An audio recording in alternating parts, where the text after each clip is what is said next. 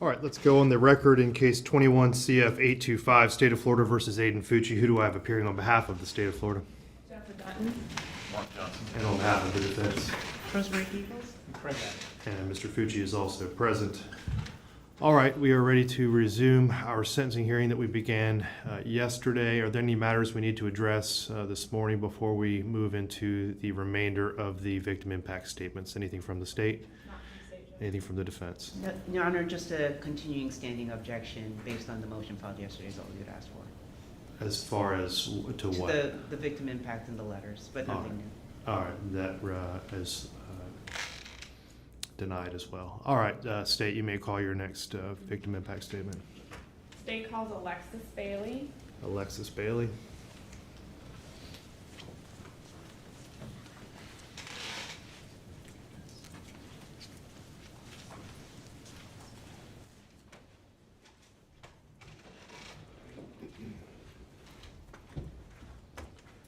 Good morning.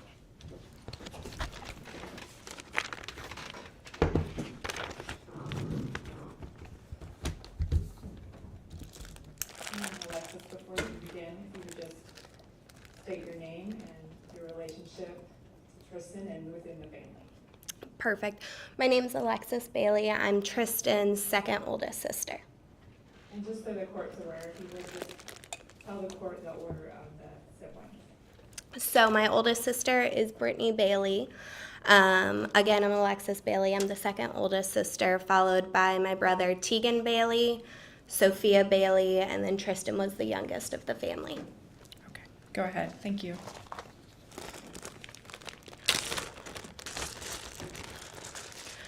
$114.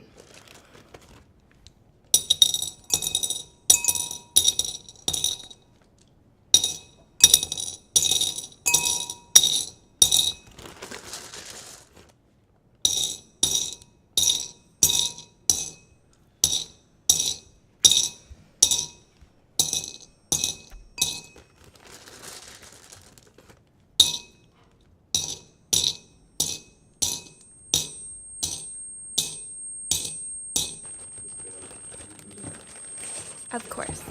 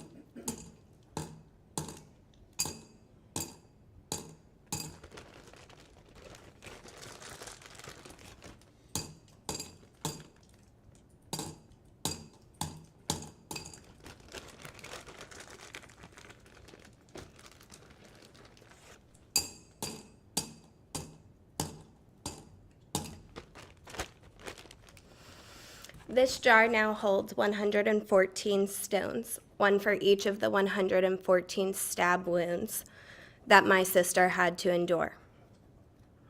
It was 1 hour and 42 minutes between when my sister was last seen and when Aiden Fucci was next seen, running out of the woods holding his shoes because his feet hurt. It's funny that such a simple statement can bring such anger. Aiden Fucci could show compassion for his sore feet, yet had nothing to leave for my beautiful sister. The number of questions I have for Aiden Fucci surrounding that night plague my mind. Did she see you coming at her with the knife? Or did you stab her while she wasn't paying attention? Did she scream out for help? Or was she paralyzed with agony? Did she cry for my mother? Did she beg you to stop? Did you hear her lungs gargling with blood? Or did you see it in her face when she realized she could no longer breathe due to her collapsed lungs? What were her last words? Did you stay to watch her die? Or did you leave her there in agonizing pain as you ran away? How long did she suffer? Did you watch the life leave her eyes? Do you know the answer to any of these questions? Or were you too caught up in the thrill of the kill? The last time I heard my sister's voice was May 8th, 2021. I have racked my brains trying to remember the last words she said to me. Was it I love you? Was it goodbye? Or did we say nothing at all? What I do remember is her walking out that door. I have nightmares about that moment. In my dreams, I try to reach out and grab her, beg her to spend the night, anything to prevent what happened just hours later, yet every time the door closes before I can get to her. The memories of May 9th will forever be ingrained in my mind, body, and soul. To know I was awake and only 11 minutes away from my sister as she was being brutally murdered. Could I have saved her? I remember the vivid feelings of my body collapsing on the ground as the police informed us that they had found a body. Then, finding out hours later it was Tristyn's body, I remember becoming physically ill and having a detective grip my hair as my body uncontrollably expelled everything from my stomach between my sobs. The pain I felt in every nerve as I watched my dad lying on the floor, screaming in a way no human should ever be able to produce. Our family broke that day, and I don't recognize any of us anymore. I have watched my parents going from believing that they were good parents to believing they were failures. I have listened to my parents question, what did we do wrong? What kind of mother or father was I not to protect my child? I have watched them overanalyze every conversation, every action, trying to figure out what they could have done differently. I've watched my older sister, Brittany, become unrecognizable with anger. I've watched my brother, Tegan, emotionally shut down and avoid the family due to the pain being home causes. I've watched my younger sister, Sophia, completely lose her childhood and be cast into the role of being a parent and being the resident therapist for my mother. I've seen the changes in myself, the responsibilities and burden that I have had to undertake because of the actions of Aiden Fucci. I am the one who had the responsibility of speaking with the funeral home and forcing my parents to decide which urn to put what remained of Tristyn in. I was the one who had to pick her up from the funeral home and make that long drive home with her ashes. I have what remains of her beautiful blonde hair, now stained red, sitting in my house, haunting me daily. I have had to become the safe place for my parents and hold space for their feelings. I have had to commit every detail of Tristyn's murder to memory so that whenever someone has a question, they need only ask and not be burdened with looking up the answers themselves through the hundreds of pages of court documents and police records. I bear the thoughts that one day the trauma we have all been through because of the actions of Aiden Fucci will cost the lives of my other family members.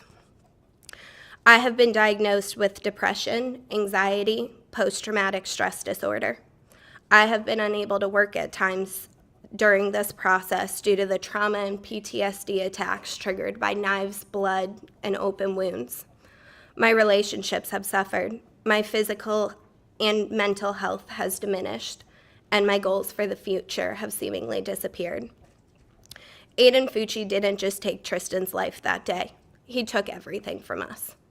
Our family, sense of security, laughs, health, and potential.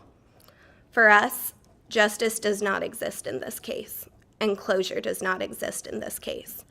Peace, understanding, and forgiveness will never come. The duty of this court today is to determine and weigh all the factors in this case, to decide the just sentence for the crimes Aiden Fucci committed, with retribution and potential rehabilitation sadly being considered. The only justifiable sentence in this case is a full life sentence, Anything short of that would be an insult to not only our justice system and community, but to our family and Tristyn's legacy. Lastly, I would like to add my own stone to the 114 that I added for Tristyn.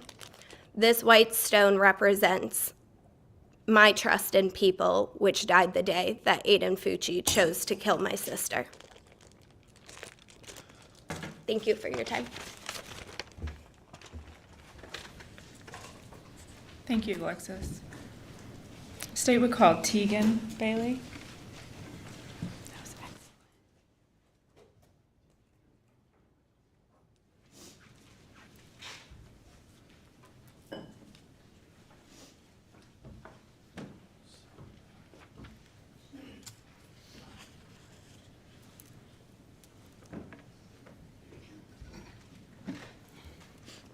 You can start whenever you're ready.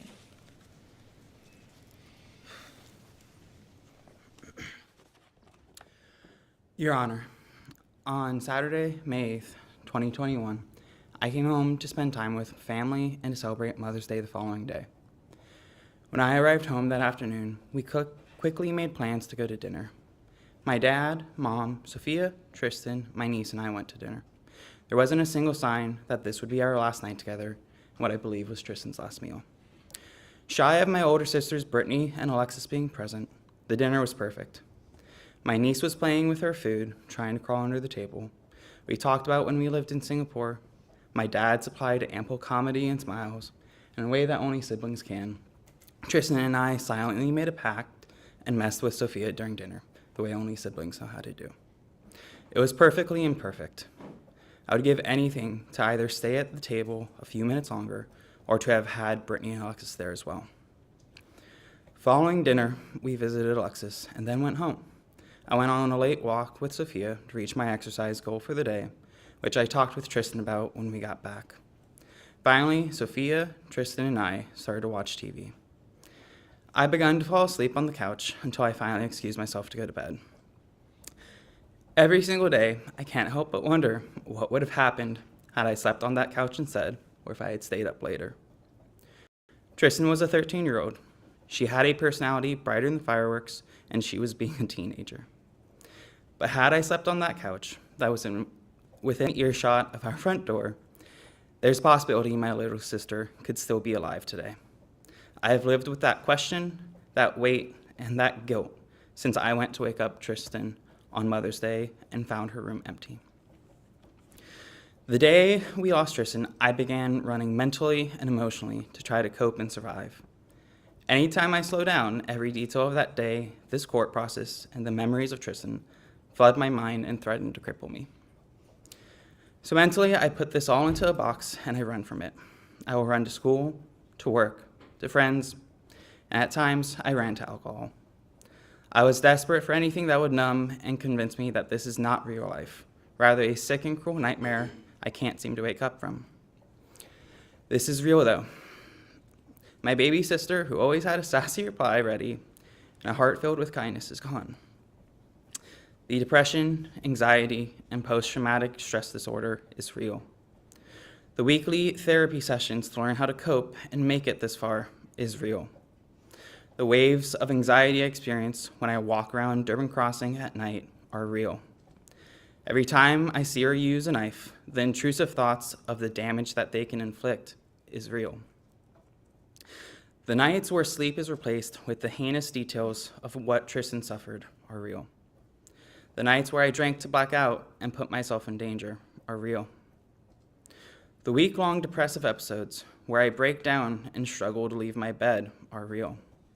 The classes I withdrew from because grieving and being a student was too much are real. The breakdowns that erupt from songs that remind me of Tristyn are real. Even things as small as a red cardinal bird will bring my day to a stop. There's an old wives' tale that when you see a red cardinal, it is someone from heaven checking on you. I can only hope that each one is a sign from Tristyn telling me she's still cheering me on. Yet they are each a painful reminder of what I have lost. They are each a reminder of how I failed Tristyn. Despite countless reassurances, I continually weather by sleeping on that couch, being at home more, reaching out more, or a million other things if I may have been able to prevent her death.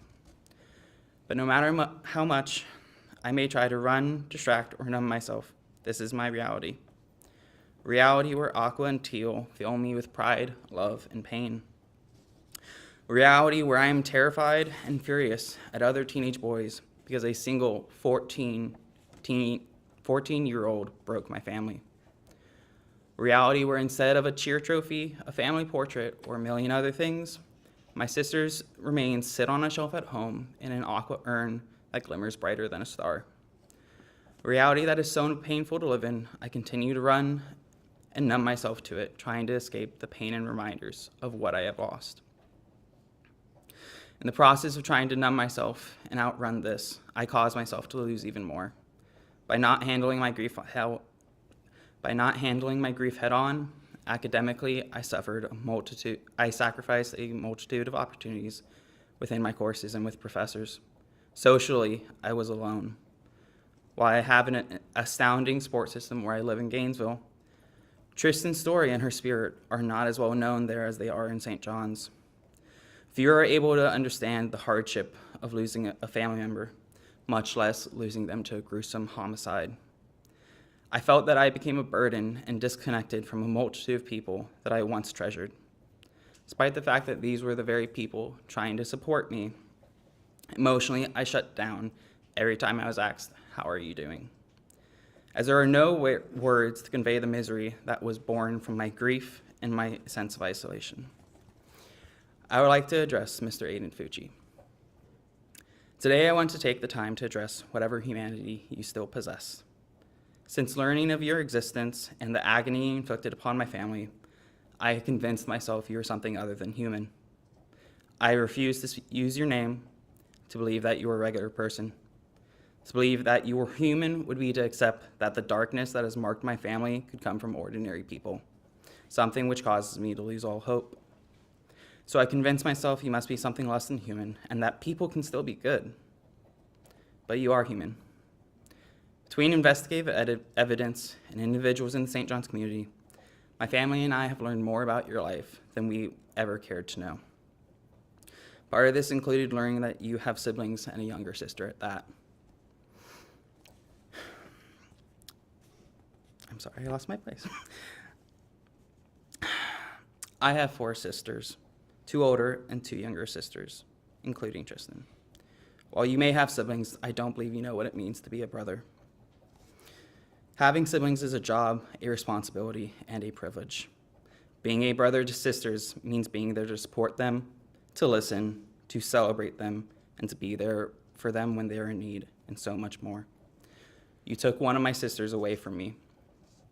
I will not get to drive her to cheer, listen to her spill the tea, celebrate her achievements, or spoil her with trips to Starbucks for a double chocolate chip grande frappuccino.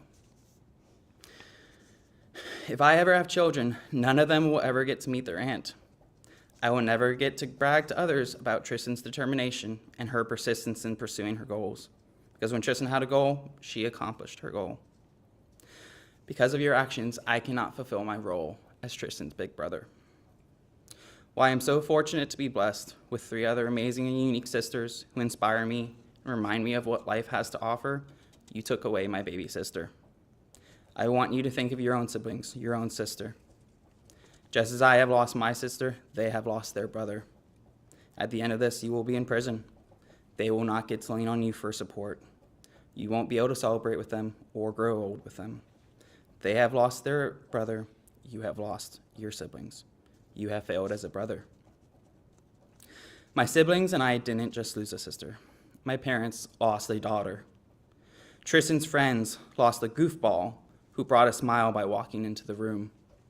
The cheer community lost a teammate who was an unwavering pillar of spirit and perseverance. The world lost a young woman who, after binge watching Grey's Anatomy, became inspired to become a doctor. We lost the chance to see Tristyn graduate high school. We lost the chance to see Tristyn attend and graduate college. We lost the chance to see Tristyn find love and have her own family. Not only do we have to grieve Tristyn and her past, we have to grieve the person she did not have a chance to become and everything she never got to do or achieve.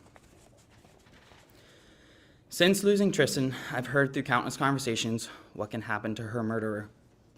This court is able to impose between a 40-year sentence up to a life sentence. Several weeks ago, we sat in this building as the court reviewed a motion to limit autopsy photos to be shown during the trial, a trial which we fortunately did not have to go through. Among several things that came out during that hearing, I recall that there were 6 wounds that had been considered fatal. However, even in shy of these 6 wounds that my sister suffered, no one would have been able to survive the cumulative 108 other wounds. My sister was stabbed 114 times. 49 of those wounds were defensive.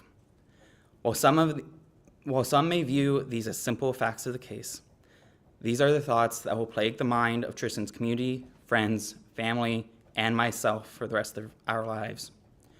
Tristyn's fought for her life, and my mind has tormented me since, with all of the details of what she went through and what she must have felt. This is a burden we collectively have to carry for decades to come. In light of this, a life sentence for her murderer seems nearly merciful. His wrongdoings reaped not only the remainder of Tristyn's life, but cursed the lives of countless others.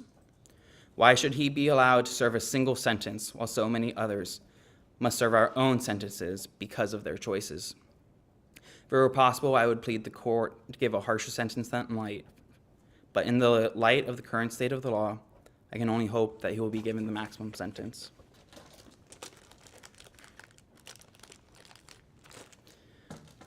I add this stone for the hope and belief I had in people being good that died the day that Aiden Fucci murdered my sister.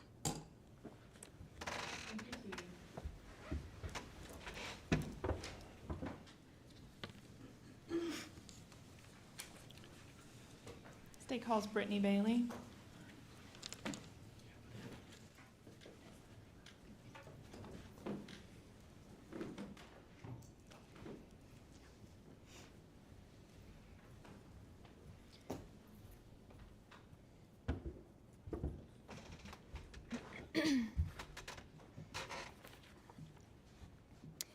Your Honor, my name is Brittany Bailey Russell, and I am Tristyn's oldest sibling. When I was told we had the opportunity to write an impact statement, I immediately got to work. Writing comes natural to me, but I knew the importance this statement would hold, and I knew I needed more time than any piece I had written in the past. For months, I have attempted to put pen to paper to express the magnitude of this catastrophe we face every second of every day. Yet every time I'm met with complete writer's block. Not the kind of writer's block where you have nothing to say, but the kind of writer's block where you cannot find words impactful enough to describe the devastation this has caused on my family. Your Honor, I could stand up here today and tell you what little I can remember from May 9th, 2021, how I was on day 1 of my honeymoon with my husband and woke up to an alarming call from my sister Alexis saying, "Brace yourself. We can't find Tristyn. We're about to post it on social media." I could express the sense of darkness and terror I felt just being over 1,900 miles away from my panic-struck family, feeling absolutely helpless that I could not search, comfort, or engage with my squad, as Tristyn would put it. I could even go into great detail about the blood-curdling and excruciating screams that ejected from my dad's lungs, the bottom of his lungs, while my husband and I sat on the other end of that FaceTime call, crumbling to the MGM hotel room floor, sobbing our eyes out, praying to God the news of where Tristyn wasn't our biggest fear. And if the court really wants to hear the most graphic of it all, I could tell you about the days to follow when I heard the fatal wail that bursted from my mom in the other room when Detective Hannon delivered the news to just my parents on how Tristyn died that Mother's Day. I wasn't even privy to the no at that point, but the crippling sound that my mom let out, I knew it was something unimaginable. I remember this torturous feeling that took over my body as I ran to the bathroom, slamming the door, banging both hands on the wall, screaming, "Why? How?" How is this happening? I didn't stop until my dad ran in, grabbed me, hugged me, and kept telling me, be brave for your mom. Do it for your mom. As later we learned, that friend Tristyn thought she had ambushed our youngest Bailey by stabbing her 114 times, over and over and over, to the point where we all know, she fought her fight and had nothing left in her body to give. And yet he continued, like an absolute coward. You, Aiden Fucci, decided to overpower a 5'3" innocent 13-year-old girl. How much more of a coward could you possibly be? Those feelings that took over my body that day, I could go my whole life without feeling again. I can promise you one thing, I do not ever want to be that brave in my lifetime yet. Here I am, standing in front of this courtroom, exposing my vulnerability, peeling back layers of my PTSD in this unsafe and very overwhelming environment. While I sit here publicly reliving tad bits of our worst nightmare, I recognize that none of these horrific memories will bring Tristyn back. It truly just pains me more to have to relive them, to talk about it, to feel those feelings all over again like it happened yesterday. What I can confidently express to the court is, since my sister's murder, I agonize at the thought of leaving Florida for travel, something that was once engraved in my DNA. I lack prioritizing my husband, and I carelessly watch my marriage crumble before my eyes. I now carry emergency medication to control the unexpected tightening of the chest and inability to breathe, something doctors call post-traumatic stress disorder. I spend 2 hours every Sunday morning with my family therapist, a day that used to be Bailey Family Fun Day on Sunday. I struggle with mental health expenses and impulse buying in hopes to find control, something my husband and I were not financially prepared for. I've lost clients due to the inability to work. I rely on my vehicle as a safe place to release the uncontrollable rage that takes over my body. I fight my emotions in my own household in hopes my 4-year-old daughter doesn't try to console me, her mother, something no toddler should ever feel compelled to do. I find my husband more times than not peeling me up off our closet floor, drenched in my own tears. I've lost count of how many glasses I've shattered over the anger that's unbearable. I look at myself in the mirror and I don't recognize the person I am anymore. My weight, my happiness, my skin, my personality, my love for life, all gone. My sister was robbed of what could have been an incredible future. Imagine growing up in a household of 7, traveling the world for my dad's job, relying on each other as best friends because we only had each other during all of those moves, meeting friends who became family across the globe, and having the most loving and supporting parents you could ever ask for. Just for perspective, I'm a hairstylist, and my parents opened a salon in St. Johns County. Alexis has a passion for animals, and my parents openly allowed her zoo to live under their roof. Tegan's draw to coffee and books at University of Florida enticed him to continue on to grad school, which my parents could not be more proud of. Sophia, our lacrosse all-star, was just accepted to Colorado Mesa University to play goalie, and once again, my parents could not be more on board, even though this means there are 2 flights between their child and them. And as for Tristyn, cheerleading was her life, and because it was her life, it was my mom's life too. My parents have sacrificed their needs and wants for their children for 30 years. I've never met such selfless people. And to think one of the 5 of us won't get to see that fully through, Your Honor, I can't put a word to it. Agony isn't painful enough. Shattered to the core doesn't crumble like how I feel. Infuriated doesn't even come close to touching the amount of rage I find myself trapped in. And let me tell you, justice is just a word for comfort. It doesn't bring her back. It doesn't allow her to see if she would have made worlds or become a college cheerleader. It does nothing but put this inhumane, cold-blooded killer away for good. I ask you to remember how much my sister lost and will continue to lose as the years pass by because of one vile decision this ruthless, unremorseful villain made. His apology was a waste of oxygen and meant nothing. It was cold, it was callous, and it was disheartening, and it left my family feeling absolutely tormented. Once again, a word not pungent enough to express the degree of what we felt, but it's the best the dictionary could offer. In Tristyn's name, I will fight till the end to make sure my children, my siblings, my family, and our community will never see Aiden Fucci in society again. I respectfully ask for you to do the same.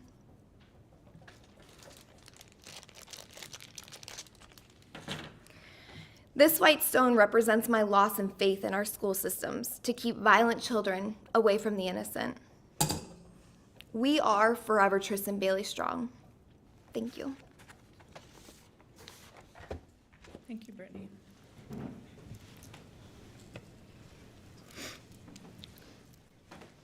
Next, we would call Miss Jean Sheffield.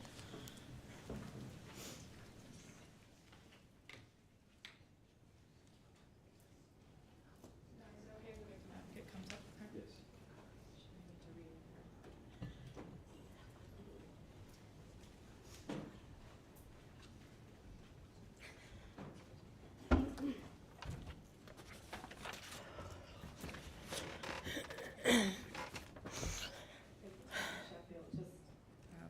State your name and then just tell the judge real quick your relationship to the family.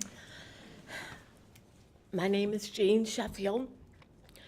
And Your Honor, before I read my statement, I would like to read this excerpt from Lorraine and Glenn Bailey, the other grandparents in this case who could not be here.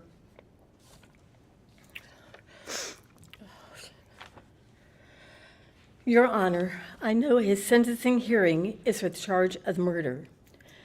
Consideration should be for the younger, lovely, good young victim, our 13-year-old granddaughter, Tristyn.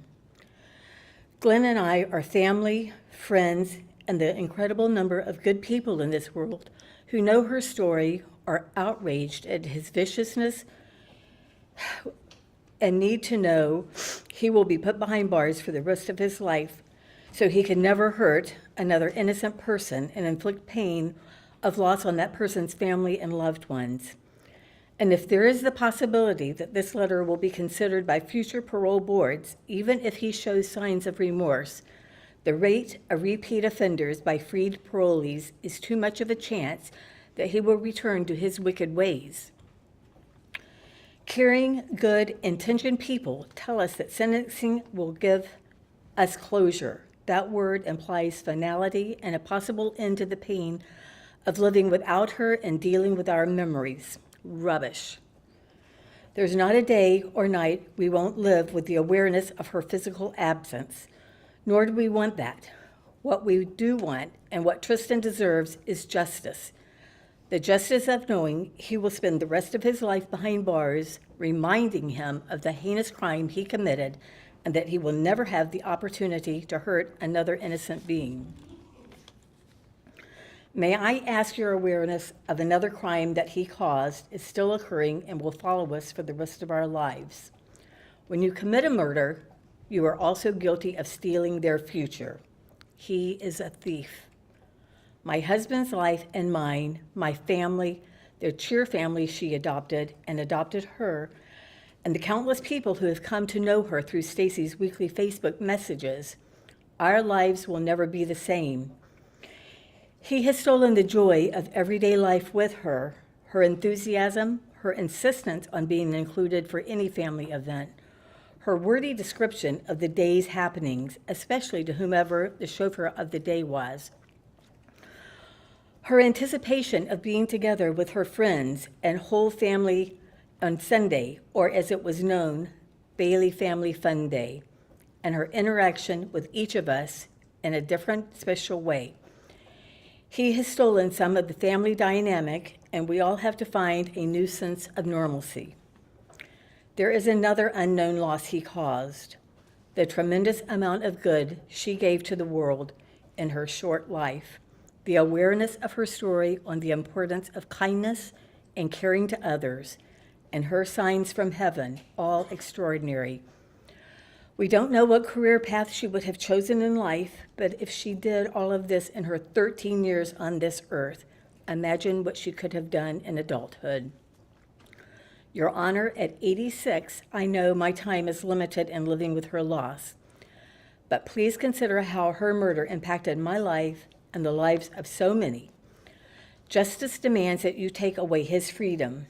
Thank you for your time and any consideration you may give to my impact statement. That would be Lorraine and Glenn Bailey. And those are the parents of four.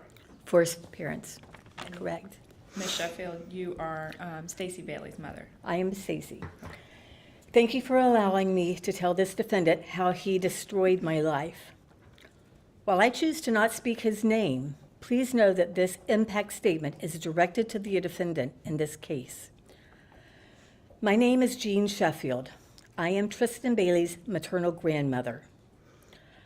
I flew to Singapore, where Tristyn was born, in January 2008 and held her for the very first time. In 2017, I moved from Denver, Colorado, in order to spend as much time as possible with my daughter, son-in-law, and grandchildren. Had I even dreamed you would cut my time with Tristyn so short, I would have never left her side. I am very grateful for the years I had with her here in Florida, but it wasn't enough. You stole from me the lifetime I was supposed to have with her. You stole that from all of us. Because of you, life for my family and me has been a living hell since Mother's Day of 2021. From the moment my daughter called me that morning stating that they couldn't find Tristyn, that she was not in her bedroom and was missing, my reality and the reality for all of us has shifted on its axis. Life has become a nonstop nightmare because of you. In the hour it took me to drive to Tristyn's home, I had convinced myself I would arrive to see her being lectured by her parents. Instead, I arrived to a war zone. Police cars, a helicopter circling overhead, bloodhounds searching, and dozens of people from the community trying to find Tristyn. It was chaos. It was insanity, and it made no sense. None of this has made any sense. You made the deliberate decision to destroy our lives. Why and to what end? As a mother and a grandmother, my only desire has been to take this pain away from my family. I've watched every member of my family literally drop to their knees in utter despair, and I can't fix it. I can't do anything to help them, and they can't do anything to help me. You are the one that did this to our family. I literally can't comprehend the evil in you. You have completely destroyed not only my life, but also the lives of Tristyn's mom and dad, her siblings, her paternal grandparents. You have irreparably damaged Tristyn's friends, her cheer family, and even the people who have never had the opportunity to have her incredible spirit in their lives. Tristyn will never get to experience going to high school, prom, learning to drive, graduating, going to college, having a boyfriend, husband, or children of her own. She will never get the opportunity to guide her niece into the world of cheer, the world that Tristyn loves so much. We will never get to experience Tristyn's excitement and watch her meet those milestones. You stole that from us. The first thought I have upon waking each and every day is that Tristyn isn't here, that she isn't coming down the stairs or coming through that front door. Not only is she not here, she was ripped from us with utter malice and evil in the most hideous way possible. I don't possess the words to tell you how we all miss her amazing smile, her laugh, her bubbly personality, her enthusiasm, her determination, and even her sassiness. Oh, what any of us would give to hear a little sass from her at this moment. Holidays will never be the same for our family. Our lives will never be the same again. Every night when it's dark outside, The anxiety of imagining the fear she must have felt with each stab of your knife is too much to bear. I sleep usually no more than 2 hours at any given time, and I almost always wake up in a panic attack. You have impacted not only my physical health and mental health, but my family's as well. The pain, grief, and sadness you have inflicted upon our family and friends, as well as the entire community, is incomprehensible. And you chose this. You chose this. How dare you? And yet, you get the freedom to still be alive. You ripped that same freedom away from Tristyn that early morning of May 9, 2021. You did it deliberately and with unspeakable malice. You planned this. You put forethought and effort into it. You went out of your way to spread this evil into our lives. Your actions are beyond senseless and horrific. The only thing that even approaches justice is that you go to prison for life and that you will not be able to hurt anyone else or destroy any more lives. No, I do not forgive you, and I don't accept any pathetic apology you might offer. In my opinion, you apologized only when it became abundantly clear that the consequences of your actions were imminent. I hope these consequences truly are inescapable and that you are sentenced to life in prison. In 25 years, when your case is reviewed, I pray that people looking at it realize there is literally no other justice than to keep you behind bars until the end of your life. This is the least of what you deserve.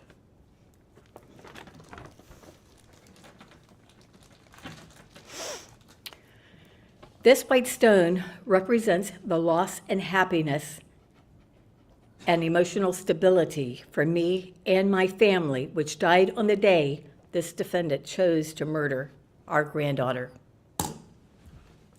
Thank you.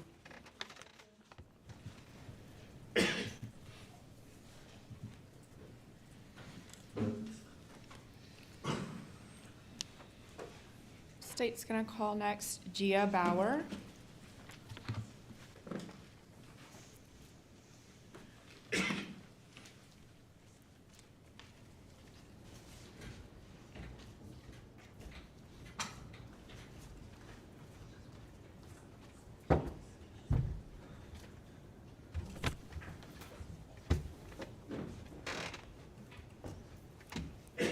If you could maybe pull that microphone down a little bit.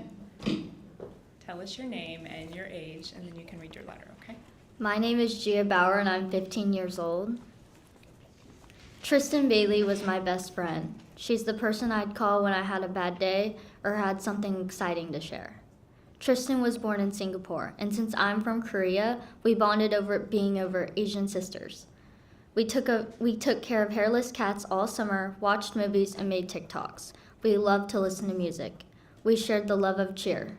We traveled together and had countless sleepovers, and when we were not able to go to each other's homes, we would FaceTime all night and have virtual sleepovers. Her family called me their bonus child. We went to our first concert together, and she's also the one who gave me my first concussion doing unauthorized cheer stunts.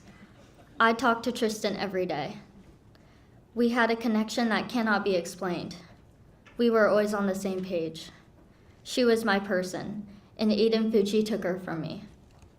Since May 9th, 2021, I have carried a sadness that never goes away.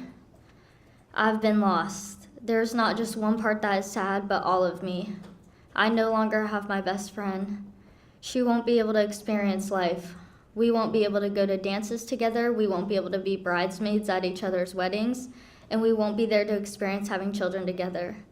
Initially, it was a surreal feeling, and I could not believe she was no longer here. The person I needed to get through such a tragedy with was not here. I would think about texting her for comfort and remember I would never receive any words back from her. Losing Tristyn has changed the way I see the world.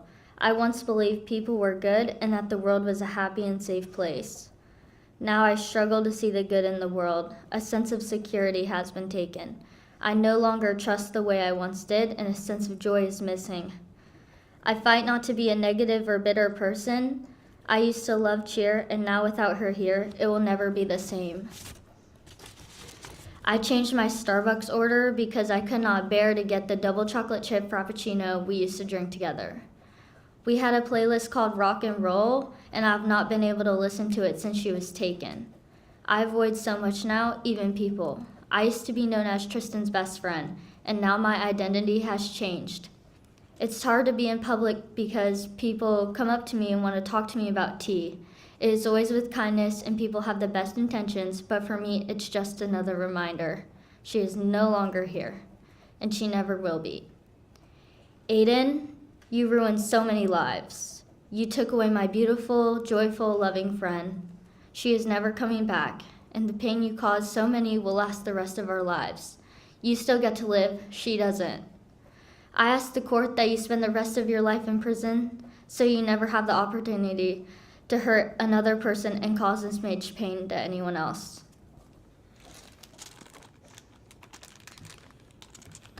This white stone represents my innocence, which died the day Aiden Fucci chose to murder my best friend.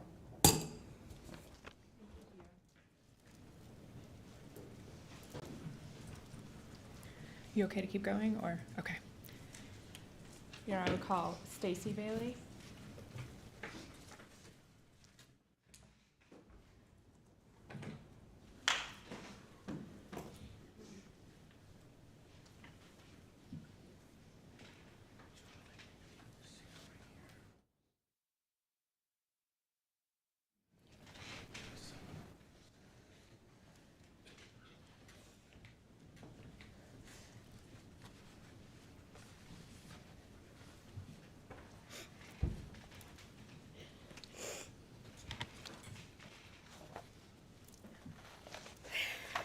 Whenever you're ready, Miss Bailey.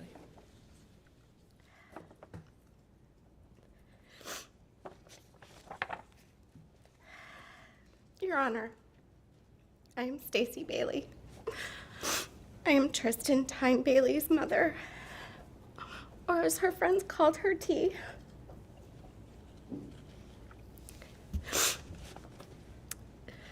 Not many know what Forrest and I faced during our pregnancy with Tristyn. We were moving to another country, Singapore, when I found out I was expecting another child.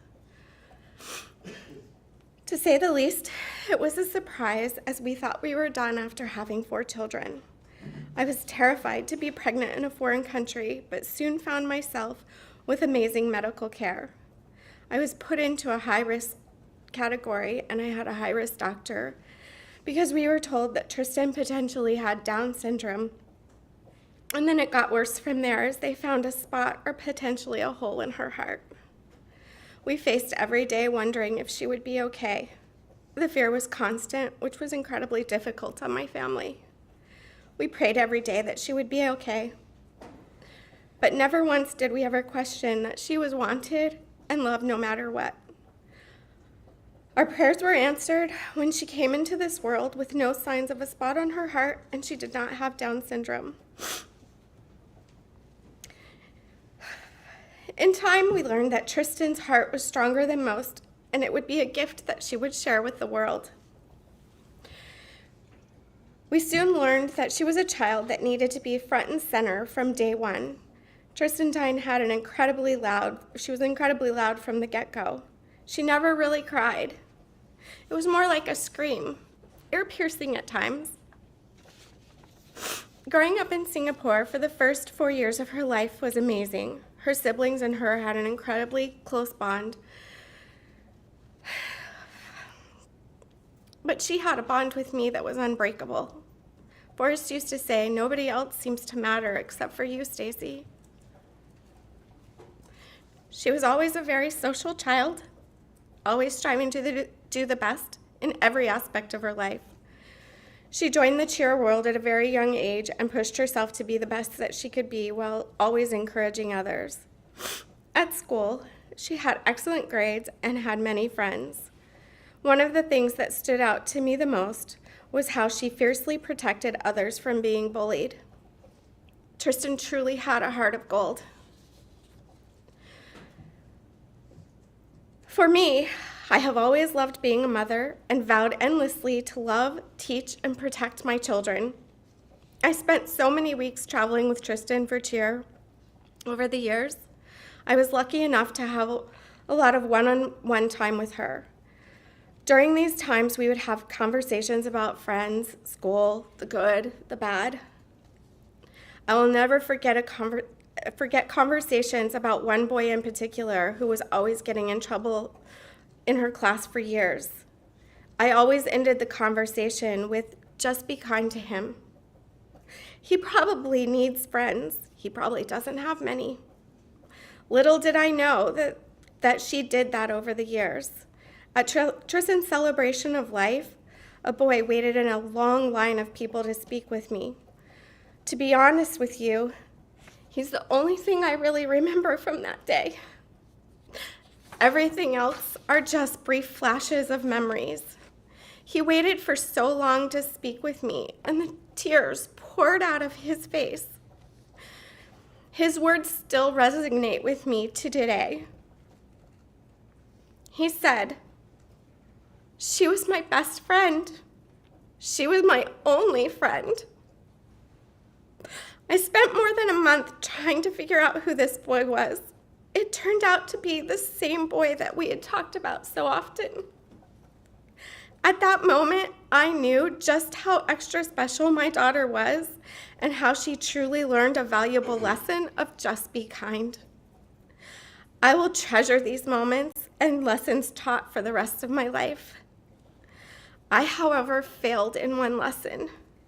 I did not know that I needed to teach Tristyn to be afraid of the evil in her own school, to be cautious and fearful of the people you think are your friends. Aiden Fucci, you betrayed us all. I have seen the traumatic impact of Aiden's horrific actions and how they have affected all that knew and loved Tristyn. I have watched her friends become afraid to go to school and fearful of who they could and could not trust. I have watched the depression, the PTSD, the anxiety take over so many. Worse than anything, some of these feelings go so deep that several kids have tried to take their own lives from this incident. I carry the weight of this on my shoulders every single day. The guilt eats away at me. While I know it is not my weight to bear, it doesn't change the fact that I feel this. I feel that I have to protect and be there for each of her friends to let them know how much they mean to me. Aiden Fucci has destroyed so many lives by his vicious choice to take my child's life.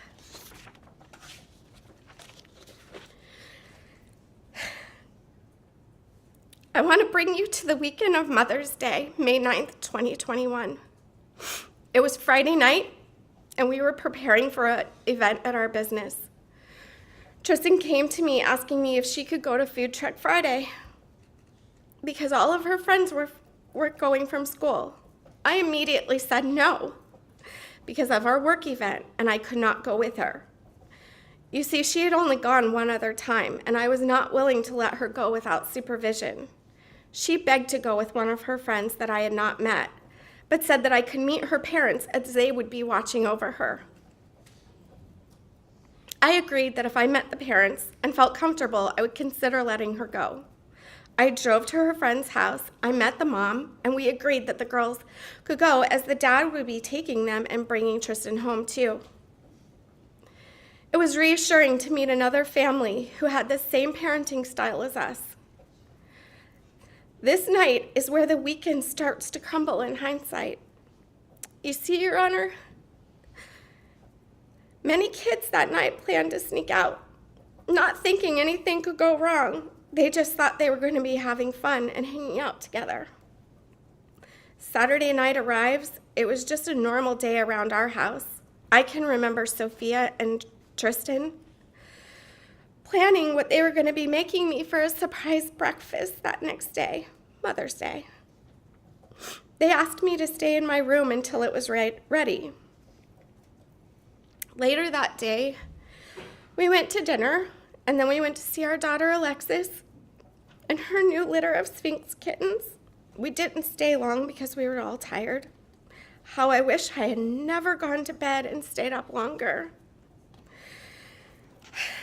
The next morning, Sophia prepared breakfast by herself, as Tristyn never came down to help. Needless to say, my Mother's Day morning was soon filled with panic as my son informed us that Tristyn was not in her room as he went to tell her it was time for breakfast. I thought to myself, this can't be. She must be in the bathroom or her sister's room. I immediately ran upstairs to indeed find she was gone. We all frantically were yelling for her and running through the house with no reply from our precious daughter. Forrest yelled for me to call the police, and this is where our nightmare went into full force. My heart was pounding with every second that passed, pleading with the police to help me.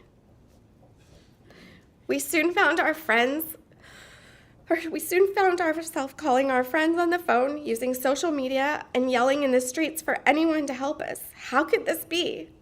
This crazy thing of social media is there is always a trail, and we knew within an hour who Tristyn was last with. I thank God for that trail, even though I find some of social media to be the bane of my existence. The minutes turned into hours of not knowing where our daughter was. I called her phone, as so many did, for it just to go to voicemail. Everything that happened that day is a blur. I do know that there were so many people trying to help find our daughter. Our community was there for us and completely put their Mother's Day plans aside. At some point around 2:00 in the afternoon is when my mother saw a dragonfly. And she said to me, "Stacy, look, it's good luck. They're gonna find her." Unfortunately, I shoved my mother as hard as I could and started yelling at her. Because in that moment, I knew my child was not coming home. I tried desperately to apologize for pushing her, but it was such an uncontrollable moment. You see, when my father passed away, I was surrounded by dragonflies, and it has soon become a symbol of my guardian angel. 4 more agonizing hours passed before I found myself sitting in our home with family and several detectives. We waited for the news that we could have never been prepared for, pleading to God to not let this happen to my family and to not take our baby girl away from us. I cannot tell you all the details of what happened when we went inside, as my brain has hidden them in my memory somewhere deep inside. I have very few memories of that day. Your Honor, what I'd like to do is share one night from a recent journal of mine this past month. It's 1:05 a.m. My eyes pop open in fear, and I try to orient myself as to where I am or if I am safe. I walk myself from the couch to my bedroom and try to get some more sleep. It's 2:05 a.m. Again, startled awake. It's 3 a.m. I'm startled awake again, as I am every night, multiple times a night. My head is pounding in pain. My thoughts are racing. My anxiety is high. My chest is tight. The thoughts immediately start. The time tells me that it's over. Tristyn lost her life by now. Visions flood my head, how terrified she must have been. What went wrong in that moment of betrayal from someone she thought was her friend? Did she know it was coming? Did you wait for her back to be turned? The first strike of the knife, the fearful shock she must have had. The second strike, what is happening? I can only imagine she tries desperately to fight him off. Why is this happening? He continues to strike over and over as she continues to fight. My chest pain grows tighter, and the tears are now flowing. Was she screaming for help? Did she try to reach for her phone to call for help? Tristyn's desperation to live and get away from him continues until he overpowers my child. He continues stabbing her even when there is no fight left. These visions are embedded in my mind. Her beautiful blonde hair, her smile, her irresistible laughter have all been snuffed out.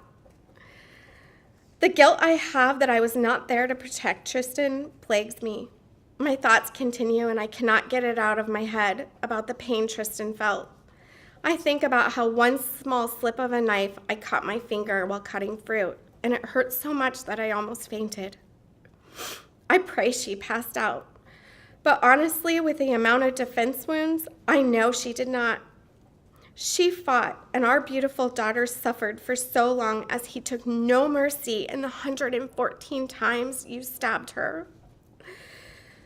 My heart is pounding so hard now, I think it could come out of my chest. Oh my God, please tell me this is a bad dream. Tell me that I will wake up from this horrific nightmare. The pins and needles have started in my head. The trauma migraine is here. They always come. I beg and plead with myself to just stop thinking for 5 minutes so that the pain goes away.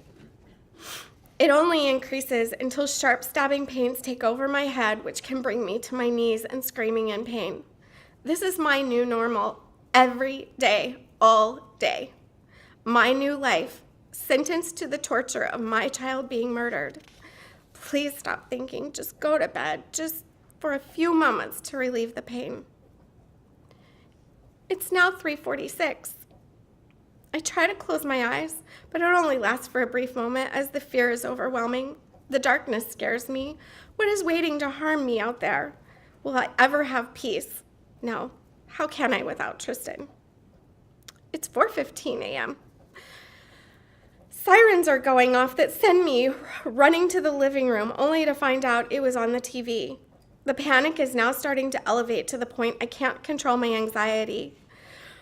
Images race through my mind of the helicopters, the police sirens, the bloodhounds, and worst of all, the police asking me to come in my house. I remember falling to my knees, begging them not to make me go inside.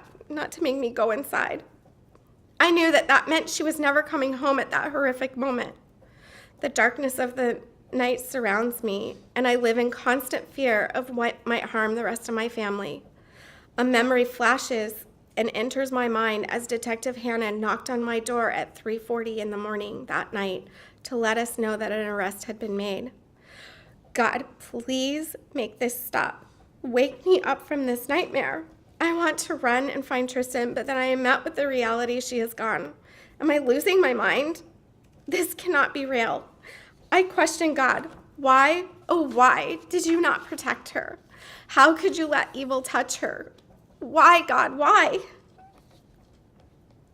This is my sleep pattern every single night for 97 weeks. Sleep deprivation at its finest.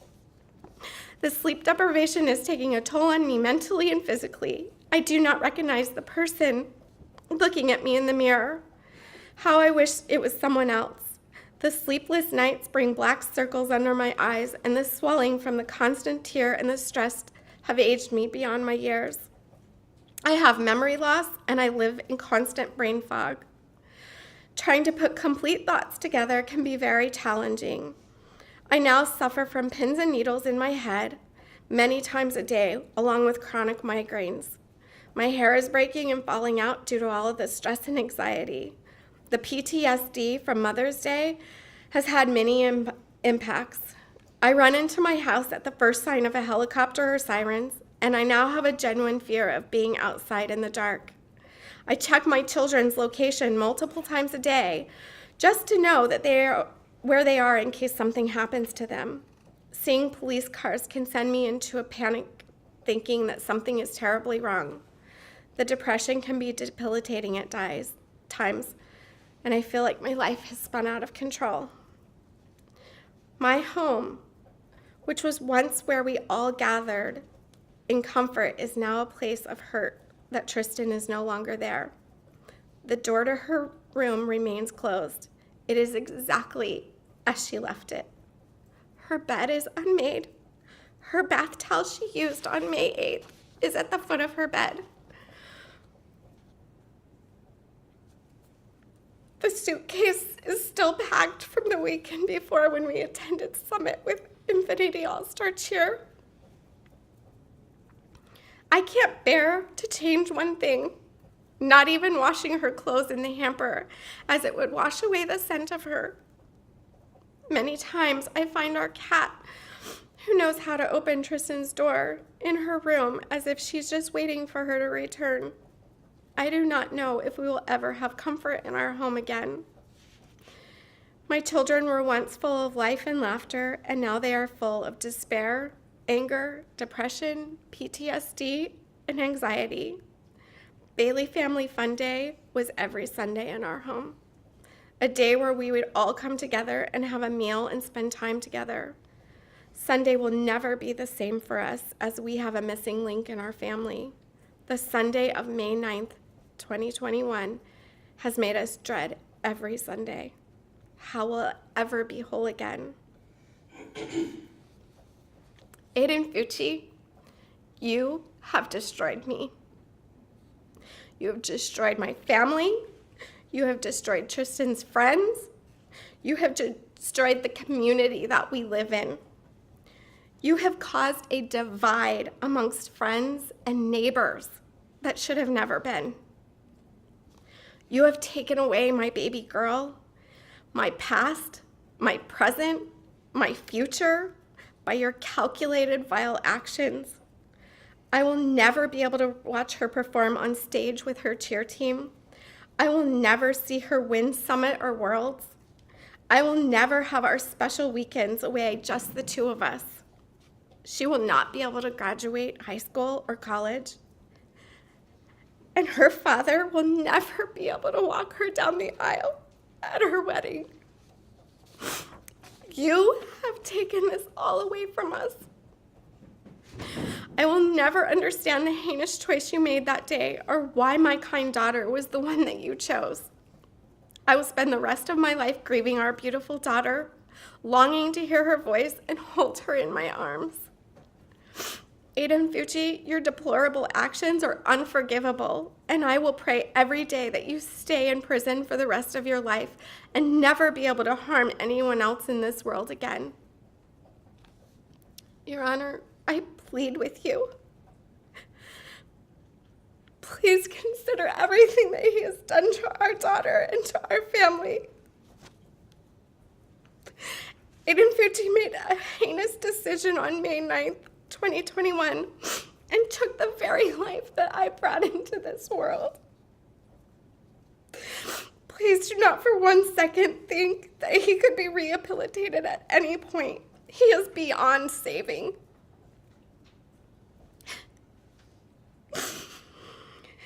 He should have to pay for his crime against my daughter. Justice is an empty word for our family, as it can never bring Tristyn back, but justice is for society. And he should have life without parole. Thank you for everything that you've done in this case, and I know that you have really hard choices in front of you. I'm going to be placing 2 rocks into this.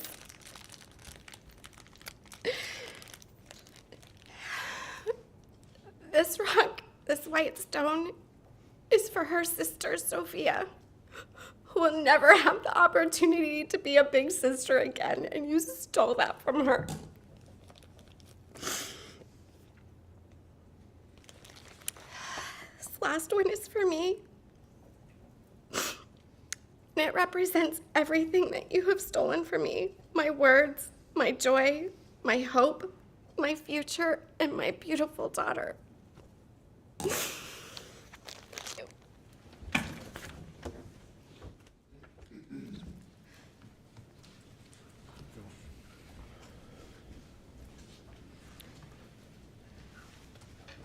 we would call Forrest Bailey.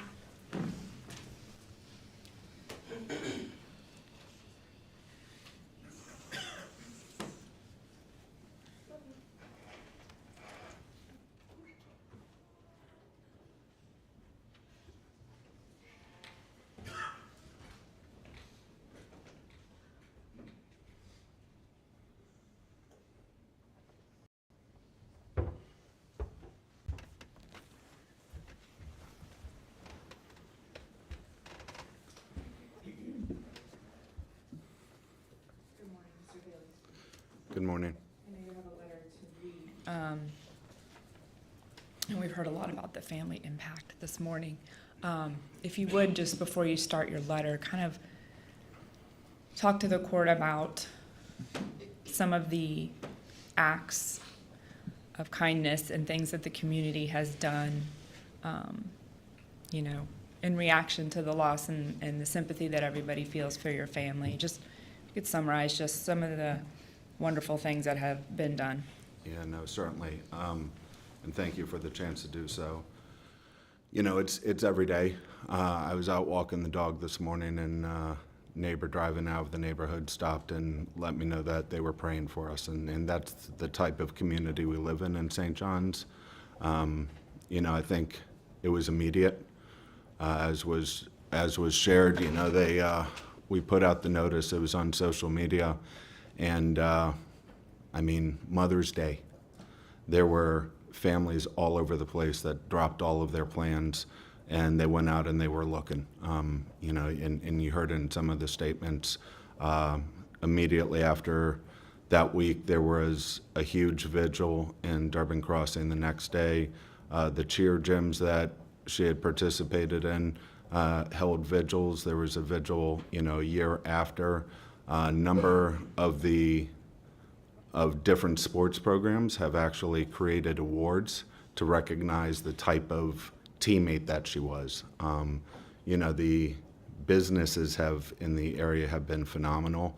They've, provided my family with a safe place to go after we had funerals, the celebration of life, and the way that Celebration Church gave us that, and even local media in the way that they streamed it, because there were so many people that wanted to go, and giving space for really the teammates in the community to be there. So, those things have happened, and those are the big events. I think the smaller things are the day-to-day. There's a lot of people that still have bows on their homes to represent their support silently. We have people that have, painted rocks, put rocks all over the world. There's just so much really good things that the community has done to keep her name and to make sure she's not forgotten. I appreciate that. You have a letter today as well? I actually have two. So the first is, to Mr. Fucci. February 6th, you finally admitted to your guilt in murdering my daughter, Tristyn, after you clearly sat in this room and agreed to all of the questions and statements that were read by the judge and admitted that you knew what you were pleading to. At the end of that, you turned around, or you didn't even turn around, you made an apology. I want to be clear, saying that your insincere apology is not accepted. In no part did I sense any glimmer of any true remorse felt in your apology. Without question, I know that statement was for some self-serving purpose that you have. During all of the proceedings in which we've been present, including these past couple days, at no point in time have I seen anything from you that is any type of remorse. I loathe your very existence and know that there is nothing within you that reflects the smallest amount of goodness or human decency. Your Honor, Judge Smith, I know there's a lot of us, and I know you've had to listen to quite a bit. Foremost, I would like to appreciate the fact that you've taken the time to let us all speak, as well as the time that you're taking in reviewing the statements. The other thing is, I understand that defendants have a right to waive a speedy trial, but I appreciate the fact that you've tried to keep this trial moving, because this is a necessary step for us to get through so that we can move on as a family as well. I like to think that for each of us that have presented or submitted impact statements to you, that's going to give us strength in the days to come as we continue to deal with the loss. I think that you've also heard many different aspects of Tristyn when she was 13. Hearing from Bree yesterday, you recognize hopefully the type of teammate and the impact that she had and what she did with others. I'm sure that from Susan's comments, you can tell that she was the type of classmate and had an impact and, help people that needed that help. And those difficult middle school hallways was a smiling and welcoming face. What likely resounded with you even more were the impacts from Tristyn's friends, both the adults and her contemporaries. She was an incredible person who was comfortable in her own skin and helped people find comfort within their own. The world is in short supply of people like that, and Tristyn was needed. I want to step back and talk to you from the family's perspective once again. A little background on me: I am very proud to be the son of Glenn and Lorraine Bailey. My aunts and uncles and cousins created such an incredible experience in my growing up. My dad was the fifth of 8 children, and seeing the dynamic they had, I knew that was something I hoped for in my life, a large family. When Stacy and I met, she likely had no idea what she was getting into as an only child, yet no one could have been better as the role model of being a phenomenal mother to a large family. We were sure to tell each of our kids that a sibling can be a gift like none other. The relationship is so incredibly unique. I am so blessed to have children that treasure one another as well as mine do. I know you heard this from each of them that spoke today. Yet my daughter Sophia was not ready to do so, which I completely understand. It is an impossible task to ask her to summarize the loss of her sister. They had the most unique relationship. While so much has been shared on how Tristyn encouraged others, Sophia likely was Tristyn's biggest supporter and fueled her confidence. Sophia was always looking and taking care of Tristyn. Sophia's biggest impact of losing Tristyn will lie in the days and years to come. Sadly, I know the tremendous loss that they will have to bear in losing a sibling, as I lost my brother January 13th, 2001. He is with me constantly in the regret and unfulfilled plans we had together. Since Tristyn was taken with us, I have not been able to look in on my parents as I should, just as it haunts me what my children are going to endure with the loss of their sister. So often our calls with my parents end with them trying to figure out any way that they can help, anything that they can do, yet they know that from the loss of my brother, I will carry Tristyn's loss with me always. Within our family, Stacy does an impeccable job of dealing with the critical items that come in on the day-to-day. Oftentimes I'm brought in to deal with some of the bigger problems and find our path forward. I've always been able to fulfill that role until now. There are no solutions. There's just trying to move forward and carry her with us. During so many hard times, the advice to just breathe or realize that this too shall pass is appropriate. This will not pass. I can't even answer with certainty on how we'll continue to handle all the counseling and related bills that are some of the concerns, as we've had well in excess of $36,000 just in counseling-related bills. You heard from one of her friends who keeps texting her cell phone. We still pay her cell phone every month because she has a lot of friends that are still sending messages to her. Throughout our married life, I've been able to look Stacy in the eye and assure her through any difficult time that everything will be all right, and it has. With respect to Tristyn, I can't do that. It is all well known within my family that Stacy loves the early years with the kids. For me, it's always been that the older they get, the more they come to me. Yes, I love teenagers. Tristyn and I would have some of the best conversations on the ride home from practice. Her view of the world was fascinating. She had such a keen focus on seeing the best within people. She also appreciated the importance of everything you have to invest on the path to your goals. You see, it wasn't just about the competitions. She loved practice. While she talked of being a doctor, the concepts she was learning were more important in our talks than the grades. The continued expansion of our relationship with our time together has been obliterated. Stacy and I feel directionless. We are so far behind on so many things in life, from the trivial to the important. Even our life path, such as when I will retire, is in complete disarray when the baby is taken from the family. I always figured when she graduated from college, Stacy and I could enjoy travels and looking in on our family wherever life took them. Now I just don't know. Just don't know about so many things. I've lost my sense of self. Good friend of mine who lost their son described feeling like a zombie. It is a description that has stuck with me, as that is what I feel like. Going through the motions, hoping that you get everything right. Even when you get assurances that you are, you just doubt it. Despite what anyone says, when you lose a child, your life becomes ongoing questions of doubt. The grief will not go away. Tristyn's birthday every January 18th is going to hurt.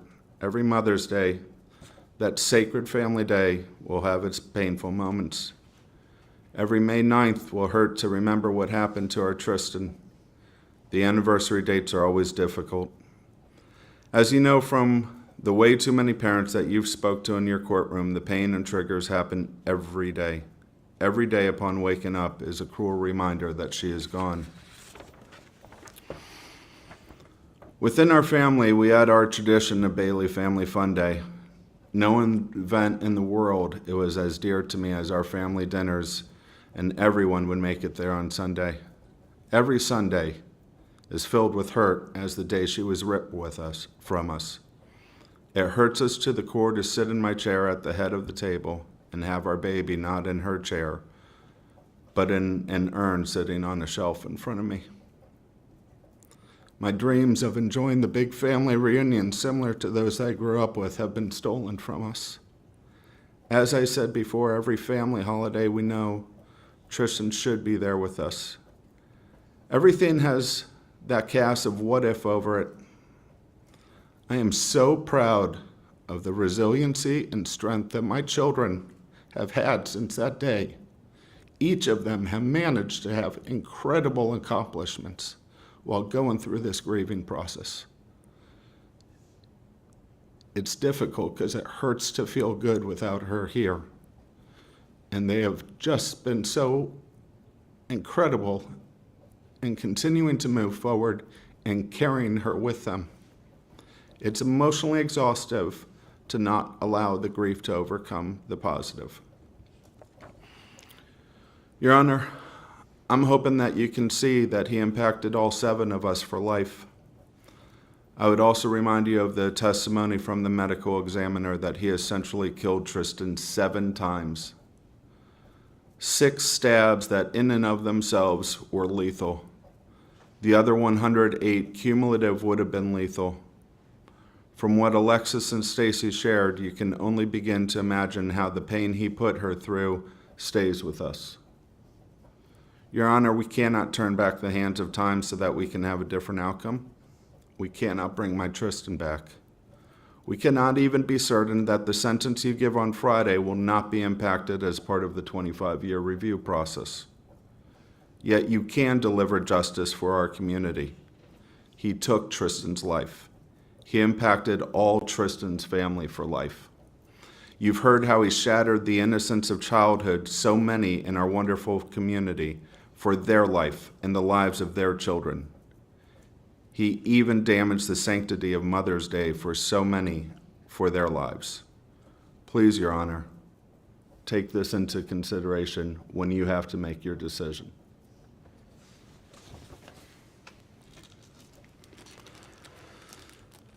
Lastly, I want to place this rock.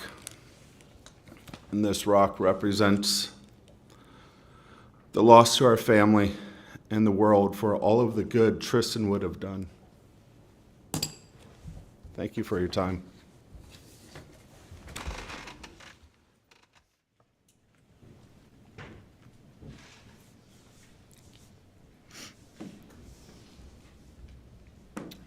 Your Honor, that's all of the statements to be read to the court. We'll submit a few more letters at some point throughout the day for the file. All right, it's now 10:30. Why don't we take a 15-minute recess, and then the defense will begin.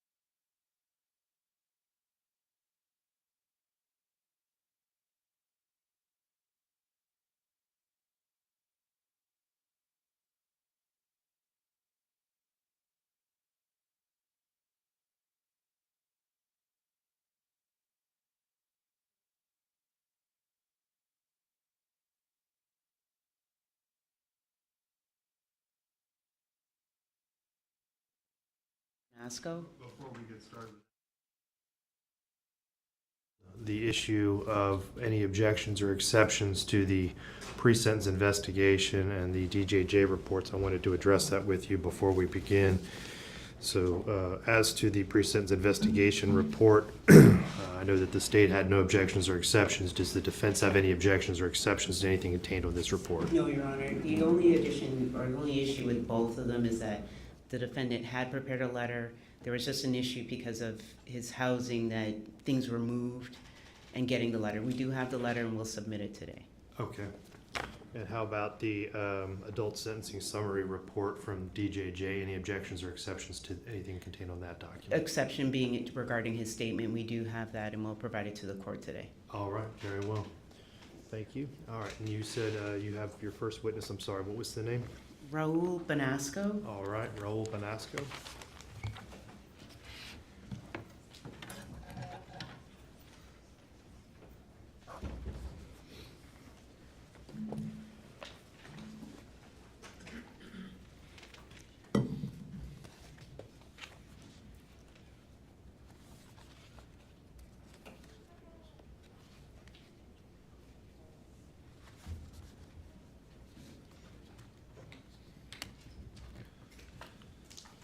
Sir, if you'll approach this railing in front of me and raise your right hand. Do you swear or affirm the testimony that you're about to give will be the truth, the whole truth, and nothing but the truth, so help you God? Yes, I do. All right, sir, if you'll come on around here and have a seat in the witness stand, make yourself comfortable. You may adjust that microphone.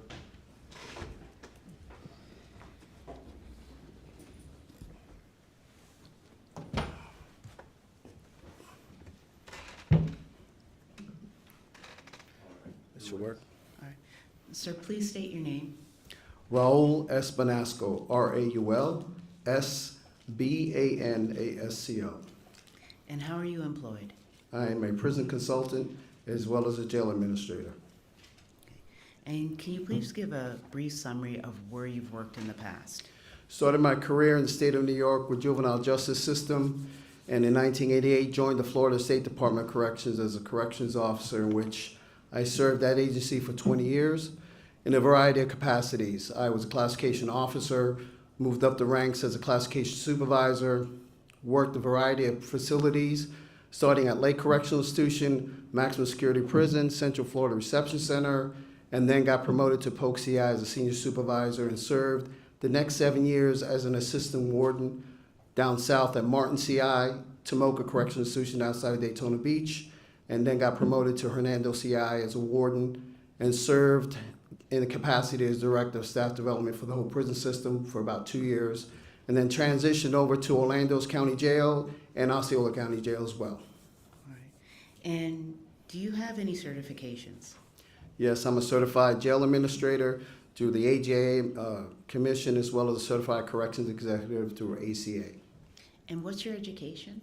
My education background, my undergraduate degrees in psychology, as well as my master's in public administration through Florida Atlantic University. And I heard your employment summary, but when was the last time you worked for the Florida Department of Corrections? 2006. And from the time that you worked at the Florida Department of Corrections, are you familiar with the department's policies and procedures? Yes. Okay. And you said that you also worked in the county jail, Orange County and Osceola County? Correct. All right. Are you familiar with the policy and procedures with both the jails and the prisons in Florida? Yes. And have you been working as a consultant and an expert witness? Yes. How much do you charge? $200 an hour. Okay. And have you previously testified in court proceedings? Yes. How many times? Over 27 times. Okay. And have you previously testified as an expert? Yes. Okay. Your Honor, at this time we'd offer Raul Banasco as an expert in corrections policy. And All right, you may ask these. Any further questions? how did you first get involved in Aiden's case? Yeah, I was contacted on March 7th, 2023 by yourself, Rosemary Peoples. All right. And in the Florida Department of Corrections, how are juveniles held or housed? The way juveniles are held, depending on how they're classified, Juveniles can be sentenced up to the age of 21 by the courts as a youthful offender, or the department can classify them or categorize them up to the age of 24, in which they will go through the reception process, either Central Florida Reception Center in this case, and they will be sent to a prison based on their custody and their risk assessment and their behavior while in the county jail, as well as when they enter into the prison system.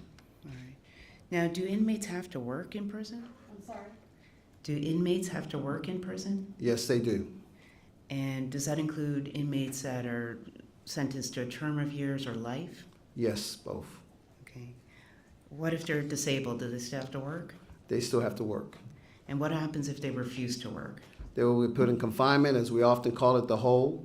If they fail to work, they will be given a rule infraction, which is known as disciplinary report. They will go through their administrative process and spend the sanction of their time in disciplinary confinement with no privileges, just the basic day-to-day living environment that we're providing to them. All right. Now, how much of the work inside the prison is actually done by the inmates?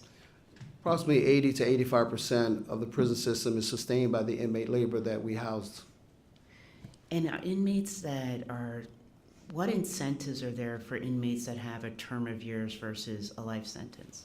Well, for the most part, they're both the same. The incentives are you can have commissary opportunities, visitations with your family and friends, phone calls, and recreation. All those things are just incentives, but at the end of the day, if you're not working, all those privileges will be taken away from you. All right. So then, if someone's in prison and they're not following the rules, what would happen? They will spend as much time in disciplinary confinement, and if they continue to behave in that fashion, the next level will be either send them to a facility known as close management, where we send the most egregious inmates who cannot function in the general population or can do harm to themselves, other inmates, or the staff. So we will place them in close management, and we have designated prisons throughout the state that would deal with that population. What's a disciplinary referral? A disciplinary referral is pretty much a rule infraction. The Department of Corrections has a variety of rule infractions, either from a minor disciplinary report to a major, and each of those carry an infraction of either loss of gain time or placement in disciplinary confinement for an extended period of time. And it sounds like then there's different levels of disciplinary reports? Correct. There's minor disciplinary reports. For example, minor disciplinary report might be disobeying a verbal order or written order or tattooing, which might give you privileges taken away or even maybe put you on probation, while anyone who assaults an officer, assaults an inmate, or basically has any kind of physical activity or might be a danger to the population can be placed in disciplinary confinement. That's a major disciplinary report. Then are the disciplinary reports, are they handled differently with a county jail versus prison? Well, county jails have a sort of different process. County jails, for the most part, because they're short-term type of inmates for the most part, they have their own disciplinary processes, but they pretty much mirror themselves. They have identified certain charges that are minor, as well as those major disciplinary reports that are for major rule infractions. So they have a different system, but it sort of mirrors itself. Now, looking at, again, turning to prisons, Florida Department of Corrections, what programs are available to juveniles or younger offenders? Well, it depends. When they come to the reception process, one of the things we have to do is look at them at their sentence structure, look at their release date, if they're serving a life sentence, also their medical grade, mental health grade, and then we do an assessment and we determine what is the prison that will best fit this individual, and more important, keeping public safety paramount. And in this particular case, with the Department of Corrections, there's only 2 facilities at this time due to closures that can house an individual like this, and that is either Suwannee Correctional Institution, where we send all the maximum security male youthful offenders, or Lake City Correctional Institution, which is another facility we contract with. I say we, the Department of Corrections contracts with, that we send the 2 type of male youthful offenders. The women go to Lowell CI, where they have about 5,000 women housed at that facility. So it sounds like the youthful or the juveniles under 21 then are sent to Lake City or the other place you just mentioned.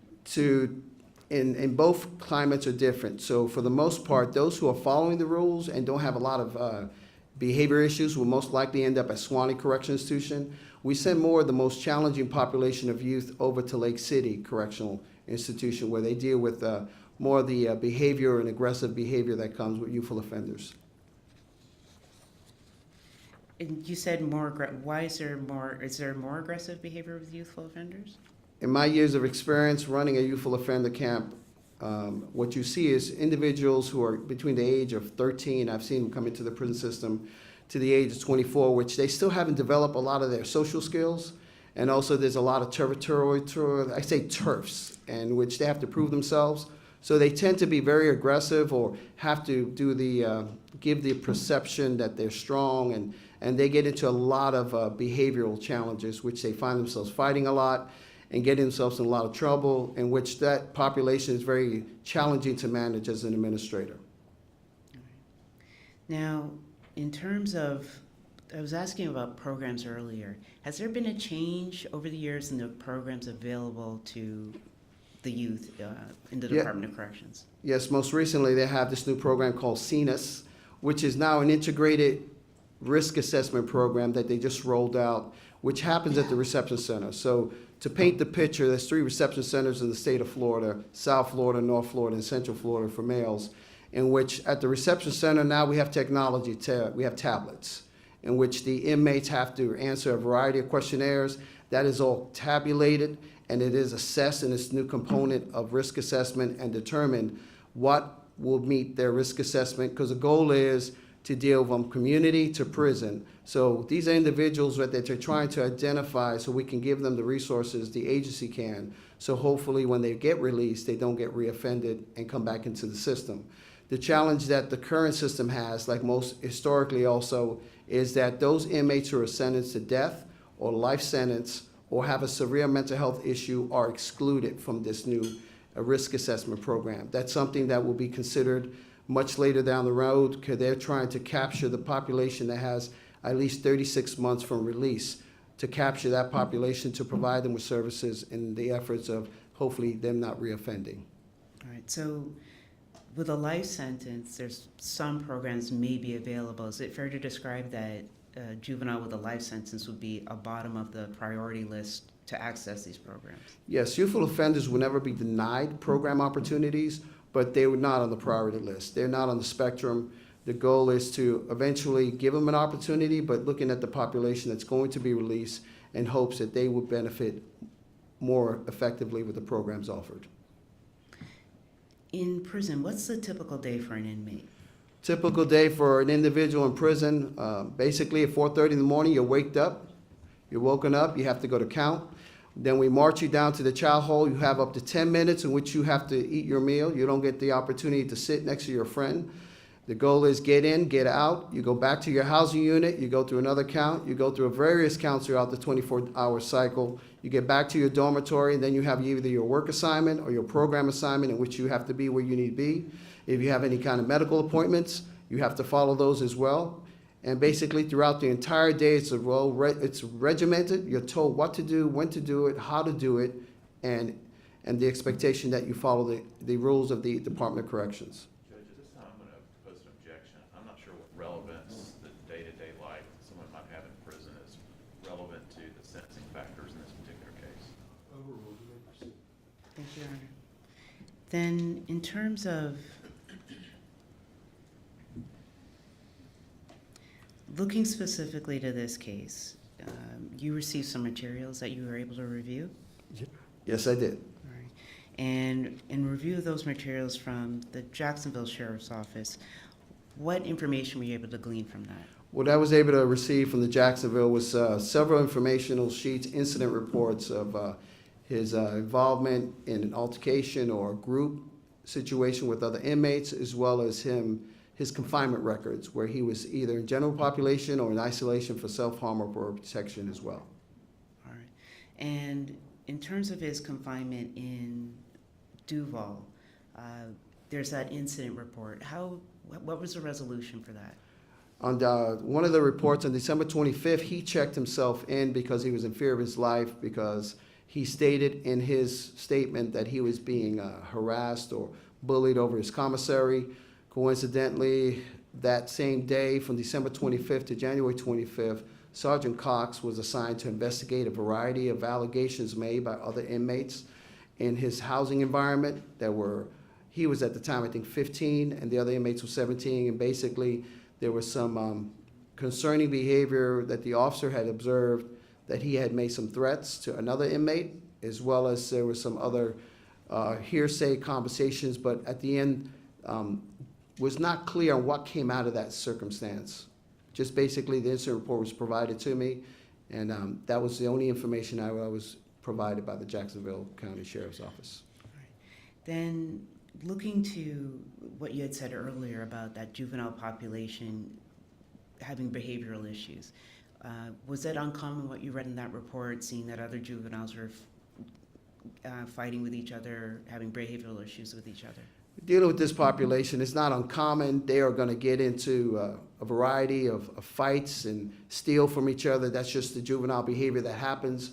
And that's sort of what we deal with in the corrections environment. And I think in also referencing Sergeant Cox, I know in his deposition, he is familiar with that as well. It sort of happens in county jails as well as prisons. That's just a very challenging population.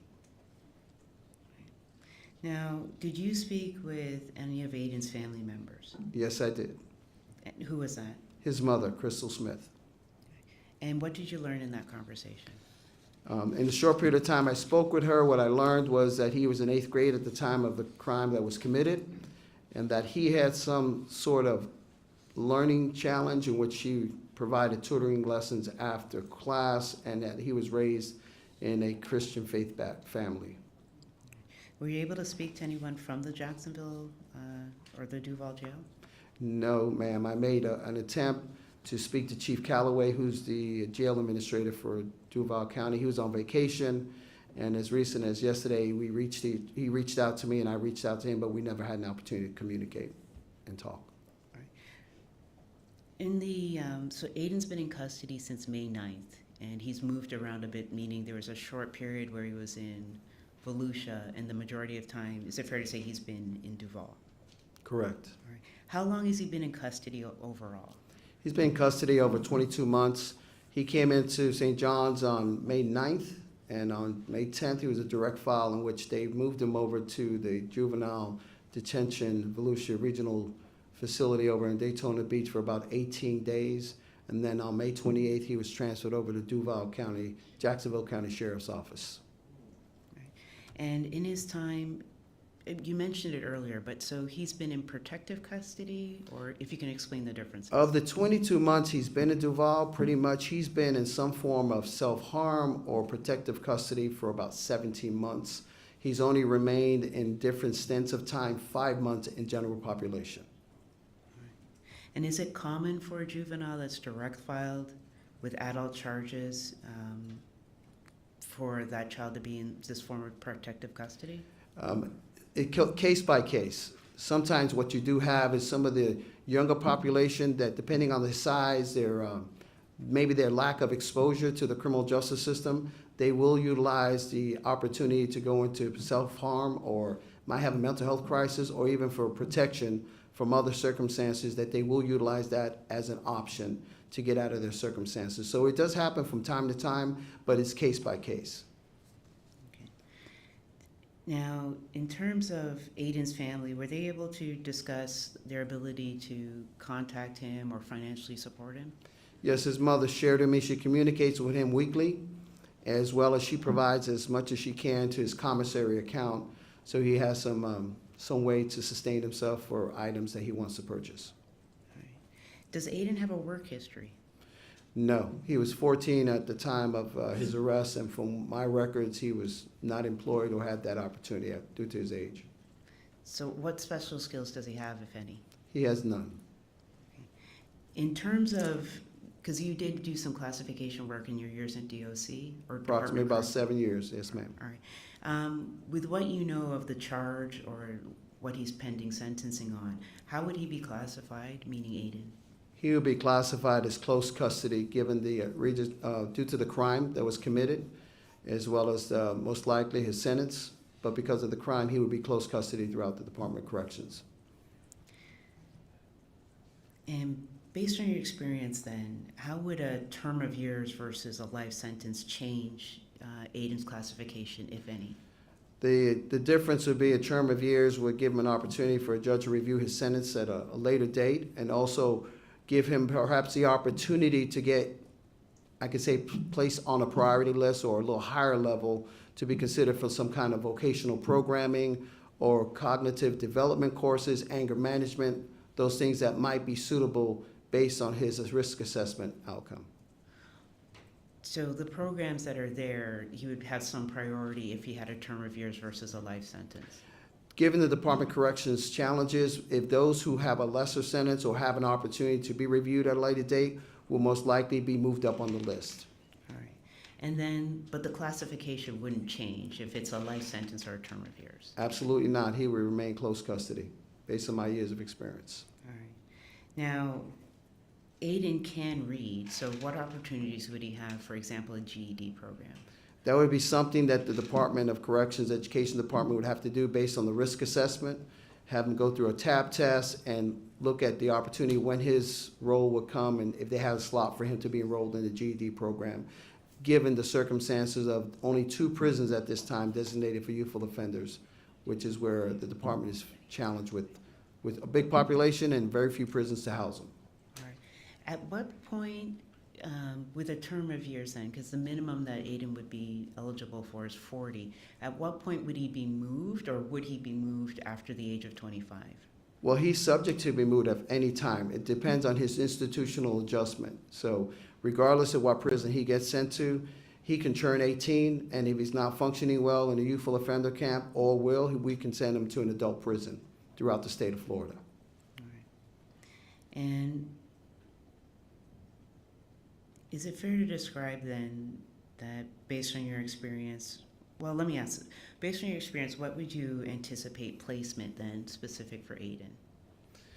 Most likely, he would probably be placed at Suwannee Correctional Institution, which, based on his age, he's a lot younger than those that they send over the Lake City Correctional Institution, but most likely, he would be sent to Suwannee Correctional Institution to see how he does in adjustment at that facility. All right. And I understand your answer earlier, but just to clarify, so in either instance, whether it's a term of years of life, he would be eligible for programs. Is that fair? Yes, he would. But with a life sentence, then the priority or his access to those programs would be diminished. Correct. Fair to say that with a life sentence, he'd be at the bottom of any list because the priority would be for the individuals or the juveniles with 36 months or less. Yes. And it wasn't always like that, is that fair to say, because the resources have now been reduced? Yeah, a lot has changed in the last few years, particularly with COVID, but I left the system in 2006, and years ago, there was a lot of opportunity for rehabilitative programs. At the end of the day, resources were different. The economy was in a different place, and we all in the corrections profession, not only just in prison systems, but in county jails, a lot of our educational cognitive development courses are sort of not as available because the resources not out there, and the employment and the workforce is a challenge to get those folks in. That's why we're doing all type of interesting things with technology, with tablets, trying to provide as many program services as possible in a corrections environment. All right. And based on your experience, do you believe that Aiden can contribute to the prison system if he was sentenced to a term of years instead of a life sentence? Well, if he's sentenced to a term of years, the opportunity to get involved in some kind of vocational program would benefit the Department of Corrections, so he can learn some kind of trade and put that trade to work to benefit the taxpayers of the state of Florida by putting him to help maintain the facilities that we have to maintain throughout the state. Okay. No further questions, Your Honor. Cross-examination.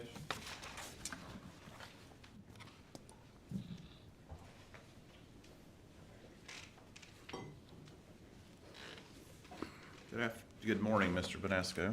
Good morning, sir. How are you? You do almost all of your work as a private consultant is criminal, correct?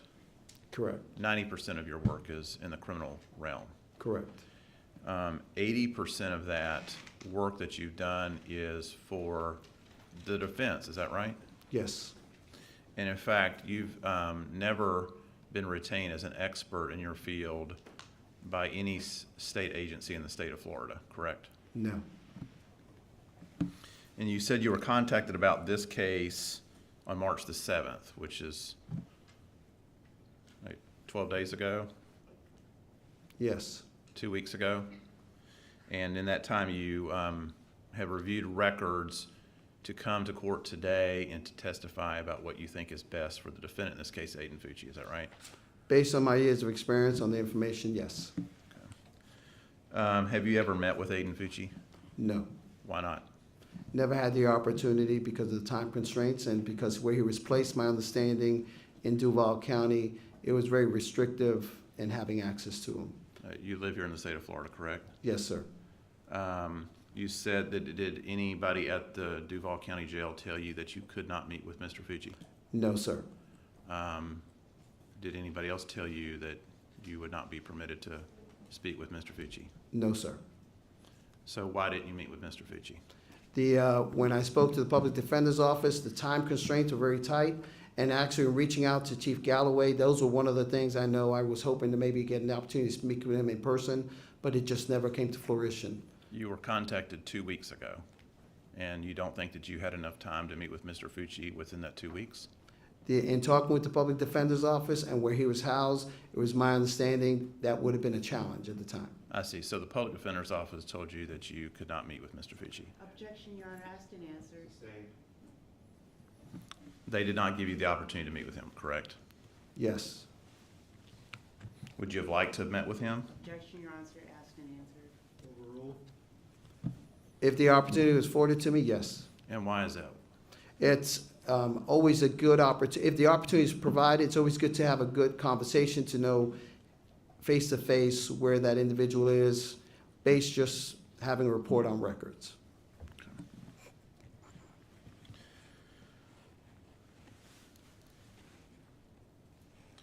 Now, you mentioned, you discussed some altercations that Mr. Fucci had gotten into, some records that you reviewed on that, is that right? Yes. And to kind of start off this conversation, you'd indicated that, I think you were pointing out that he has basically been sort of in a confinement status at the Duval County Jail for all but, I think you said 5 days, is that right? No, he's been in general population approximately 5 months. Okay. And 17 have been, as they categorize it, isolation cell, either for mental health or for self-harm or for protection. Okay. And I wanted to talk about that. You had indicated that he was in that confinement situation because of, I guess, some indications of self-harm. Did you read in any of the records where Mr. Fucci actually committed acts of self-harm at all? No. Did you review, did you see any medical records where he had injured himself in any way? No. Isn't it true, Mr. Bonasco, that sometimes that those records, when they say self-harm, he may be placed in that status as a precautionary measure? Yes. Is there any indication whatsoever that it was anything more than simply precautionary? In some instances, this often happens because of the notoriety of the case. They place them in that status as well. And I think in one of the documents it was sort of referenced because someone might have heard about his case. It was in the news or something. Isn't it also correct that someone can be placed in confinement status for disciplinary reasons? Yes. And in fact, in one of the stretches where he was in confinement, the date that he was placed in confinement coincided with a report where he had threatened another inmate. Correct. He had checked himself in on December 25th, and that's when Sergeant Cox reports referenced December 25th to January 25th, the period of time in which there was a... Let's talk a little bit about that. What was the date that he had self-reported December 25th, 21. of 2021, is that correct? Yes.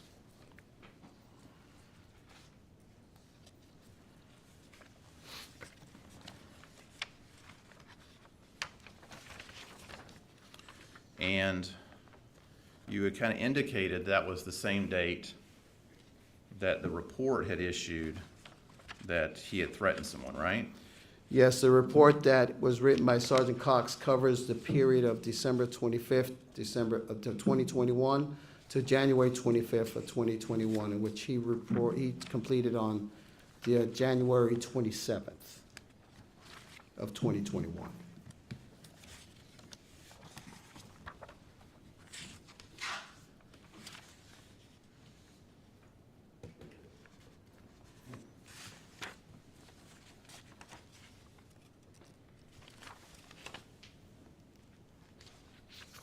Isn't it true, sir, that that report was dated January the 25th of 2022? The signature is the 22, correct. Okay, But on the front of the report, it started December 25th, 21, to January 25th, 22. The report, though, indicates that the threat occurred on January the 25th of 2022. That's when it was reported, correct? That's when it was reported. Right. That's a year Later. That's a year later, right? So those two things don't necessarily coincide.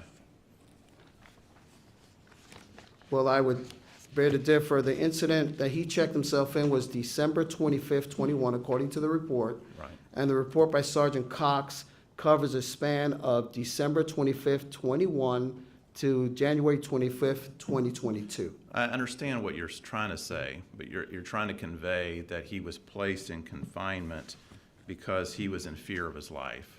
And The you're trying to records- coincide that event with this other incident that occurred where he threatened an inmate, right? No, what I'm trying to state is he checked himself in on the 21st, December 25th of 2021. And in the synopsis report that covers December 25th, 21 to January 25th, 22, in the report from Sergeant Cox, it makes reference to a variety of allegations from other inmates, as well as an officer observing some behavior by him. So it sort of butt ups against the report. He checks himself in, and when they reviewed that period of time, it backs up into the date he checked himself in for self-harm. But my original question, though, was one of the stretches that he spent in confinement, the date of that, the beginning of his confinement period, coincided with the date that it was reported that he had threatened another inmate. That's correct. And he threatened another inmate by saying he was going to stab him, correct? That's what's stated in the report. Yes, sir.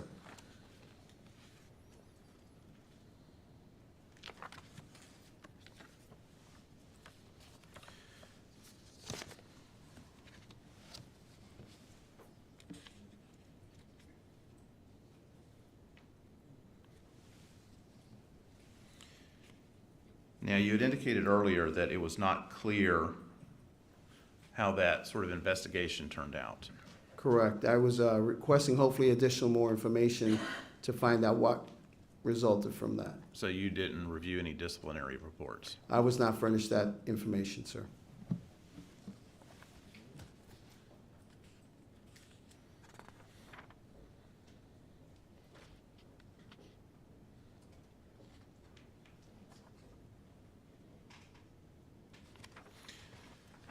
I want to talk to you a little bit about your testimony concerning some of the things you said about the difference between a term of years sentence versus a life sentence.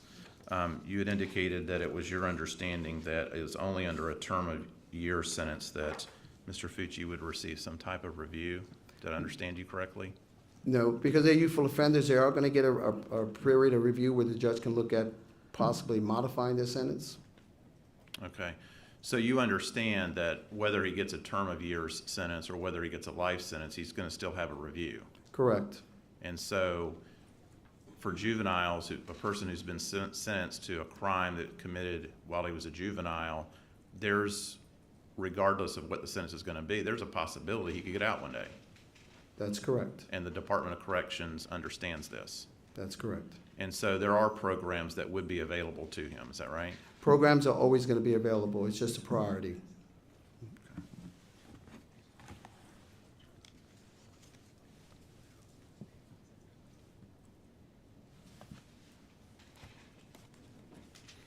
One moment, Your Honor.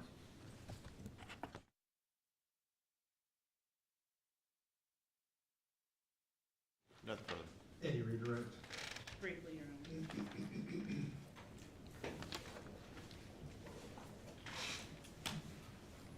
Good morning, Mr. Bonasco. Good morning.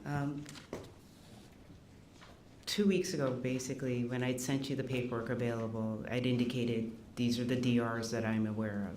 And on review, you explained to me that they were not DRs. That's correct.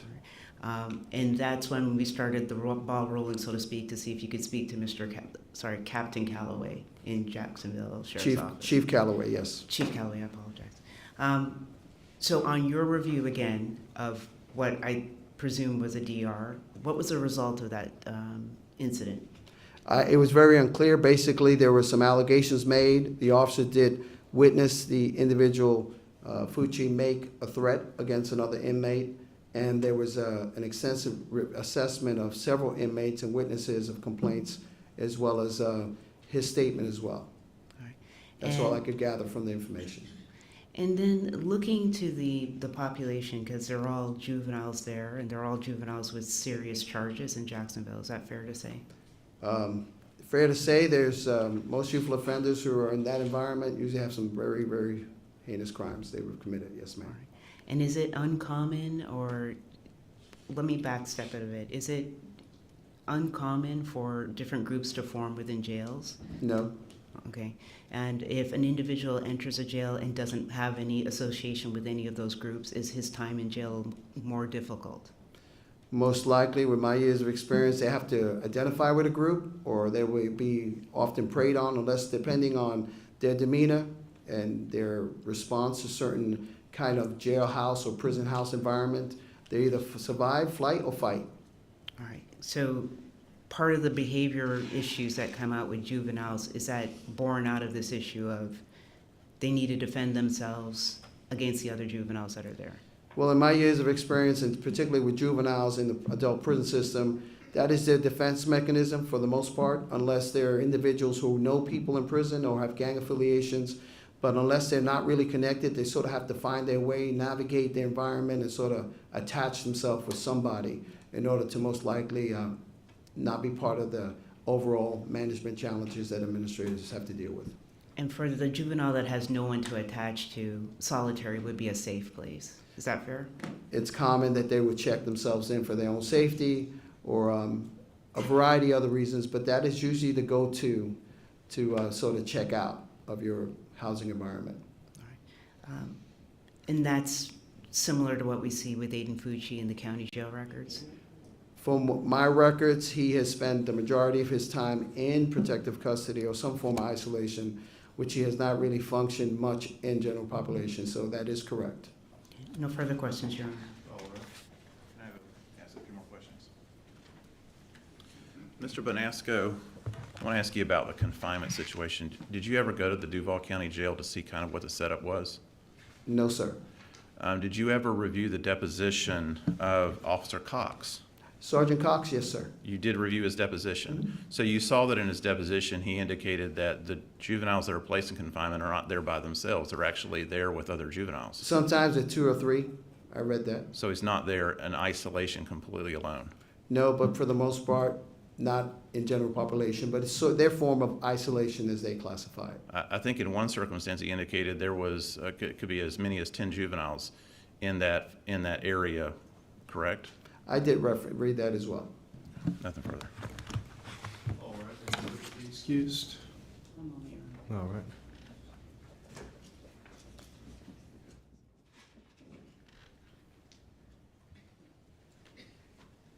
One more follow-up. Just one more follow-up, Your Honor.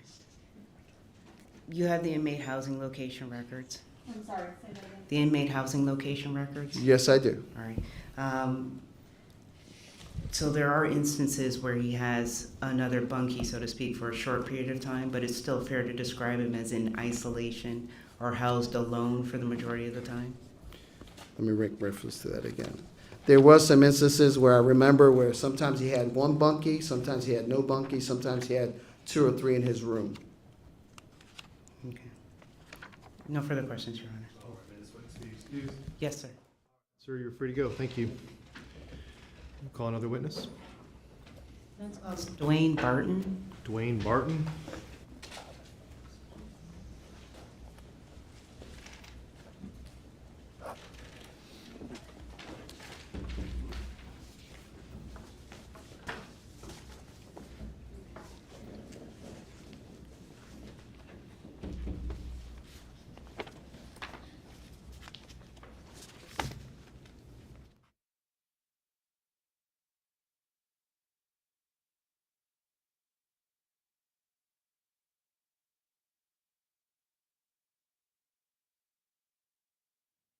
sir. Good morning. You can come on up here.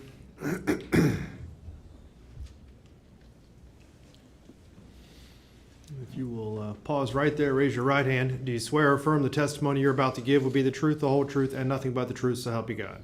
I do. All right, sir. If you'll come on around and have a seat in the witness stand, make yourself comfortable, and you may adjust that microphone.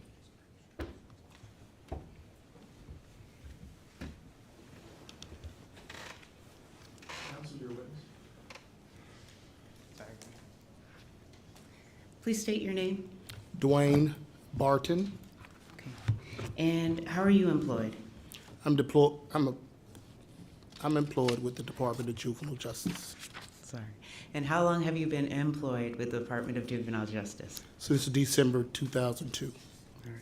And so that's 20 years roughly with the Department of Juvenile Justice? Yes, ma'am. All right. How far did you go with your education? Bachelor's degree. Okay. And what job titles have you held over the years with the Department of Juvenile Justice? Juvenile probation officer, supervised release tracker, alternative to secure detention officer. All right. Now, turning specifically to this case, how did you become involved with Aiden Fucci? Circuit 7, St. Johns County, requested that Duval County provide courtesy supervision / wellness checks on Aiden. All right. And in terms of your wellness checks, what did that mean? What exactly were you doing? Basically just checking to see if he was being abused, if he had any bruises, marks. He was being involved in fights with staff or with his peers. All right. So how often would you see Aiden? Once a month or every other month. And how did he appear to you the first time you saw him? The first initial visit, he appeared very anxious. He paced back and forth in the interview room, and he indicated he was hearing voices. You said he was pacing back and forth. Did he make any eye contact with you? Very little. All right. And did you see any marks on his arms? He did have some what appeared to be old marks. I'm not sure how he got those, but they didn't appear to be deep marks. It was just like scratches. All right. And did he indicate any issues? Well, you said hearing voices. Did he indicate anything else? No, not that All right. I recall. And you continue to see him each month, every other month, roughly? Yes, sir. All right. And the purpose of that, when you say wellness check, what exactly are you checking on? Again, just checking to see if he was, being involved in fights, if he had any bruises, just make sure he wasn't being abused. Okay. Did his demeanor with you change over time? It appeared that he got, a little more comfortable with me because I was seeing him more frequent. Did he start to make eye contact with you? Yes. So over time, the two of you are actually having conversations without him pacing? Yes. Right. How many visits in total do you think you've made with Aiden over the years? I believe it was like 9. And at times, were you encouraging Aiden to work with the mental health staff? I was. All right. Did you have? Go ahead. Almost each time I would tell him to, if he was having any issues, to reach out to the mental health staff at the jail. But you specifically weren't having any conversations with them? No. All right. So you're encouraging to meet with mental health staff? Yes. Okay. Did he follow your advice? I'm not certain. I do know that he did indicate that he had previously put in a sick call request for some medication for acne. Okay. And then in terms of the voices, is that something that continued on for a period of time? Meaning his reporting it to you? It was reported each time.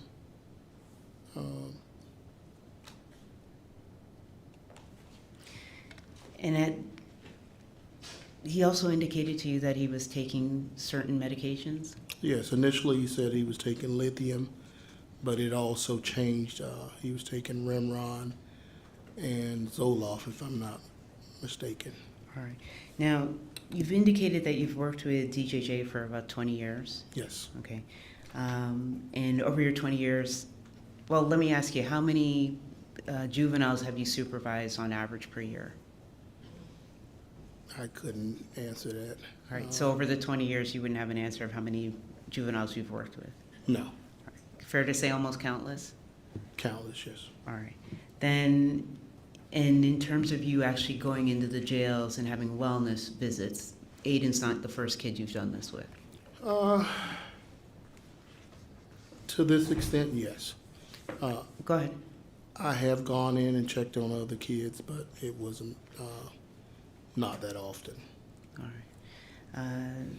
And then in terms of children reporting, whether in custody or out, Aiden's not the first child that you've worked with that's reported having some issues in terms of hearing voices. I don't recall any other kids other than Aiden All right. reporting. If they did report it, we will make referrals to different providers. But that's the extent of it. Go ahead. That's pretty much the extent of it.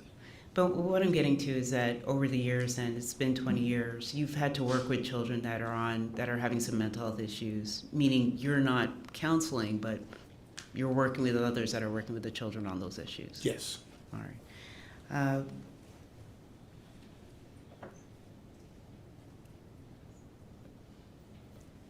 In terms of you sitting with Aiden one-on-one,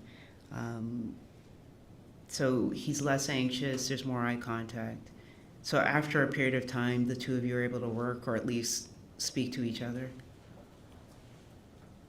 Or is there an improvement in the communications between the two of you? Yes. Okay. With your interactions with him, were there any behavioral issues? No, never.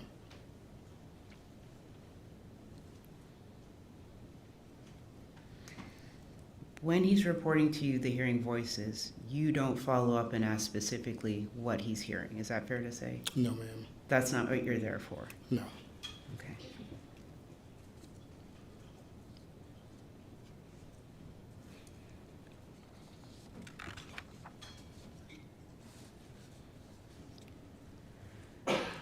You're aware that, or is it fair to say part of the reason you're doing the wellness check so long is because Aiden was in solitary for a period of time? I'm not sure if it was solitary. I think they... Confinement, I'm sorry. The phrase is isolation. Isolation due to his age. All right. And have you seen, over your 20 years, children sitting in confinement for that long a period of time? I haven't. So I haven't had any kids that has been in long as Aiden has. in confinement? That I'm aware of, no. Okay. One moment.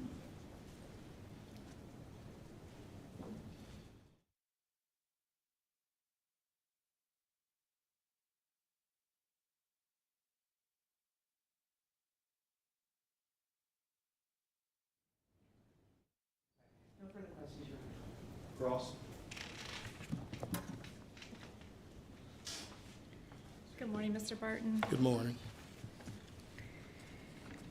So these wellness checks that you were doing with Mr. Fucci, I believe you stated you were doing them, you would make visits to the jail and meet with several kids in the same day, right? Yes. Okay, so he wasn't the only juvenile that you were checking on that was charged as an adult in that jail, right? No. Okay. And the point of those checks, it sounds like you kind of summarized it. You were looking for abuse, any signs of injury, general wellness checks, like how they're doing, right? Yes, ma'am. Okay. And did you ever see with him, or were there any complaints about abuse by another inmate, let's say? No, he did indicate that he was involved in a physical altercation on one occasion. Okay, so he told you about a fight he had one time, but outside that fight, any abuse by staff or other inmates? He Not never that I'm complained of aware that? Okay. And when you met with these kids, you described it wasn't like a checklist that you had verbatim, but there were all, you checked on the same things every time and kind of asked the same questions every time. Is that fair? Yes, ma'am. Okay. And you asked that of all the kids you visit, not just Mr. Fucci? Yes, ma'am. Okay. And one of the things you talk about or ask is about, are you seeing things or hearing voices, right? Not necessarily. I would ask, are you currently taking any medications? And, they'll report. I'm taking lithium for, hearing voices or depression or bipolar, things Okay. of that nature. But that's being checked on, a general mental health questions being Yes. asked every time. So he's answering you in response to that. Yes, ma'am. And as you stated, you have a lot of experience with DJJ, but you're not a psychologist, right? I'm not. Okay, so you don't get into the details. You're there basically to document his well-being and then advise him of resources that may be available for him while he's in the jail? Yes. Okay. And that very first visit you had with him where he was anxious, sort of pacing, was that close in time to his arrest and being moved to that jail? I believe it was June of 2021. Okay. So I'm not really certain if it within that month or, a couple days. Right, that was the first time. And then his interaction with you got better. He was calmer with you after that, right? Yes. Okay. He denied, one of the things you ask about is if they have any suicidal thoughts, and he denied that when you met with him over the time. Yes, ma'am. Okay. And you never saw any proof or evidence that he was trying to harm himself in any way? No, ma'am. You would have reported that, correct? Yes, ma'am. Okay. You testified in your deposition that when you met with the juveniles, it's not like you went to their cell. You were put in a room and they were brought to you. Is that fair? That's correct. Okay. And you weren't sure the breakdown of how many days he spent in general population versus administrative confinement versus true isolation, right? You don't know those numbers. I don't. Okay. So you wouldn't be viewing him in the setting. He would be brought to you. He will be brought to me. Okay. So that information is best to come from the jail. Yes, ma'am. Okay. And you also had testified when asked about his maturity level that you felt he was pretty mature for his age. I did. Okay. And you've been doing this and working with juveniles for 20 years, right? Yes. Yes, ma'am. All right. No further questions.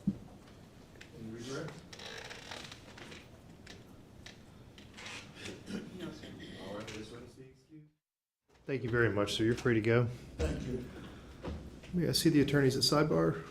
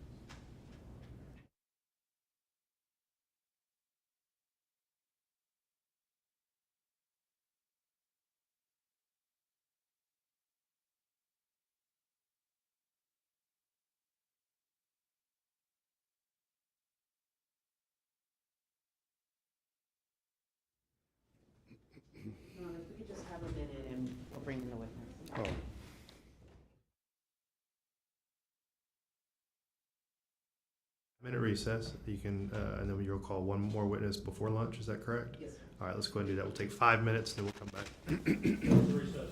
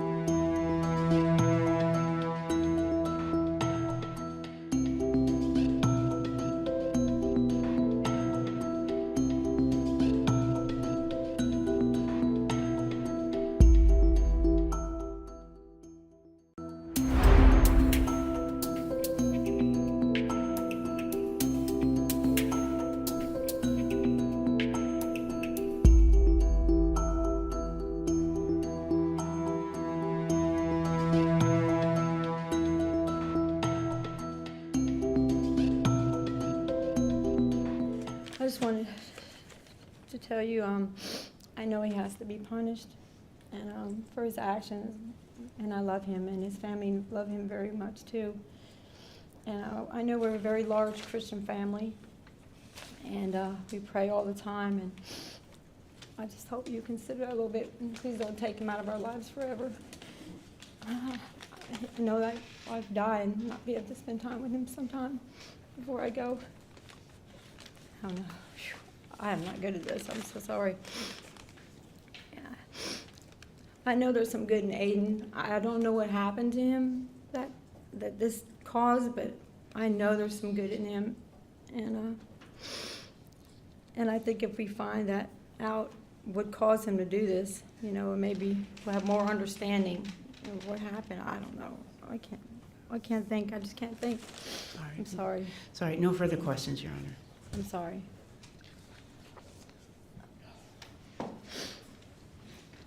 So sorry. Wow.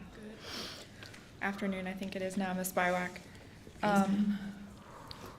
Just so the court understands, you live outside of Jacksonville, but you spend like the weekdays, Monday through Friday-ish, in the home of Crystal Smith and her family? Yes, ma'am. Okay. And you've been doing that for a long time, right? Yes, for years. You did that when she was with Jason Fucci. You lived with them as a unit, is that right? Yes.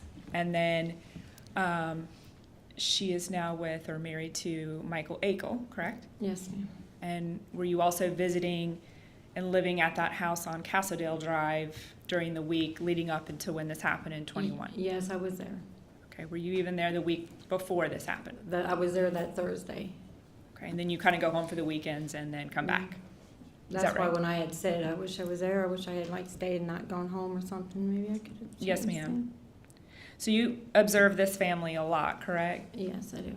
And you've never seen any, we didn't talk about Mr. Akel a lot, but even from Mr. Akel as a stepfather, treated his family well, no abuse of Aiden that you ever observed?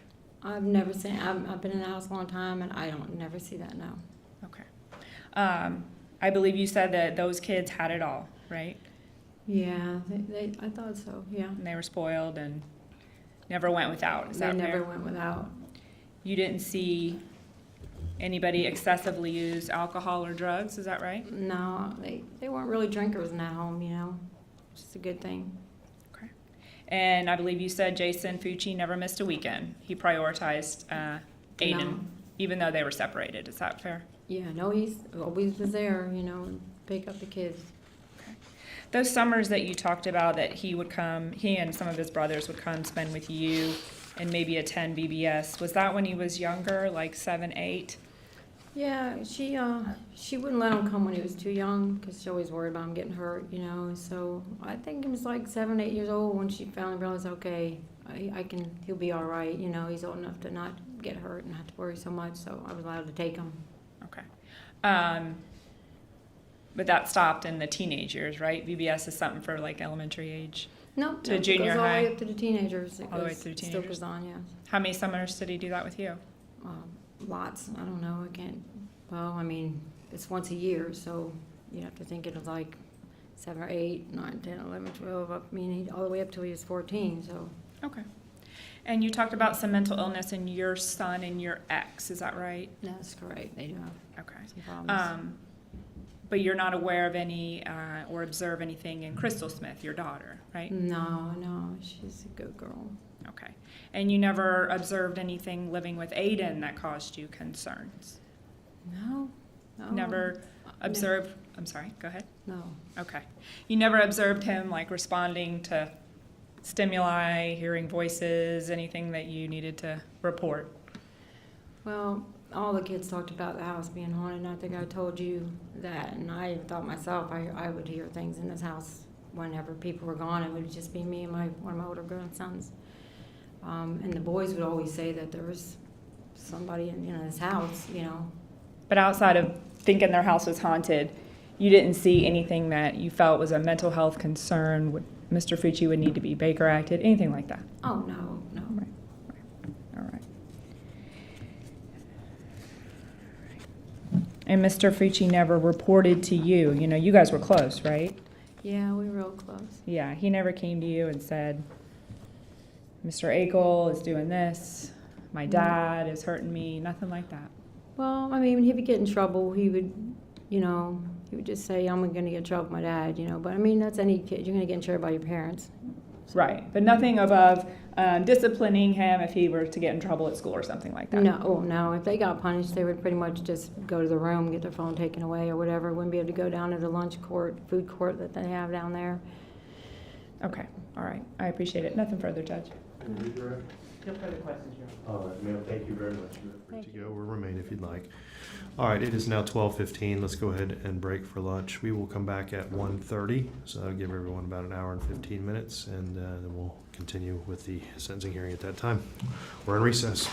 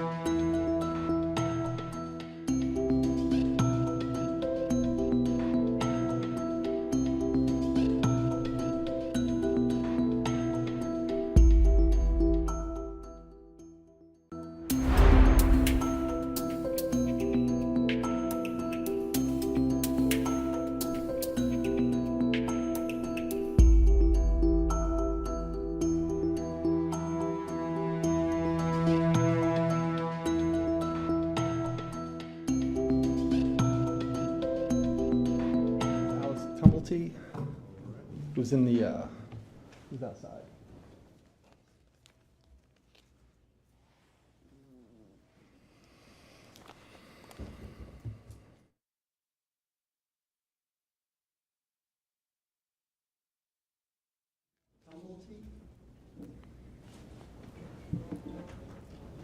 Is it on the group? Yep, you've got it. All right, ma'am, if you'll come on up here. Have you stand right there. Good afternoon. Raise your right hand. Do you swear or affirm the testimony you're about to give will be the truth, the whole truth, and nothing but the truth, so help you God? Yes. All right, if you'll come on up here and have a seat in the witness stand, make yourself comfortable.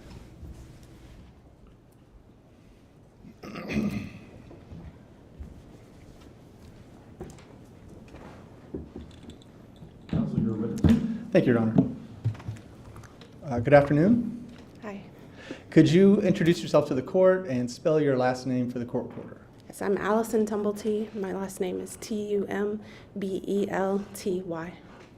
How are you presently employed? I work for St. John's Schools. Okay. And can you give a brief summary of what you've done with St. John's, well, what you've done in your career? Sure, I've been a teacher for 16 years and an administrator for the past year. Okay. And where were you employed during the time of this incident? At Patriot Oaks Academy. Thank you. And what was your title at that time? An ESC teacher, a special education teacher. Thank you. And you're here today pursuant to a subpoena, correct? Correct. Thank you. In fact, you did not teach Tristyn Bailey. I did not. Okay. But you did attend her vigil at Durban North. Yes. Thank you. Can you tell us specifically why you taught Aiden Fucci? Or did you ever teach Aiden Fucci? I did teach Aiden. He was one of my students, one of my ESC students. Thank you.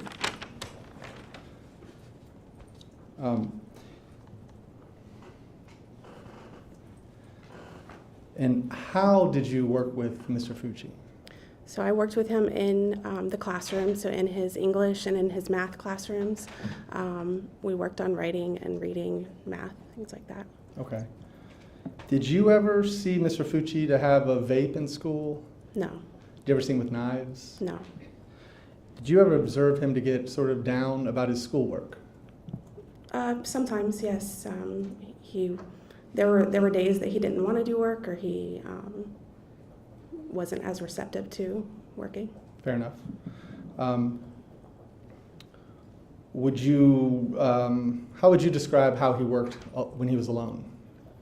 He worked well in one-on-one or in small groups. He was very receptive to getting additional help. Okay. And is that what your role was? Yes. To provide that additional help? Yes, it was. Can you sort of elaborate on that? How did that work in the school? Sure. We would scaffold the material, so a teacher might give an assignment and then we break it down, or I'll sit with him, give him some guidance, clear up some of the steps. Okay. And did Aiden's grades improve working with you? On assignments that we were able to work on together, yes, he would show improvements. Okay. Can you tell the court what an IEP is? Yes, an IEP is a document that it's a plan for a student who needs additional help in school, works on specific goals in order to close an achievement gap. Okay. And did Aiden Fucci have an IEP? Yes, he did. And were you the case manager in creating that I was. IEP? Yes. Okay.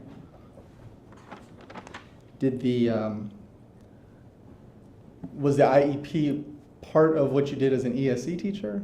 Yes. So Okay. all of the students that I worked with specifically had IEPs. Okay. Did the IEP help Aiden succeed? Yes, because it gave accommodations and services that he needed in those additional areas. And he was receptive to taking advantage of those? Yes. That opportunity that you offered? He was. Okay. Did you would you say as an adult that Aiden Fucci was respectful to adults? From what I've seen, yes, he was respectful to adults. And did you ever see him interacting with other kids at the school? I saw him daily, so yes. Yes, ma'am. Did you personally witness any violence from Aiden Fucci while he was at school? I did not. Did you see any violence towards women from Aiden Fucci? No. Okay. So to summarize, Aiden may work poorly alone, but he was willing to work one-on-one with what was offered Yes. through your services. Mhm. Thank you. Thank you, Judge. Okay.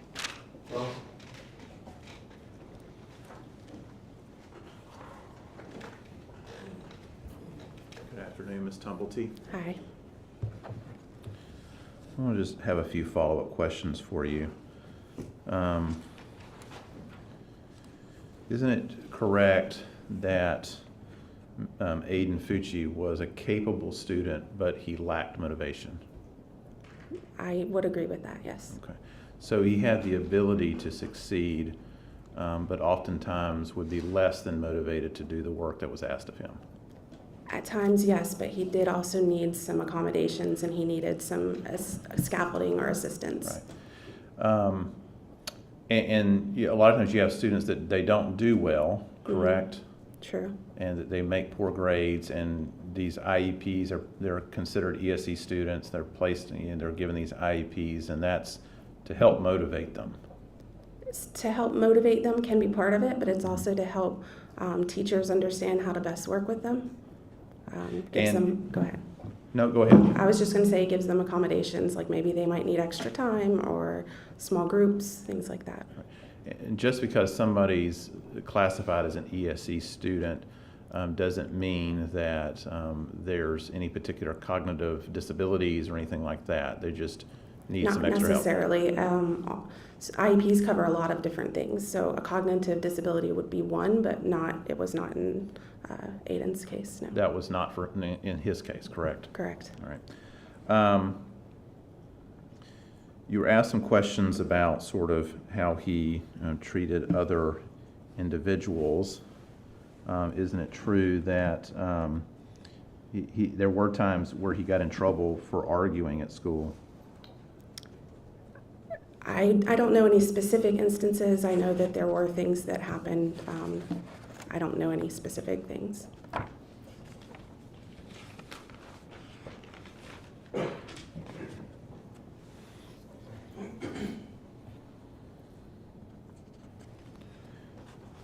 Do you remember giving a deposition in this case? Yes. On November the 16th of 2022?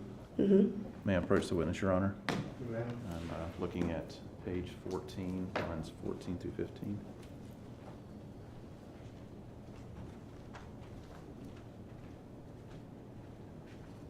Take a look at that highlighted passage. Mm-hmm. Don't read it aloud, but just take a look at it, read it to yourself, and tell me if that refreshes your recollection.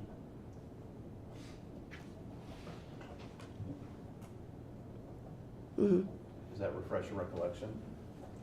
That's kind of what we said. That I know he did get in trouble for things, but I don't know a specific incident. Okay, so it's clear that he did get in trouble at school for arguing. I mean, he could be argumentative, I would say, yes. Okay. He was cocky as well, correct? Yes. And thought he knew more than others. I would agree with that, yes. And he didn't have very good relationships with his teachers, correct? Some, not so much.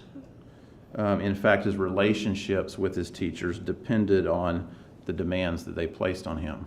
Your Honor, I just object that it calls for speculation. Do you know the answer to that? I would be guessing, but probably. Yeah. You remember that, again, the deposition you gave? May I approach the witness, Your Honor?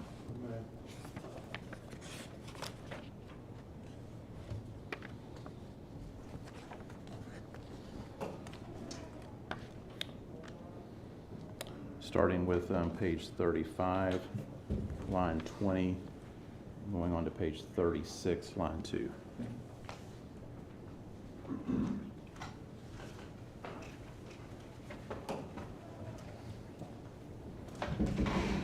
Complete read from here to line 2, please.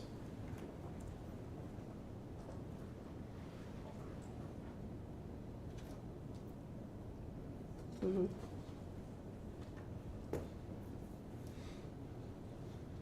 Right. See that? Mhm. In your deposition, you weren't speculating at that particular time, correct? No. Can you refresh me with what the question is? My question was, did his relationships with his teachers depended on the demands that they placed on him? I would assume at times, yes. I mean, Okay. I think that's for all students. You read your deposition, correct? Yes, Yes, ma'am. And you at that time said you were asked about his performance, and you said it depends. I guess it depends on the demands that were placed on him. Correct? true. Yes, That's what you said, and you told the truth in your deposition, correct? yes.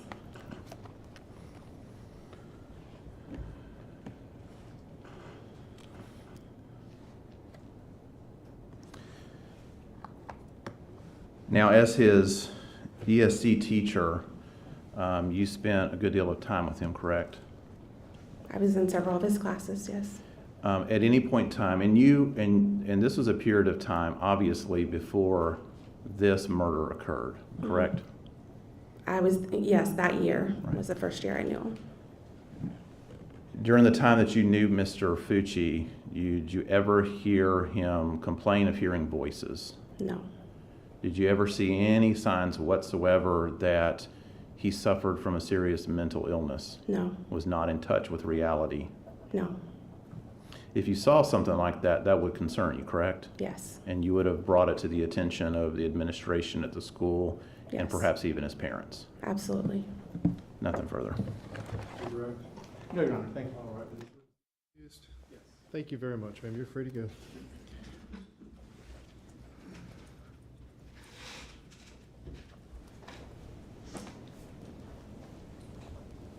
All right, you may call your next witness. Thank you, Your Honor. He's in the hallway. Okay. Your Honor, we're calling Dean Wetchin. Thank you.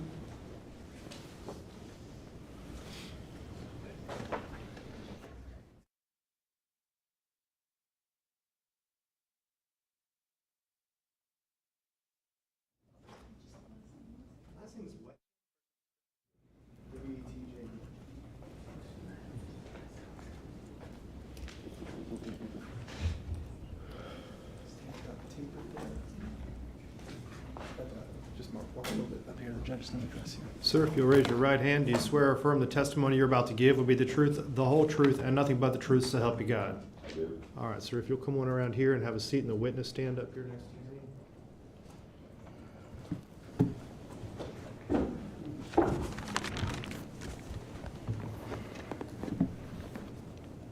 You can adjust that mic. All right. Thank you, Your Honor. Could you introduce yourself to the court and spell your last name, please? Chris Wetchin, last name is spelled W-E-T-J-N. Thank you. Could you tell us how you're presently employed? How were you presently employed? Yes, Dean of Students. Where's that? Dean of Students, Where? Patriots Academy. Thank you. And can you give the court just a summary of your work experience? I've been in St. Johns County for 35 years in education. Okay. 17 of it is in physical education, the other part's been as Dean of Students. Okay. And can you tell the court what it means to be Dean of Students? I handle the discipline in the school. Okay. And you're here today pursuant to a subpoena, is that true? That's correct. Thank you. As part of your role at the school, can you kind of elaborate on what you do on a day-to-day basis? Well, besides the discipline, what I try to do is communicate with the kids, going in and out of the classrooms, just trying to be visible as much as possible. Okay. Is it fair to say there's about 1,600 kids at POA? That's correct, And K through 8. You don't work with every one of them, right? No. You just work with the ones that have discipline issues. Well, not necessarily. I mean, I try to work with all the kids remotely as much as possible. So, but mainly the ones I deal with the mostly are the ones with discipline. That's correct. Okay. You don't address the academic side of their experience at school, you address the behavioral side. That's correct. Okay. I didn't mean to put words in your mouth. Yeah, Okay. that's correct. I don't need to, no education part of it. That's correct. Do you do this alone, or do you have a partner at the school that you work with? Paul Beasley, Deputy Beasley, is my YRD. We work together a lot on some things. And he has a similar role? His is a little bit different, but we work together. Some things fall over into law enforcement where he'll have to take over. Okay. Then the school district would, have enforcement on. Okay, so you were saying you, part of your day-to-day thing is to pop into classes a couple days a week. Yeah, just try to make myself as visible as possible. Gotcha. Okay. So specifically talking about why we're here today for Mr. Fucci, were you aware of Aiden Fucci before he even came to POA? Yes, I was. And why is that? Because some discipline issues that he had before he came to me his prior school. Okay, so it's no secret there's some discipline behavioral issues coming your way. Okay, did you also know his brother? I did. Did you work with his brother? A little bit, had a good rapport with him. Okay. All right. So can you tell me specifically, or tell the court, I'm sorry, specifically how you worked with Mr. Fucci, Aiden? When Aiden came to school, I introduced myself to him and brought him to my office. We talked about some things that perhaps was how he got in trouble before he got to Patriots Academy. And we went over some things and tried to give some guidance and trying to mentor him. And so when he was in the classroom, things that he would get frustrated, because that's what he would get frustrated sometimes, that he had the green light to ask the teacher before something developed, could he come see me? And he was able to do that. He would come down and see me, and we would talk about what's frustrating, what's on his mind, what's making him upset. We go through that, I educate him through it, and we get him back in class. Okay. So the teachers were on board with that. He could say, That's look, I'm just going to see Dean Wetcher. That's correct. Okay. Now, was this available to Aiden on, say, the circumstance where suddenly there's a pop quiz? Was he allowed to come see you? No, this is for something if he was frustrated or This is about getting upset for a discipline situation. So we went into it, so we would not get into a discipline situation, excuse me. Could you tell the court about how often Aiden would take advantage of that situation? There's not a set number. Opportunity. On the average, it would, he did take advantage of it and come see me. I would say it was, at first it was a little bit more so because I think he learned from our conversations and things that we did, and it would lessen. And then some days maybe it would spike a week or two, depending on what's going on at home with the kids, you never know. Okay. Do you keep notes of every time a student comes to your office? No, I do not. Okay. Did you also encourage Aiden to meet with you, say, one day a week? Yeah, we met on Wednesday, which is our early release day. Uh-huh. And what we would do on that day is we would work together with any work that he was falling behind on, or make sure we kept his grades up, because our goal was to make sure that he got over to the high school the following year. And would he participate in Yes. that? He would come meet with you on Wednesdays? Absolutely, yes. And would he work with you as it was planned to do? Yes, yeah, I don't think I ever really missed any Wednesdays at all. Actually, Okay. he was always there. Okay. I mean, did he ever come in on a Wednesday and not listen to what you had to say, or did he always kind of No, he do came what and you always asked? did his work. Okay. Did Aiden Fucci ever speak with you about personal issues? And we don't have to get into them, I'm just asking if you Right, did. no. No, okay. So can you tell the court what your discipline process was like? Did you have preventative measures in place? Yeah, at our school, we have some, we call it a STEP program, and things. What does that mean? Things are not highly. If somebody got in a fight or something, then of course it's automatic referral. You down. I'm coming to get you or whatever. But the first step would be like a warning, something that doesn't involve that you need to call the dean for. The second step would be the parent would call home and say your child did this the first time, and now this is the second time they've done something. So we try to get that communication going. Okay. And the third time, and every time after that, the student would meet with me in my office. And I would go over those steps with them. Hey, what did you do? Why did you do it? Sometime there would be a certain time of the day. If a kid's on medication, maybe it's not kicking in. Could be in the afternoon. Could be a subject area. Well, we'd try to find that common denominator. And at the same time, we would educate, this is what you're doing. This is what you need to correct. Okay. And at some point in time, there would be a consequence that would go with that. Okay. That's your process. And did you implement that process with Aiden? Of course. Okay.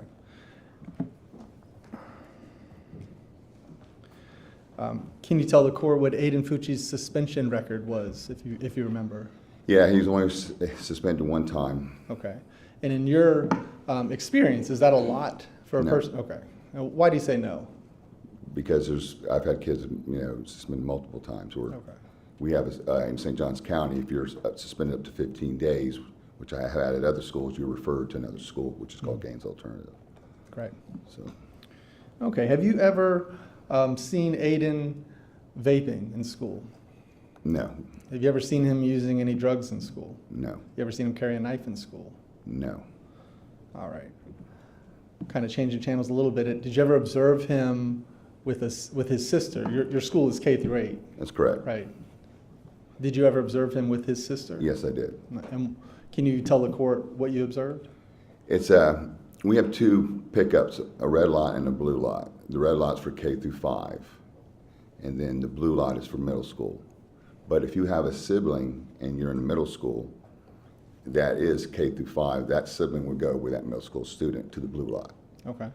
And Aiden would be with his sister a lot, and he would always hold her hand, and I always noticed that he would always be up there holding her hand. So he's in a category of students that are more like his peers, 5 through 8, right? And in the blue line, you're saying? The blue lots is for the middle school. The red lot's K through 5. Right. So where is he? Is he in the He would be in the blue lot for middle school. holding the hand of a second grader, you're saying? Yeah, he would be with his sister because he's the middle school. Gotcha. He would, the kindergarten, the K through 5 student would follow the middle school person to the blue lot. Okay. That makes sense. It does. Thank you. All right.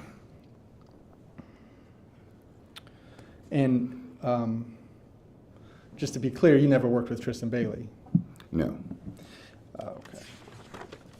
Can you describe to the court how Aiden Fucci responded to you in your work with him? He was very respectful. He listened to me. He learned a lot. I think his discipline record from where he came to what he ended up doing at our school showed that. Okay.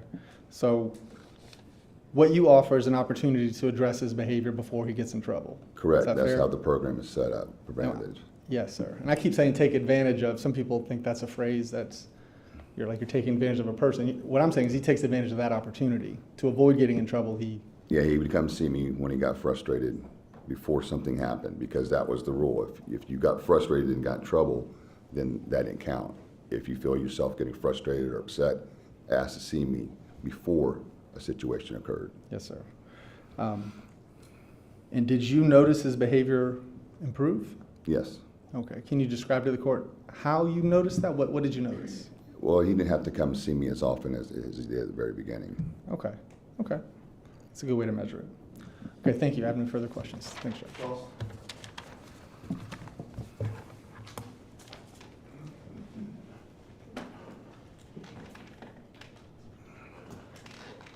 Good afternoon, Dean Wetchen. Good afternoon.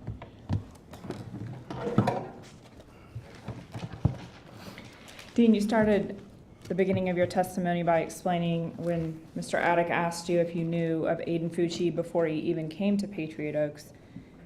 You indicated you did, correct? Correct. And what was the basis of that knowledge? I was alerted. I had a student coming, I believe it was from Fruit Cove he came from. They had 17 different incidents, which was a high behavior level. And then with that being happened, I would latch on to a kid. When I say latch on to, mentor that person. And that's how I got alerted. Okay. And so he has, I believe you said, about 17 prior disciplinary incidents. If I remember correctly, yes. At the Prior. previous school. Yes. And so you pick up with him when? The beginning of the semester in 2021? As soon as he came to school. Yeah, so that January, correct? Yeah, whatever day it was, I don't remember. Not the exact day, but that Right, yeah. beginning of that year. Yes, that's correct. And so you knew who he was. Do you give him the opportunity to do the STEP program as you described, or are you already plugged in with him and involved from the beginning? That's for everybody at the school. That's how it's all based. That's how our discipline program is based for everybody. Okay. Were you fairly quickly then involved, though, through that STEP program? It sounds like you were involved with him from the beginning. Well, I was involved with him because of the number of discipline he had before he got there. So then that's how I introduced myself to him, talked to him about his challenges that he had previously, let him know how our program worked, and then give him some opportunities to use, perhaps maybe not to get to the discipline stuff they did before. Okay, so you did that right off the bat with him. You didn't wait to just see how he acted at No, Patriot Oaks. I would do that with any students coming to my school that have some disciplinary problems before they got there. Okay, and you went through that process. Did you explain that he would be allowed to ask to come see you if he felt like he was going to get mad or frustrated and maybe act out in a classroom. Is that a fair way to That is describe correct, it? yes. Okay. You educated him. I think you used that word. Yes, I think you said in the past, discipline doesn't work without education. yes, that is my phrase. Right. And he learned from those conversations, right? That's correct. So he was able to appreciate the risk of acting out in a classroom and getting in trouble, and instead excuse himself to come find you if he needed to. That's correct. Okay. You've described him as more mature than his peers and very mature in the past, correct? Correct. You've also said that Aiden had one of those attitudes where everything that happens is someone else's fault, not his own. That was sort of his general attitude when you met him. Yes, that was a big part of our educational piece, is to look at himself versus everyone else. Right. Easily frustrated at authority specifically, correct? Yes, he did not like to be disrespected. Okay. And you indicated he had a temper, which is why you're working with him, correct? That's correct. Okay.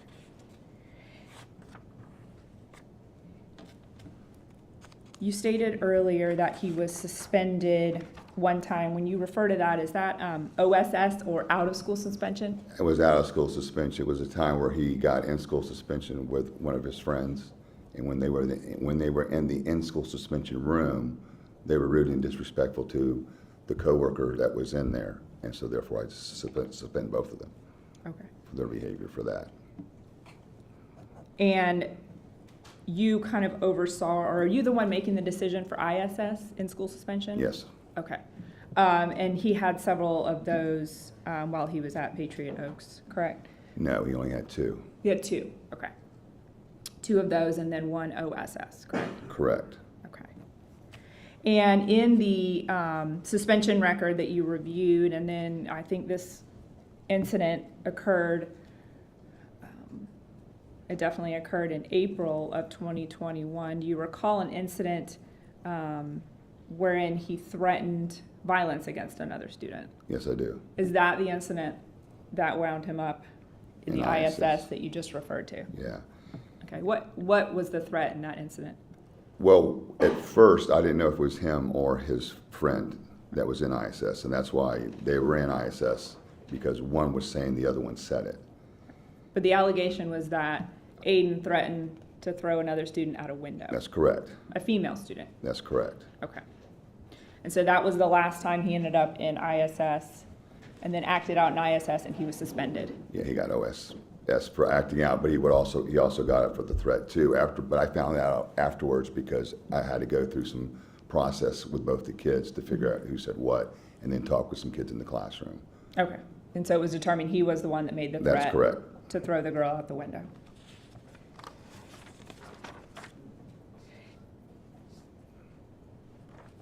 You've stated that, again, he didn't like to be disrespected. He had the temper. Is that right? That's right. Okay. And you were never suspicious of any drug use by Aiden, correct? No, it was not. You didn't have any problem, other than the fact that you're dealing with a child with behavioral problems, but you didn't have a problem communicating with him communicating with you, and at least attempting to put some of the education you gave him into practice, correct? That's correct. Okay. None at all. And did you ever observe him responding to external stimuli, like he was hearing things, or? Never. No observations of suffering from any sort of mental illness that would have caused you concern to report it? Absolutely not. All right, no further questions. Briefly. Just quickly, speaking about that incident, do you have a memory of that incident? Pretty fairly, yes. Is it fair to say that it was alleged that he was hit with a pencil from another student? Yeah, it was another student had thrown something at him, and I believe it was a pencil.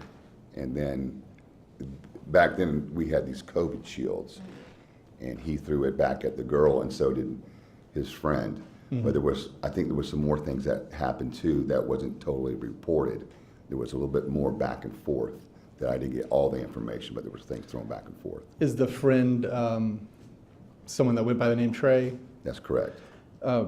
You're familiar with the windows at the school, right? Yes. Are they locked? Is it possible to open them? Yeah, you can open them. Okay. And could a person fit through them? Yes. You think so? Okay. All right, thank you. All right. Yes. Thank you, sir. You're free to go. Defense calls Dr. Bloomfield. All right.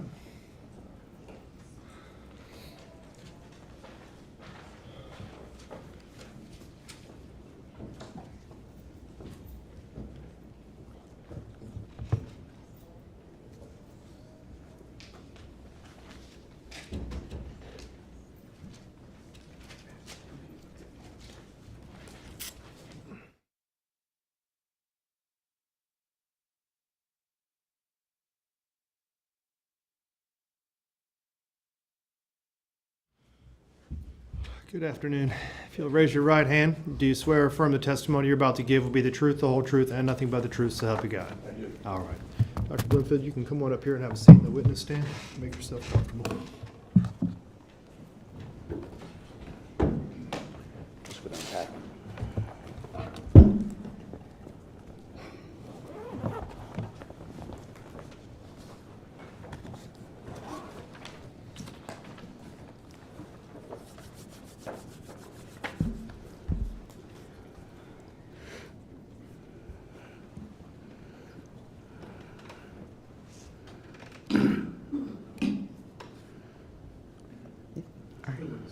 Thank you, Your Honor. Please state your name.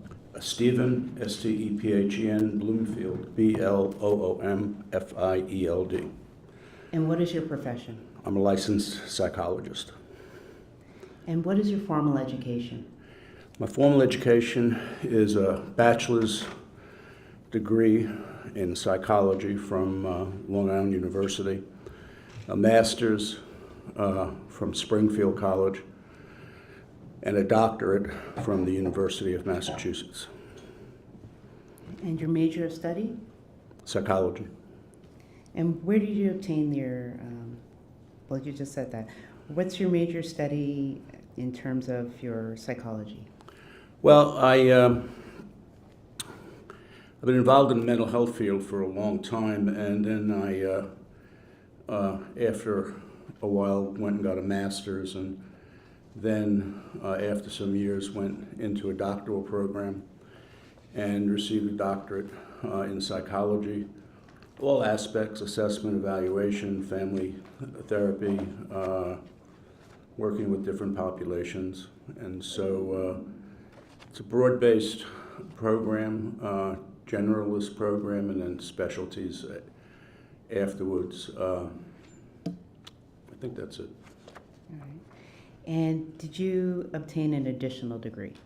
No, doctorate is a terminal degree. There's no additional degrees after a doctorate. All right.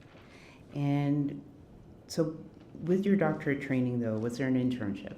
There was an internship, there was practicum and internship, postdoctoral internship as well. I completed practicum and internship at the University of Massachusetts Counseling Center and the postdoc at Northampton Area Mental Health Services, which was a community mental health center where I subsequently was hired as executive director. All right. And then I heard your answer, but what professional services did you provide as a postdoctorate fellow? Postdoctorate therapy, evaluation, assessment.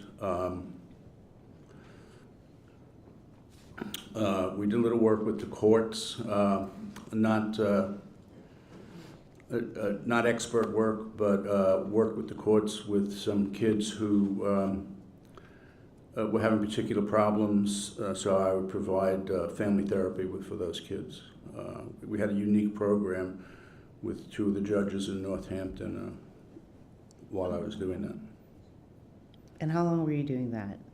Meaning working with children in a family therapy session? Right then or in my whole career? Let's go with right then and then to your whole That was career. about a year. Okay. And then your whole career? It's extensive. I started working with juveniles, children who were involved in the legal system in the late 60s and early 70s. My first full-time job was working with the New York City Youth Board which was directly under the mayor of New York at the time. There were 12 senior street club workers, and we worked with gangs on the street, providing services individually, as well as attempts to rehabilitate gang life on the street. Gangs were different in those days than they are now. It was before the advent of crack and before the advent of high-powered guns. So after that, I did that for a couple of years, and then I became a teacher in Brooklyn, New York. I taught in inner-city schools. I taught kids who, in Bedford-Stuyvesant, East New York.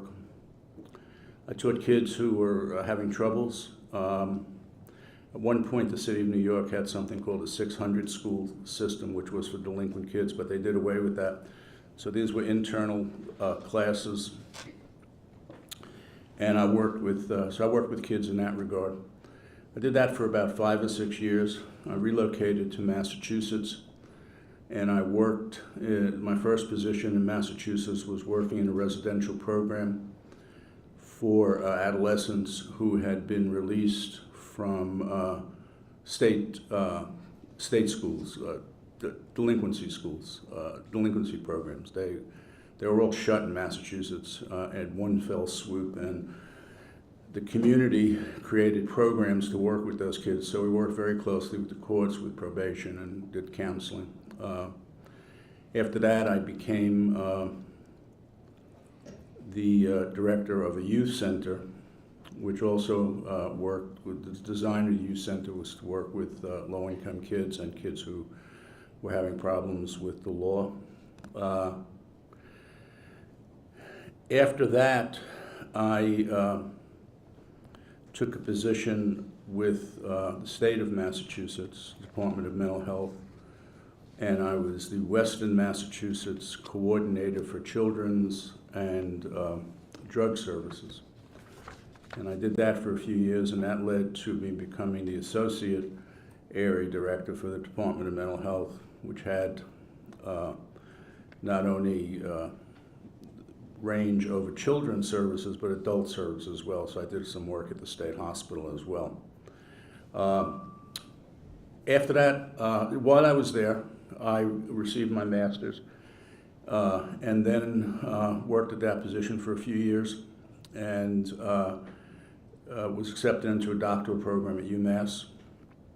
So while I was in a doctoral program, I continued working mostly in higher education. So I completed my doctorate in 1982, became licensed in Massachusetts in 1984. As I said earlier, the agency I did my postdoc at was Northampton Area Mental Health Services. It was a full-service community mental health center, and I was hired as the executive director. So I provided clinical services as well as oversaw all the clinical services that were provided. And then I left that position. I became a consultant for the Center for Human Development in Springfield, Massachusetts, where my task was predominantly to evaluate children, adolescents, which I did.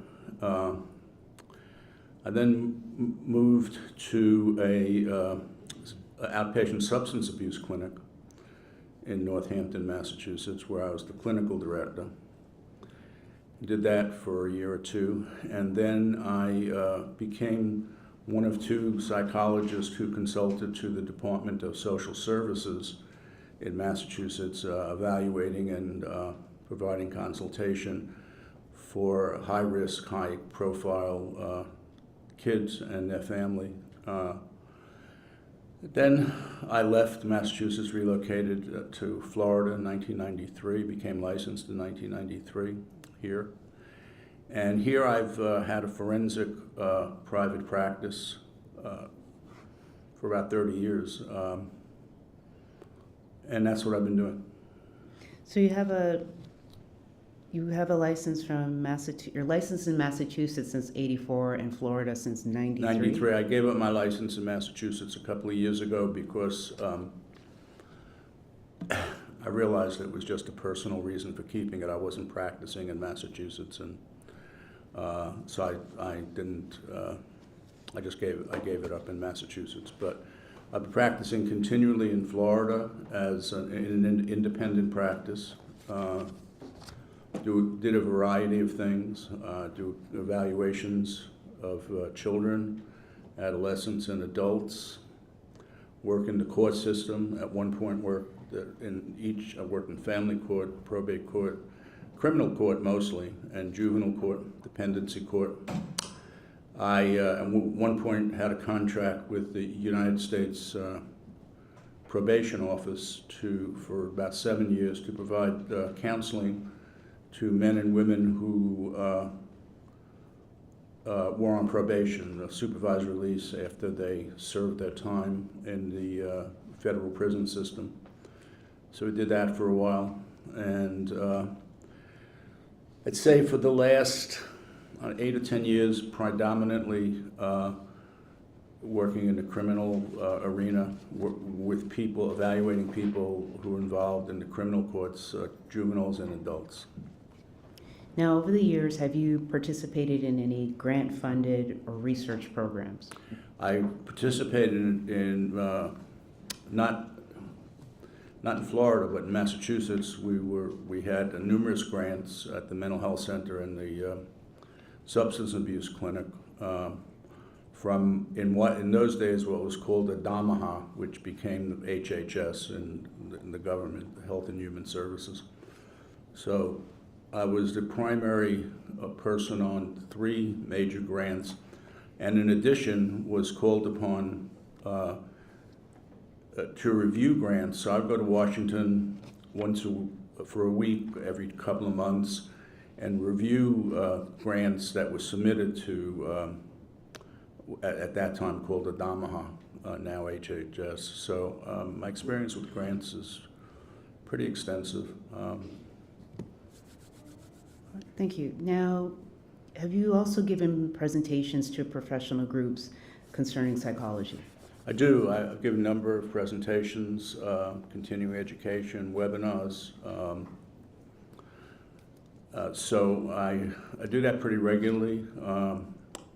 In Florida, done a couple for the American Psychological Association. I just did a presentation on for a lay group as well just 2 weeks ago. But I try and continue to do presentations. It keeps one current and sharp in the field because you're presenting information and people are asking you questions, so you really want to stay accurate. So I've done numerous continuing education webinars, professional to professionals, as well as to some lay groups.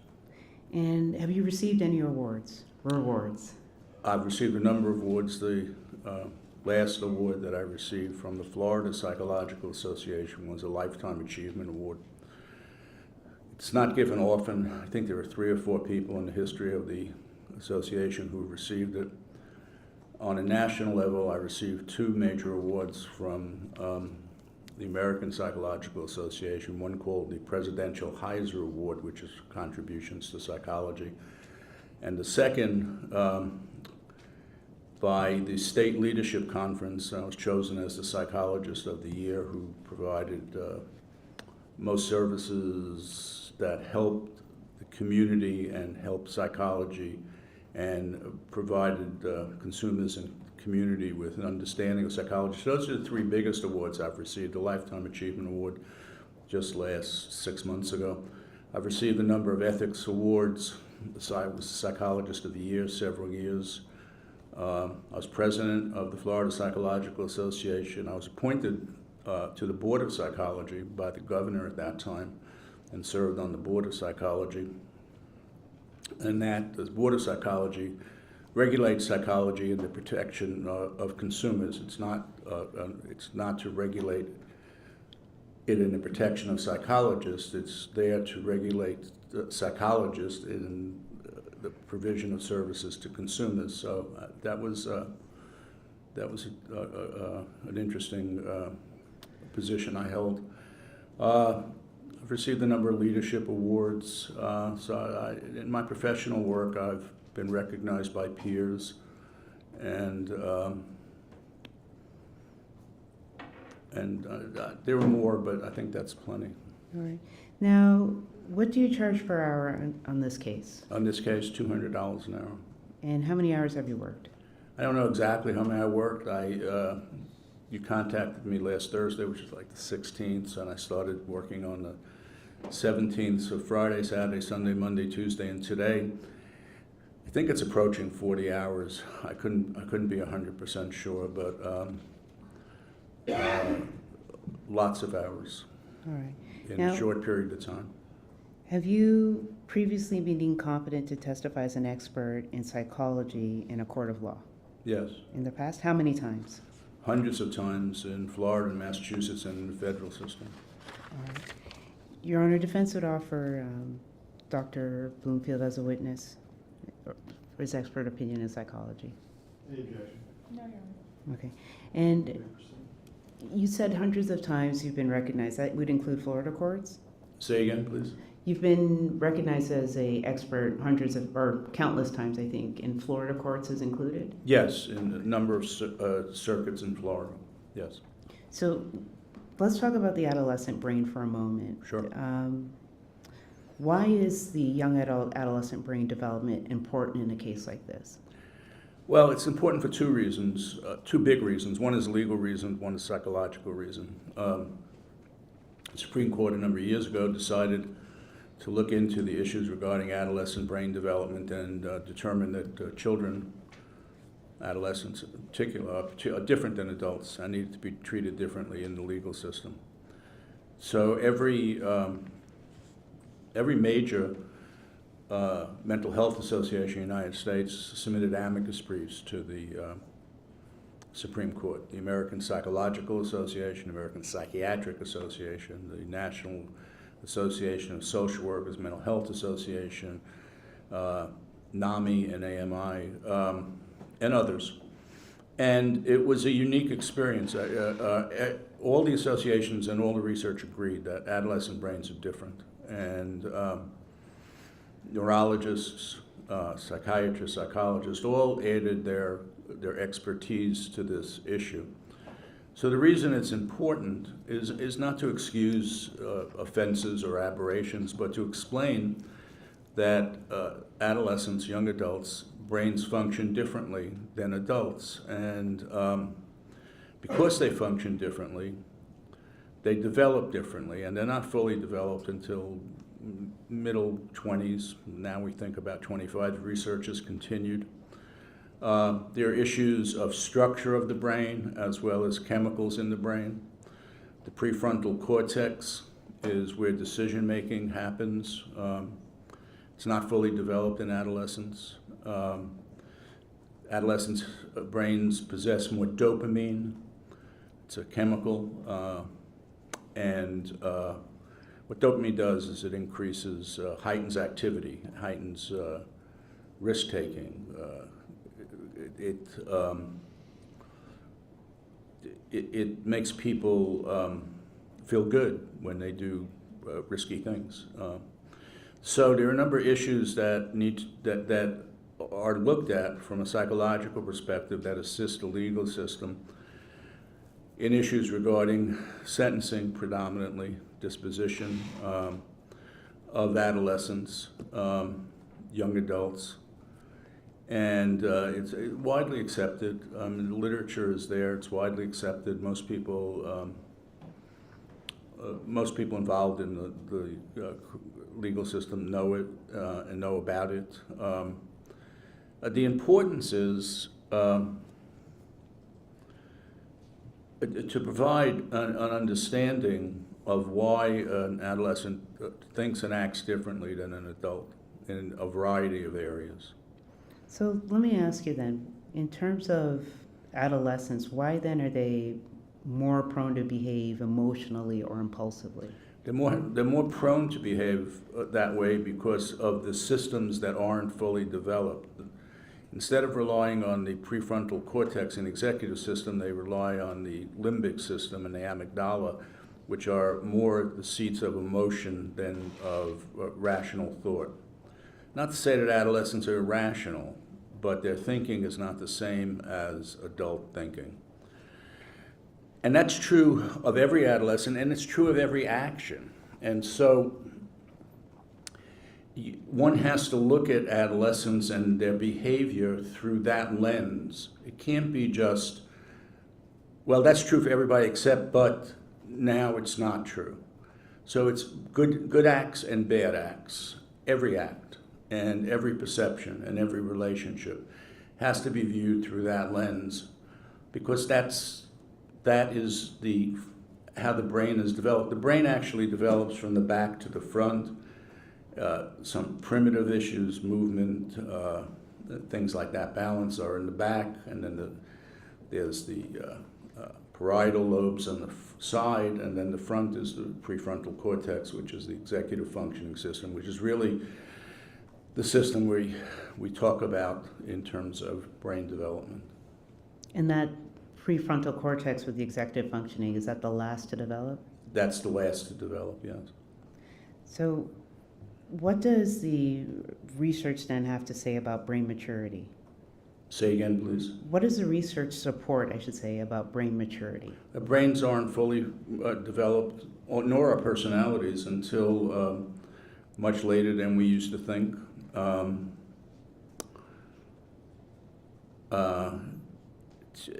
It's become pretty well accepted that 25 is about the age when a brain is fully developed. Some people argue a little younger.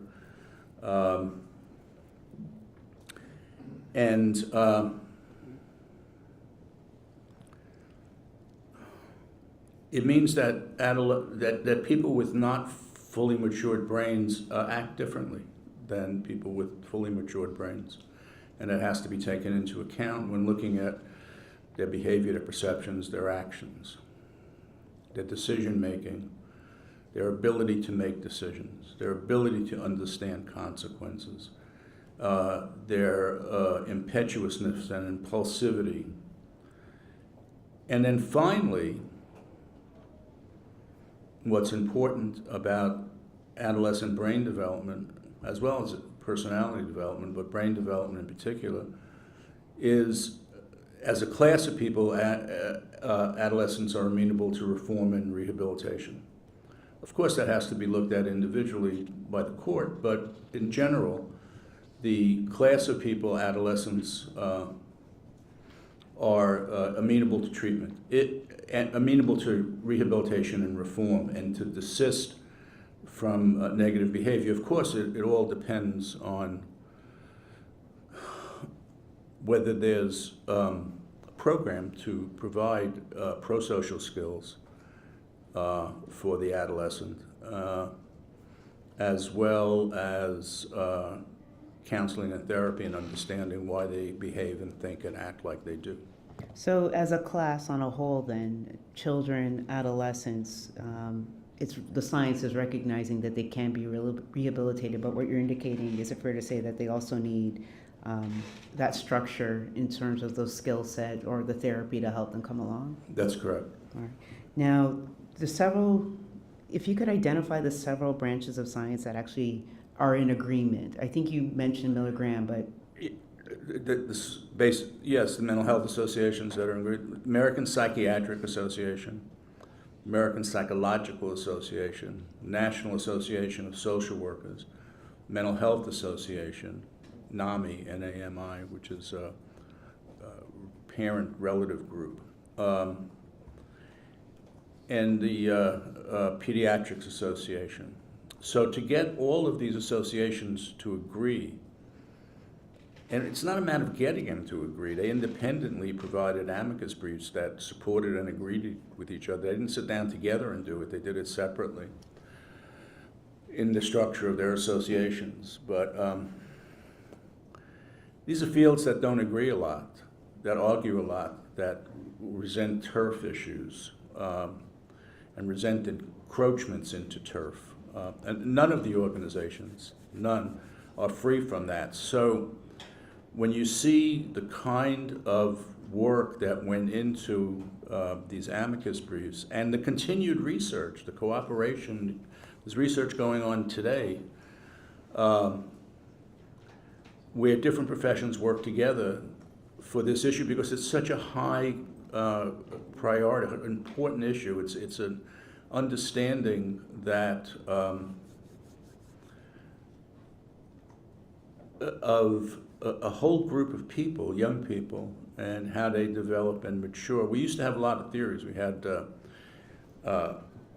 developmental theories, Piaget and others, Erickson, and they were all based upon hypotheses and theories. This is based upon hard science, brain scans, PET scans, psychological testing that shows how kids react, and then how they change through the developmental period. And so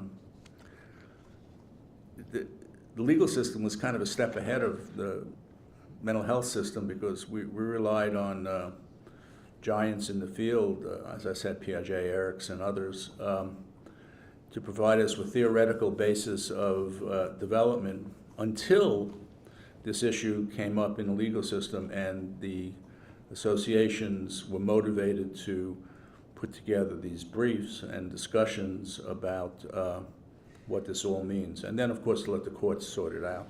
So in your more than 30 years of practice then, for you, as a psychologist, you're identifying then that it's rare to see psychiatrists, psychologists, sociologists, pediatricians, medical fields, to see all these come together and agree on anything? Yes.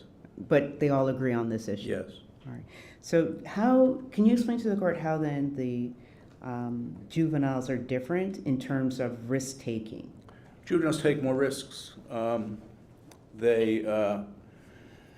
It's a factor of their age, their maturity, and brain structure, as well as the chemicals acting in their brains. Sometimes that risk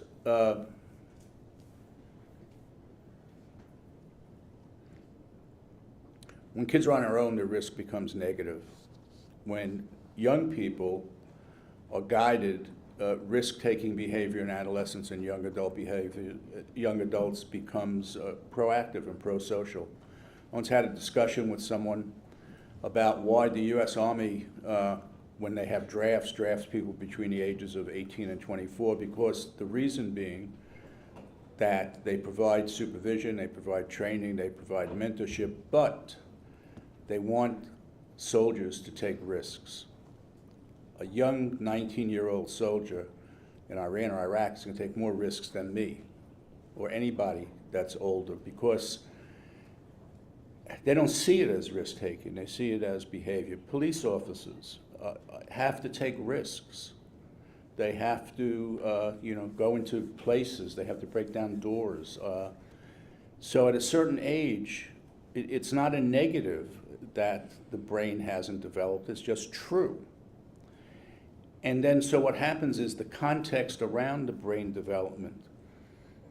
Does the adolescent have a network of mentors? I left this out. I once worked at the Job Corps Center here in Jacksonville, and they did research. Kids who go to Job Corps Center have failed in school and have legal problems, not severe legal problems, but legal problems. So these exist across the country, and they did some research, and they said the two most important things for changing a child, an adolescent who's having troubles, is someone to reach out and teach them, and then teaching them pro-social skills, jobs, education, things like that. That those two factors, and this program across the country is based upon those two factors. Big Brother, Big Sister tries to do the same thing. So it depends on what happens to the child. Risk-taking can be good, it could be bad, or it could just be. All right. So in terms of juveniles and brain development, what are the main classes? The main class, Not the main classes, but then the main issues or how the classes are broken down. I think I understand what you're saying. The things we look at in terms of brain development are really a couple of big things. Decision-making, which includes impulsivity, impetuousness, thoughtfulness, So decision-making is not as good in a young person as it is in an older person. The second is understanding and acceptance of consequences. Many adolescents do things and don't care about the consequences, don't even perceive the consequences. And as they get older, they start understanding consequences, and as their brain develops and as they're mentored. And then, of course, the issue for desisting from negative behavior and the potential for rehabilitation is the third prong. Because if the bad decision making and the inattentiveness to consequences leads to a bad act, then we have to know if the adolescent is rehabilitatable. And so that's another function of brain development, all three. Now, not every adolescent needs rehabilitation, but if the risk-taking behavior, the poor decision-making, and lack of attention to consequences produces bad behavior, then we have to be able to know if the person can be rehabilitated and is amenable to reform. Right. So looking specifically to Aiden's case, what were you asked to do here?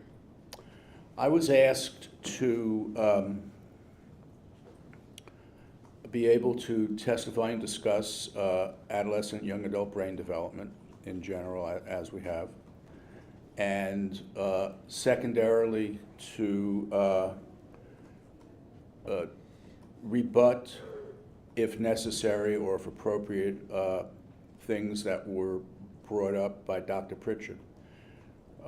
Usually, in my experience, the defense has an expert that goes, and the state has an expert who tries to rebut what the defense expert said. So this is kind of reverse, but those were the two things you talked to me about when we first talked last Thursday. All right. And what records did you rely on? I have to check it. There are a lot. So can I go to my notes? Sure.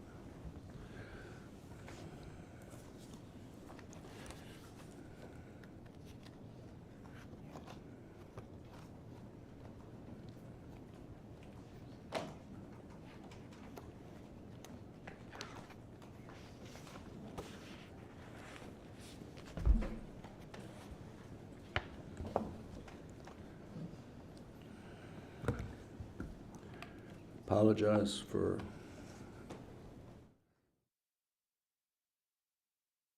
I reviewed numbers of depositions. I reviewed a deposition of Mr. Dutton. I reviewed depositions of Mr. I may pronounce names wrong, Wetchin, of Deborah Spivak, of Sophie Bauman, of Dolphy Abser, Senior, of DA, child, of Alexis Zamperi, of Allison Turnberry, of Alicia Gates. I reviewed a depot of Ms. McCullough and also a short audio tape. I reviewed some medical records, about 40 pages. I reviewed a number of photos. I reviewed the medical examiner's report. I reviewed an article called Trends in Youth Arrests. I reviewed incident reports and discovery from the St. Johns County Sheriff's Office. I reviewed a number of documents from the Jacksonville Sheriff's Office to jail. I also reviewed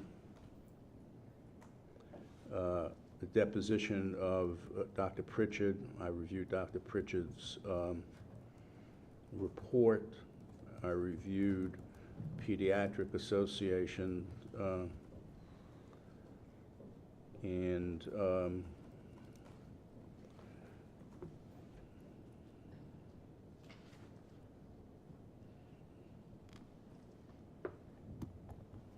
to see. I reviewed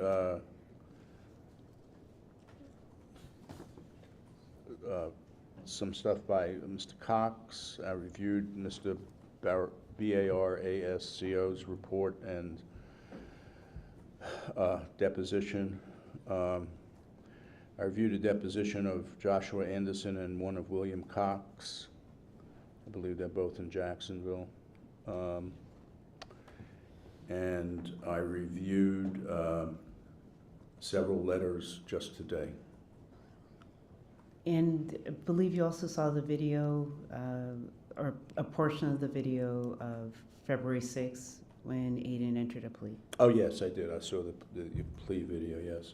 All right. And based on the review of records that you had, or your ability to review, focusing in on the grandmother's SPIWAC, did the family, Aiden's family, have a history of mental illness? She said she did, that the family had some mental illness. Somebody was Baker acted, I think an uncle, and somebody had depression. So there was some history of mental illness in the family.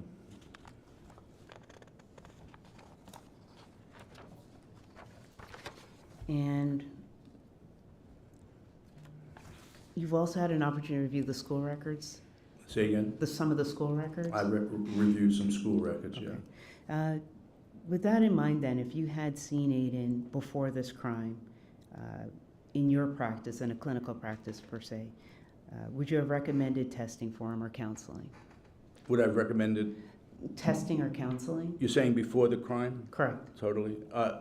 Yeah, I think that he, based upon his school records, I think the school did everything they could, but the school deals with academic issues, and there were some people who in the school who really stood out to try and assist him. But given his difficulties in classes, learning disabilities, etc., I think it would have been very useful for there to be an IQ test, as well as other cognitive tests, an achievement test, a Woodcock-Johnson achievement test, as well as others. If there were concerns about personality issues, then I would certainly have, would have recommended personality issues. But the first thing is to get a handle, this before the offense, to get a handle on why he's doing badly in school. And the way to do that is to, perform a psychoeducational evaluation. Most schools today aren't equipped to do that. Some are, but most aren't. So they go out to private practices and have psychoeducational evaluations conducted. And then they develop interventions and plans. And schools, as it's obvious, deal with academics, they're not trained to deal with cognitive issues or determinations of IQs without the testing. You can't just do that by the seat of your pants. And so he never had that. He also, his medical records said there were problems, there were audiological problems, hearing problems. So that needed some more evaluation because that can affect education, academics, and IQ as well. And so I would have kind of looked in that area. Prior, not evaluating him for this issue, but just in general, his school issues, yeah. Right, meaning before the arrest, before this event happened. That's right. Right.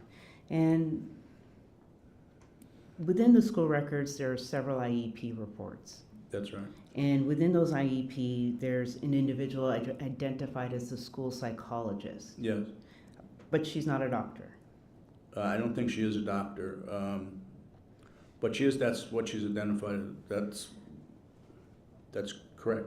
Meaning she's licensed, but not in the same sense you are. And I'm not talking about years of experience. You went through... She's not a licensed psychologist. She's, I'm trying to remember, schools are the only place that you can legally use the word psychology for someone who's not a licensed psychologist. There are licensed school psychologists as well. But typically the term psychologist or psychology is a protected term. People can't just go out and open a practice and call themselves psychologists or psychological services. Schools can, because it's just by history. So, yes, you can differentiate. She's a school psychologist within the context of a school without being a licensed psychologist. So the testing that you're discussing, that's not something that she would be able to perform? I don't know her, and so I don't know, but typically not. Right. Typically not. And this is a guess, but if she could have, they probably would have had to do it, or she would have suggested it. But so I don't know what her level of experience or expertise is in the test that I mentioned, but it didn't happen regardless. Now, what risky behaviors did you see revealed in the records in this case? Drug use, unsupervised time without an adult around, a group of kids, unprotected and protected sex. This is in Aiden. We're talking about Aiden, right? Yes, sir. Yeah. Sex, drug use. At one point, he cut himself, apparently to see what it felt like, because one of his friends, a young female, was a cutter. She cut herself.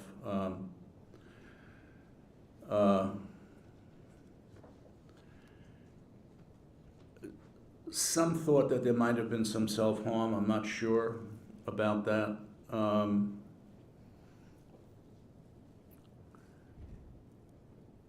I think those are pretty risky behaviors for young people, and they all engaged. At least all 4 or 5 engaged in similar behavior.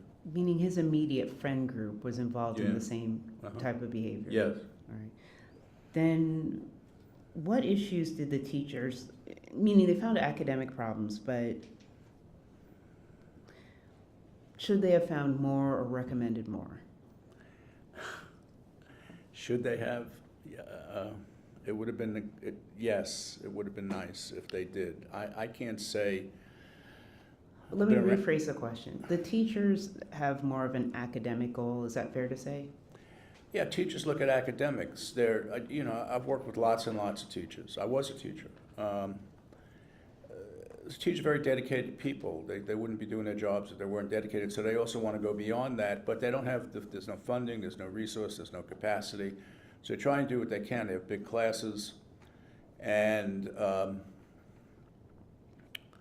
they spend an inordinate amount of time and their own money and resources to try and make the school situation appropriate to all kids. And so you can't expect a teacher to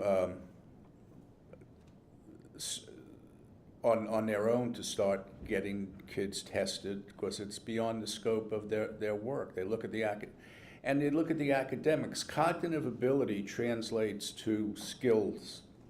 And adults would call them ADLs, adult daily living skills. But in adolescents, there are also skills. The predominant skill for an adolescent is academics, and that's what teachers look at. How is the child doing in academics, and why? Do we have any idea why? So there were some people who Aiden related to well, a deputy officer, resource officer at the school, as well as the dean, and he worked well with them. They both thought that he was improving, that he had a lot of potential. He was in a special tutoring program on Wednesdays.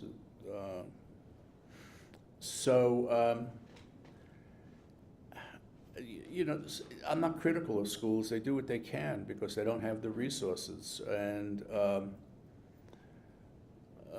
different schools act in different ways. So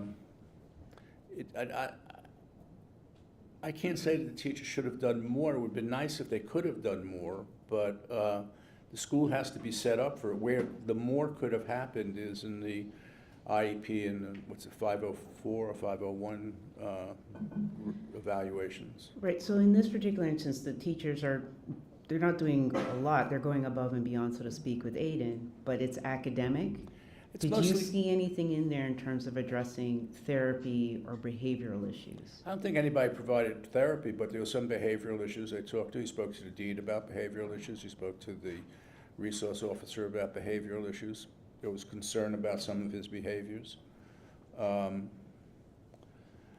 It didn't raise, my reading of the depositions of numerous school personnel is that it didn't raise to the level where they thought that more was needed.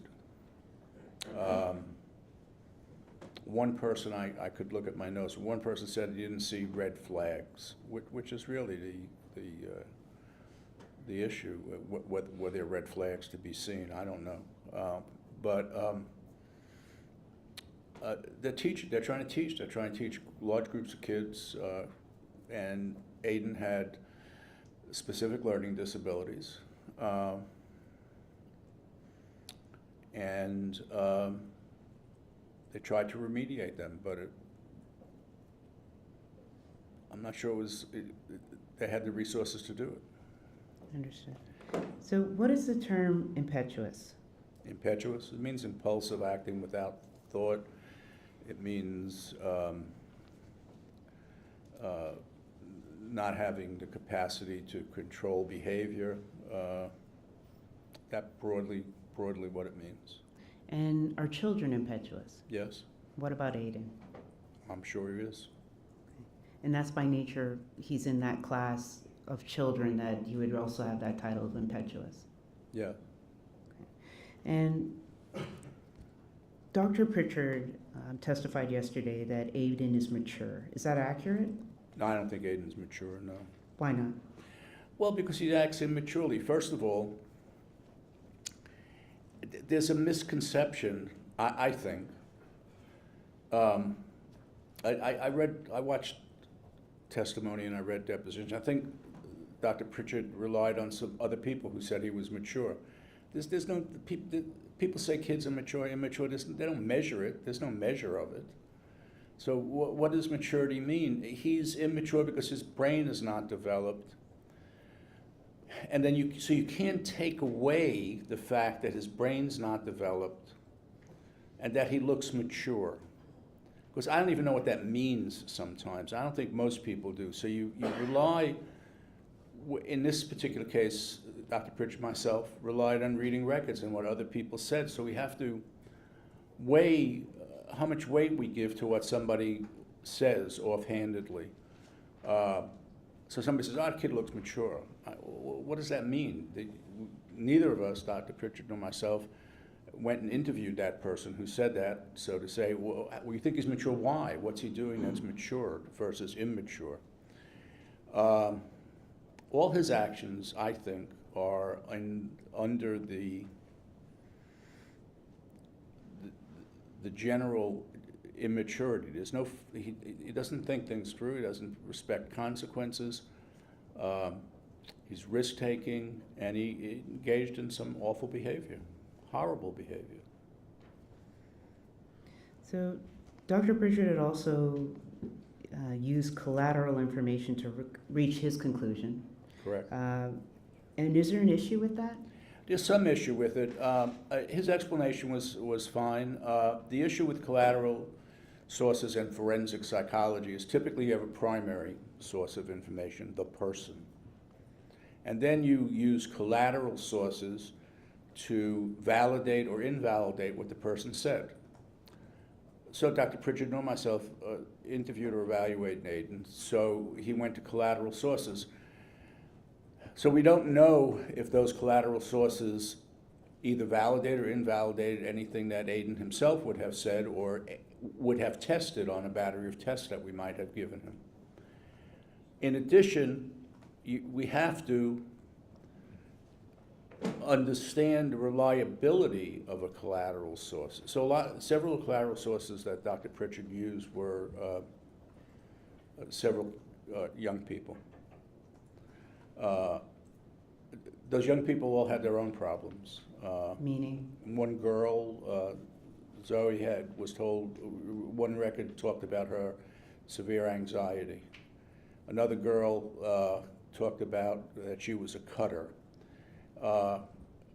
His best friend was sent to Gaines Alternative School because he was too much of a behavioral problem in the regular school system and was kicked out of Gaines. That's serious to get kicked out of the alternative school. So I'm not saying anything negative about those children, except you have to weigh how much weight you're going to give to someone, A, that age, and B, with their own issues, and C, with their own emotionality.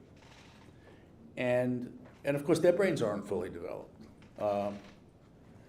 So I think that Dr. Pritchard gave a lot of weight to those young people, the kind of weight he would give if in a different forensic evaluation. And so you and Pritchard are on equal setting in the sense that neither one of you have evaluated Aiden Fucci. That's correct. Okay. So, Dr. Pritchard? I'm sorry. Okay, sorry. Dr. Pritchard said that Aiden's actions were premeditated. Do you disagree or agree with that? I don't see how you can say they were premeditated. We don't know what's inside his head, his state of mind at the time. We just don't know. And so, if I say yes or I say no, what am I basing it on? The other thing I want to go back to is I read all the collateral sources that Dr. Pritchard did, and I summarized what they said, and many of them said very positive things about Aiden.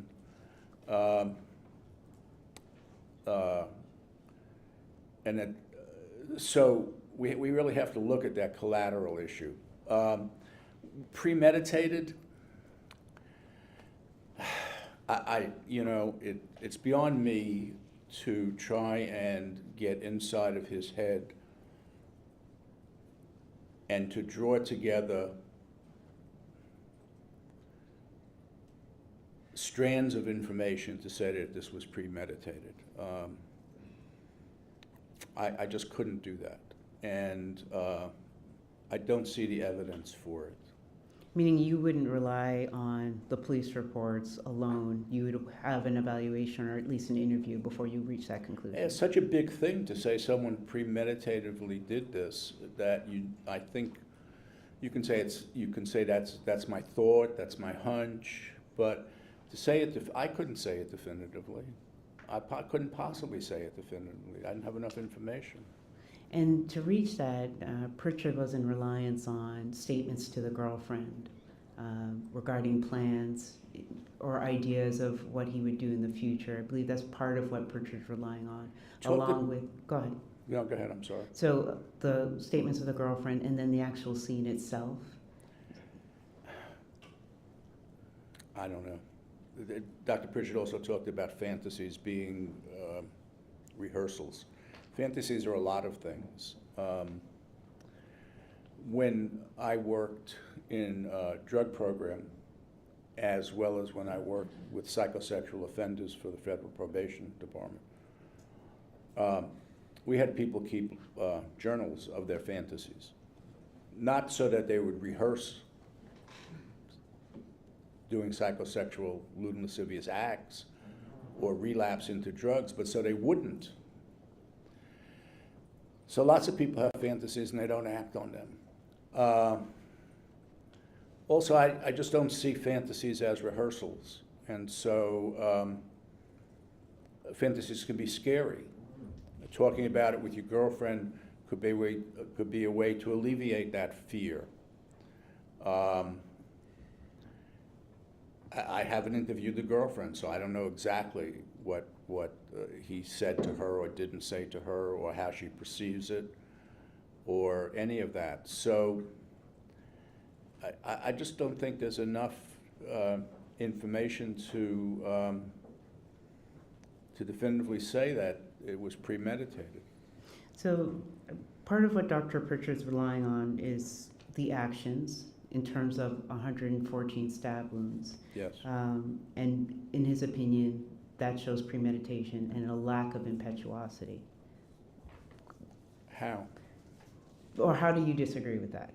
I don't understand it. It doesn't make sense to me. How does that determine, you mean Meaning the number of stab wounds in itself. You mean Aiden Fucci sat down someplace and said, I'm going to stab this girl 114 times? Is that what's being said? Isn't that By what, Pritchard in terms of the premeditation and lacking impetuosity. I don't see how you can say anything about his impetuosity at the time of the offense without making assumptions about what's going on in his state of mind and his head. So I could say that.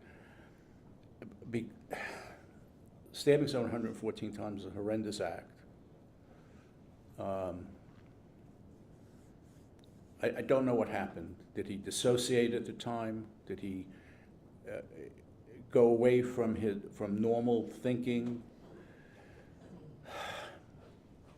But I can't believe that someone said, I'm going to stab a person 114 times. He did it, I understand that. And I'm not condoning it, it's horrible. But how is that premeditated? I mean, I don't get that. I mean, I just don't understand it, so. And is it in your practice, have you seen examples where individuals, whether it's stabbing or shooting multiple times, where that was an impetuous act, a not planned act? You know, sometimes people, there's some literature, and it's not negative literature, but it's about police officers. Sometimes when police officers shoot, they shoot more, they shoot more shots than they have to because they get into a headset, not because they're bad police officers and not because they're doing anything wrong, but because it's a dissociation that happens. So, can you say the question again? An example where there's a large number that's not impetuous, whether it's shooting or stabbing. A large number that's not in. Meaning, part of what Pritchard's relying on is the number. That's not the only thing, but it's because it's 114 stabs that it's not impetuous. We don't know what was going on with Aiden, what his state of mind was. Did he dissociate? Did he stab her and then continue doing it because he just, his mind dissociated and depersonalized? I mean, these are legitimate psychological factors. I don't know what happened. And fair to say, it's because you don't know what happened, you can't reach that conclusion. That's right. All right. Now, Dr. Pritchard had also said that Aiden lacks remorse, and you saw the video with that short statement. Is that something you agree with in terms of the Dr. Pritchard's reaching that conclusion? I think that he's showing remorse. He had that short statement. There are a couple of things. There's a short statement. He wrote a letter, and he pled.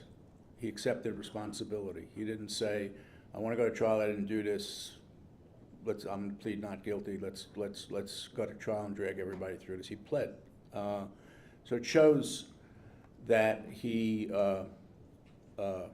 in that short video, in the longer letter, and in the acceptance of responsibility for the action, I believe that, you know, remorse is another one of those things that's hard to measure, but I believe it shows that he's likely remorseful. Doesn't excuse the act, but it's remorse. And one of the last things that Dr. Pritchard had addressed was Aiden's poor prognosis for rehabilitation. Do you agree or disagree? Well, before the incident, before the murder, I would have said that there was an excellent prognosis for Aiden's rehabilitation, because when people reached out to him, Dean Wetchin and the deputy, they both said that he progressed, that he talked to them about things, that drugs and alcohol. use. He was open with them. One person wrote that they were shocked that he did what he did. And so then we have the whole jail. So now he's in jail, and he's acts differently. And jails are different places. Jails aren't schools, they're not communities. There's a whole issue of how one has to act in jail to survive. There's issue of prey and predator. What are you going to be? Are you going to be? How do I survive in here?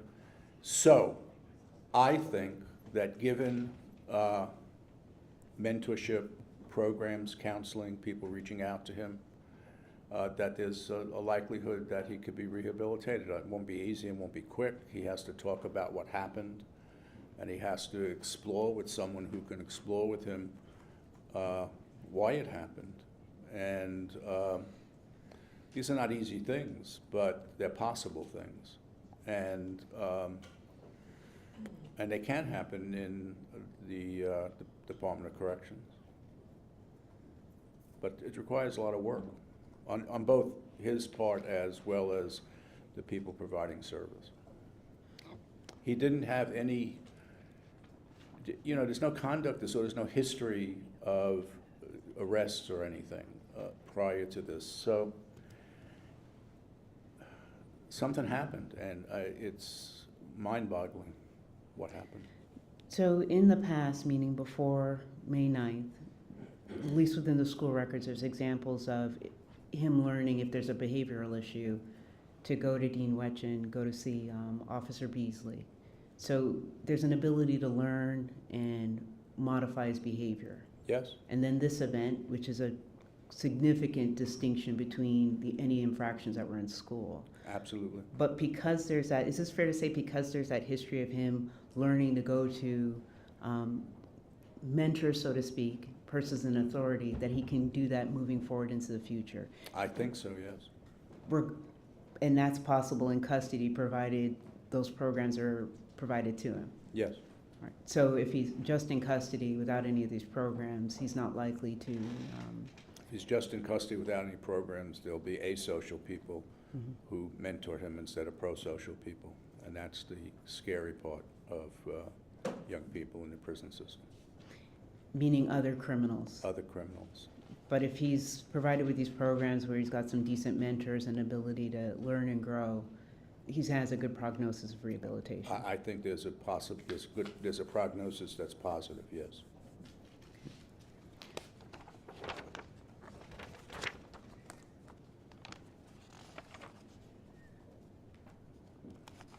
One moment.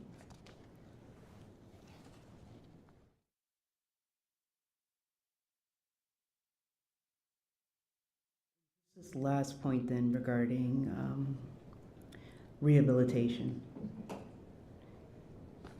Independent of Aiden and why he's here today, part of why we have these specialized sentencing hearings, is it fair to say, is that children as a class can be rehabilitated? Yes. All right. No further questions. Let's take a 10-minute recess. We'll be going for about an hour and 45 minutes. Return for close. Fourth and recess.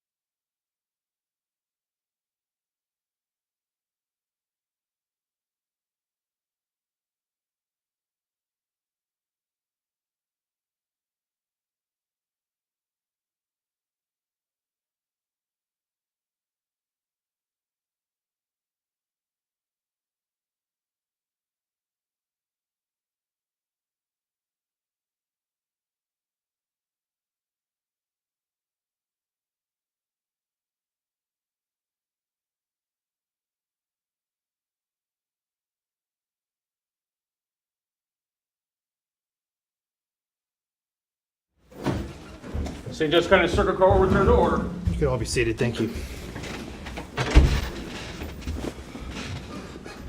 All right, we're back on the record in case 2021 CF 825. Everyone is present. We are ready to begin our cross-examination. State, you may begin. The witness is seated and still under oath. Good afternoon, Dr. Bloomfield. Good afternoon. I want to start with the testimony that you gave that you and Dr. Pritchard in this case, the fact that you were both doing records reviews and didn't evaluate him, that you were on equal footing. You said, remember saying that, right? Something like that, yeah. Okay.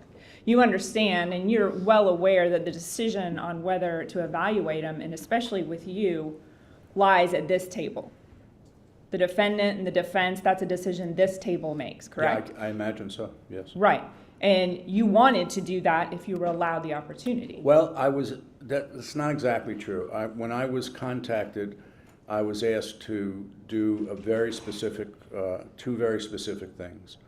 One was to be able to testify about brain development, and two was being able to testify in rebuttal, if it was appropriate, about what Dr. Pritchard said.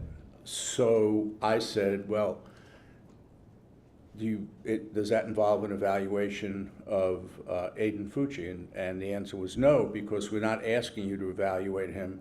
We're asking you to do just two things. Talk about brain development in general, which I do often, and two, to talk about any parts of Dr. Pritchard's work that I might disagree with.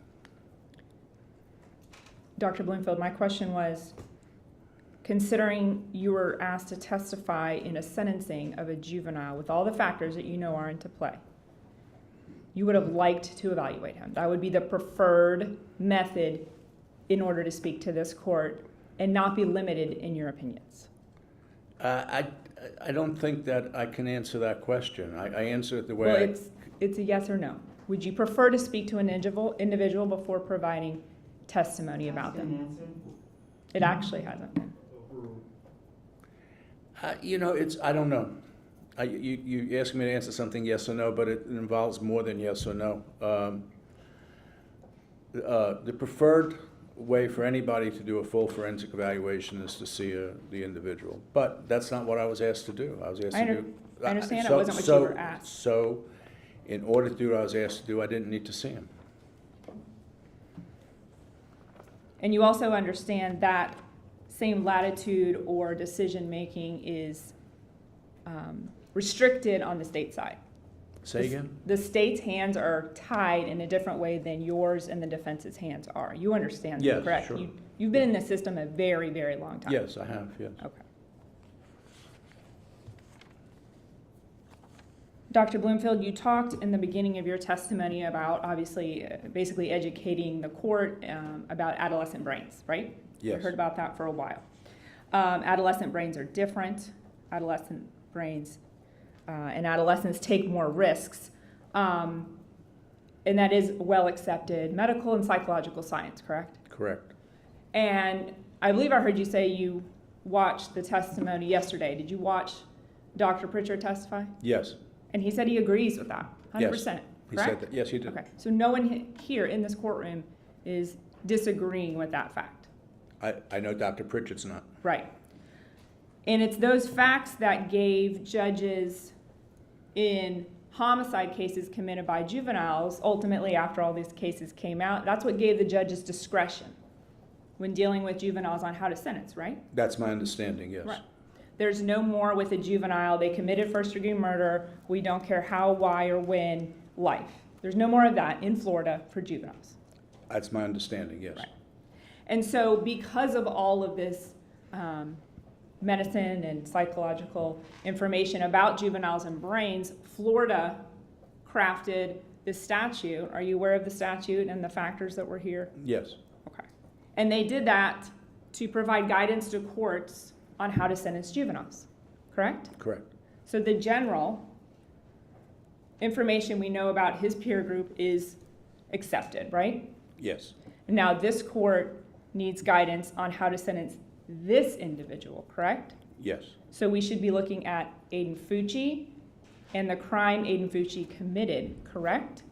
that's part of what needs to be looked at. Through the lens of everything else you stated earlier, correct? Correct. And we should compare him to his peer group, which is juveniles. I'm not sure about that. I don't know how we compare him to his peer group. I know that people would like to compare him to his peer group, but at this moment, I don't know how we compare him to his peer group. We haven't interviewed his peer group. We haven't interviewed him. Dr. Blinfield, his peer group meaning all juveniles and all Oh, juveniles that commit crimes. I thought you meant. No, I'm in the forensic setting here. In court. I'm sorry, ask the question again. When the court is looking for guidance to help make a decision on how to sentence this juvenile, we need to compare him, everything about him, and the act, everything that the statute prescribes.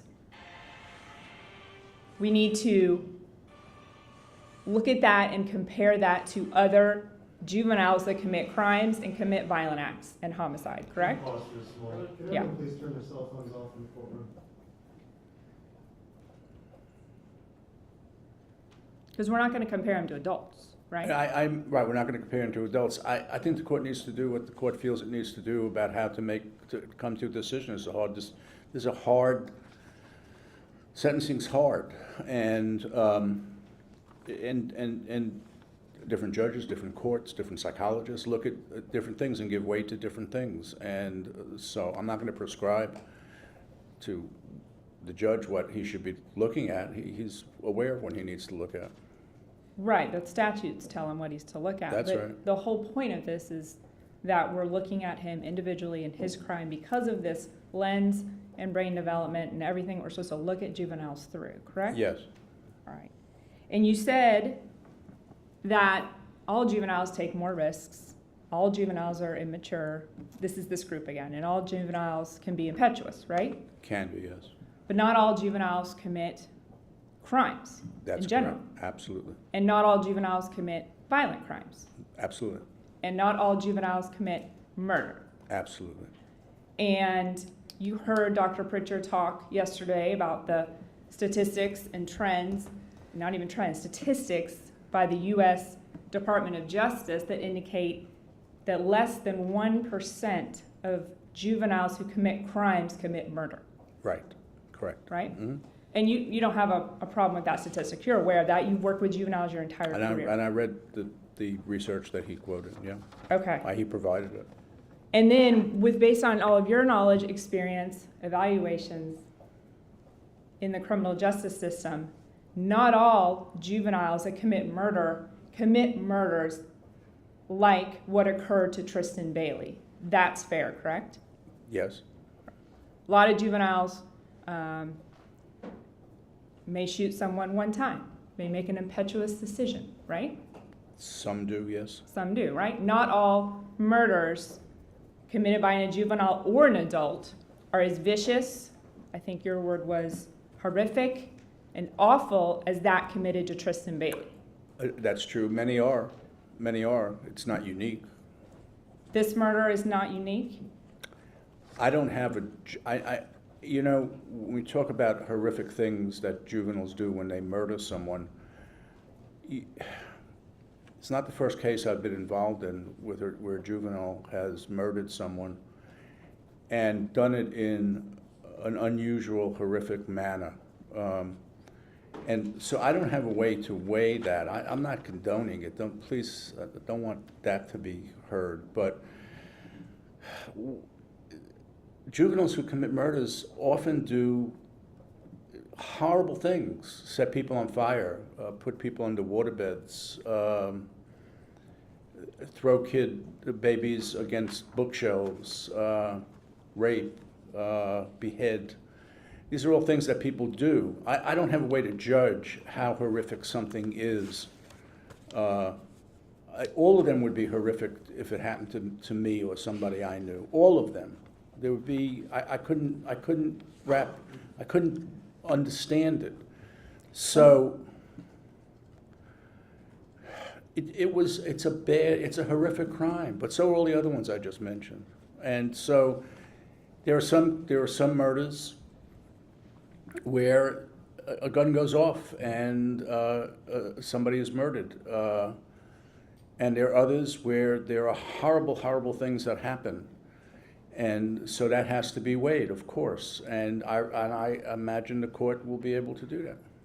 Well, and do you see the difference between even the two examples you just gave in a psychological, clinical sense? Between what? A juvenile who murders someone by shooting them one time and a juvenile who sets someone on fire Or does all or those. does Sure, I see. 114. Yeah, absolutely. Yeah, I see So something. you acknowledge there's differences within the Absol- range of murder committed by juveniles. And adults, yes, absolutely. And Dr. Pritchard, in his vast experience, described, and it's not just the act, the whole case, all of the records, everything that you and Dr. Pritchard considered about Aiden Fucci and the nature and circumstances of this crime, he described as unique. Do you disagree with him about that? Or do you agree? I think the actual crime was unique. I don't think everything else is unique. How could you say, it'd be crazy to not say that the crime wasn't unique. Okay, so you do agree that it I was think unique. everybody in the world would agree. It's a tautology. It's of course it was. Dr. Bloomfield, you went on in kind of explaining juveniles and some things that should be considered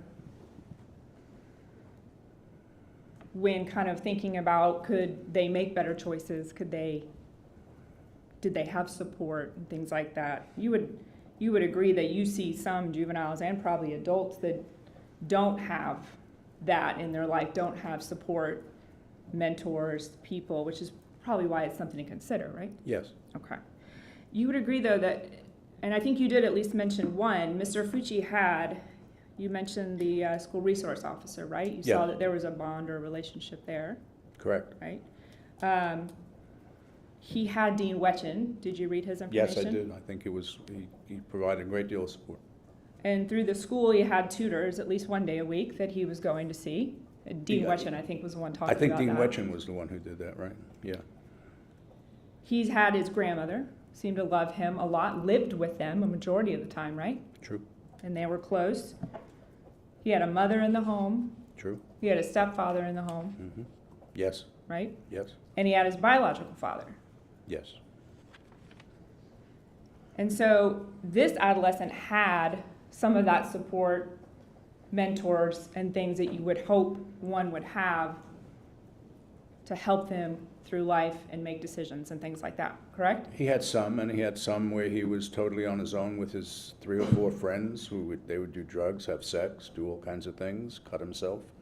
Where no adult was around or any adult intervened. As a matter of fact, I understood that sexual activity was going on where there were adults in the house, in other rooms, in other places. So, all those things existed, and as well, this incredible, on his, all the kids, on their own behavior, that was pretty, not good behavior.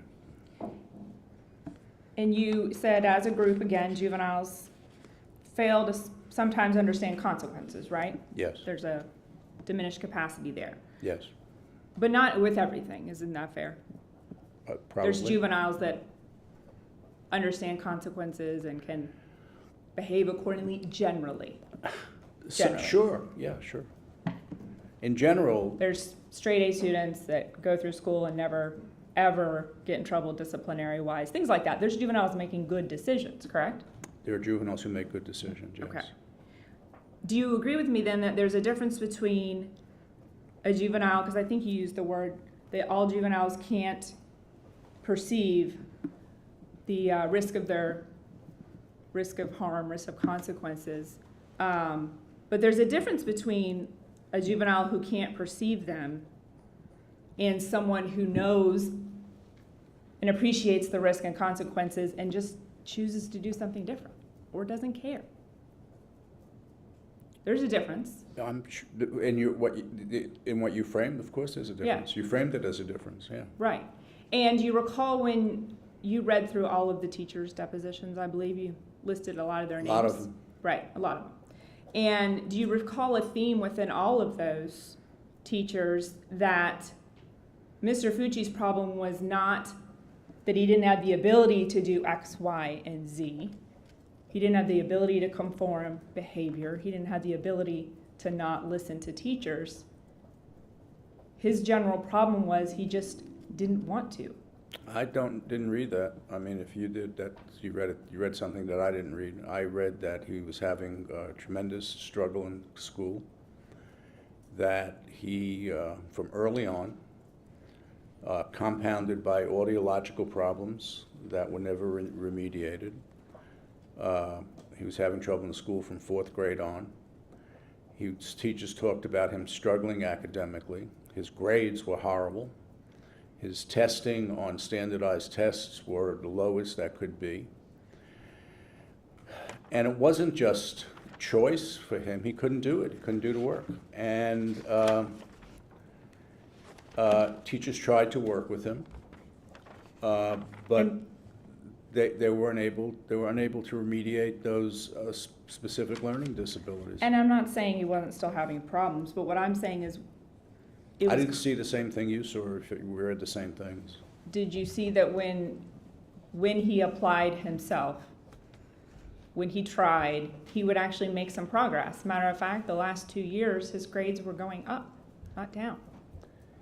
He was involved with Dean Witchen and the school resource deputy, who I think had a tremendous impact on him. And I think what that speaks to is the ability for him to reform, rehabilitate, and desist from negative behaviors when there's somebody who puts their hand on his shoulder and treats him individually and respectfully. And so I think that that's what you're seeing when his grades were going up, is that these two people, men, spent time with him and treated him with respect and demanded respect from him. And so I think the intervention, which speaks to everything I said about whether he's rehabilitatable, if there's the appropriate intervention, which there was, he does better. He did somewhat better. It wasn't perfect because these two people can't spend the amount of time that has to be spent to reform, rehabilitate someone. So I think the point you're making is a good point, but I think it speaks not to his conscious decision to do badly, but to how he responds to appropriate intervention in a pro-social manner. And so I think that speaks to the entire issue of can there be rehabilitation of this young man. Dr. Bloomfield, along the lines of this academic history, you would agree with me that the SLD designation that he had, that means that the achievement that the professionals and the teachers would expect to see based on his perceived intellect was falling below that. That's what that means, that he's not meeting the standard they would expect to see based on his intellectual capacity versus some sort of cognitive disability or intellectual disability. Those two things are very different. Cognitive disability is the word you've been using. They didn't know his intellectual or cognitive disability. They didn't know his IQ score, doctor. That's what intelligence is. How else do you measure it? Did you see where in all of the records no one felt the need to have an IQ test done because they didn't perceive an intellectual disability? It was a learning and achievement. He had a learning disability that kept him from achieving to his level. That's SLD, is it not? I'll tell you what SLD is if you'd like. by the Board of Education in Florida. Specific learning disability is defined as a disorder in one or more basic learning processes involved in understanding or in using language, spoken or written, that may manifest in significant difficulties affecting the ability to listen, speak, read, spell, or do mathematics. Associated conditions may include, but not be limited to, dyslexia, dyscalculia, dysgraphia, or developmental aphasia. A specific learning disability does not include learning problems that are primarily a result of visual, hearing, motor, intellectual, or emotional, or behavioral disorders, limited English. And then it goes on for several pages to define what a specific learning disability is. Doctor, Well, but you're using it, and you're asking me to define it, and I defined it by looking up what the state of Florida says it is, and so that I didn't have to guess. that's exactly how I said it. It has to do with this person has a learning disability that's affecting their ability to learn. It's causing problems at school. It results in poor grades, all of that, everything that you listed, and then it listed examples, dyslexia, and other things that you went down the list, correct? Mm-hmm. Did you note when you were reading it said this does not include intellectual disabilities? I did. It did. I did, yes. Because those are two different things. And a child, let me finish my question. Yeah, sure, I'm sorry. Those are two different things, correct? An intellectual, someone who would be intellectually disabled, you know what that means under the law. You probably testify about it all the time, correct? Correct. ID. Correct. What we used to call mentally retarded Correct. In the legal system. That is completely different than a child who has been classified as SLD in school. Yes or no? That's my question. Yes.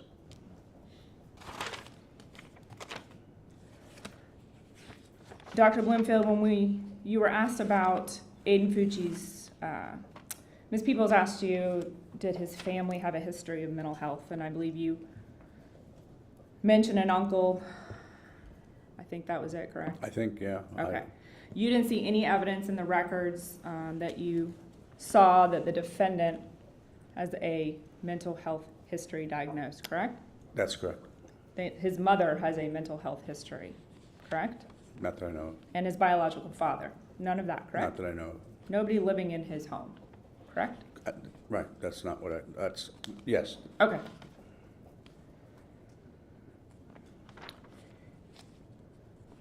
And you mentioned it earlier in your testimony, you were asked about risky behaviors. Did you see any evidence of risky behaviors in the records? And you've testified to them.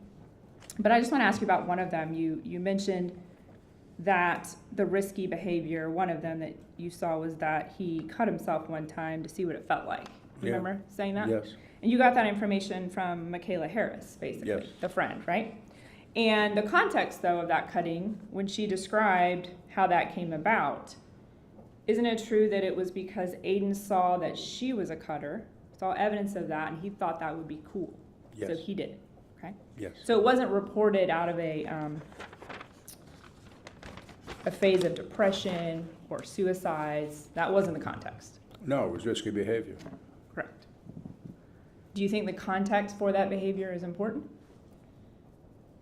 I think anybody who cuts themselves because someone else cuts themselves is engaging in risky behavior, even if they just want to know how it feels. Right. By the way, Doctor. People who cut themselves always say they want to know how it feels. That's the nature of cutting.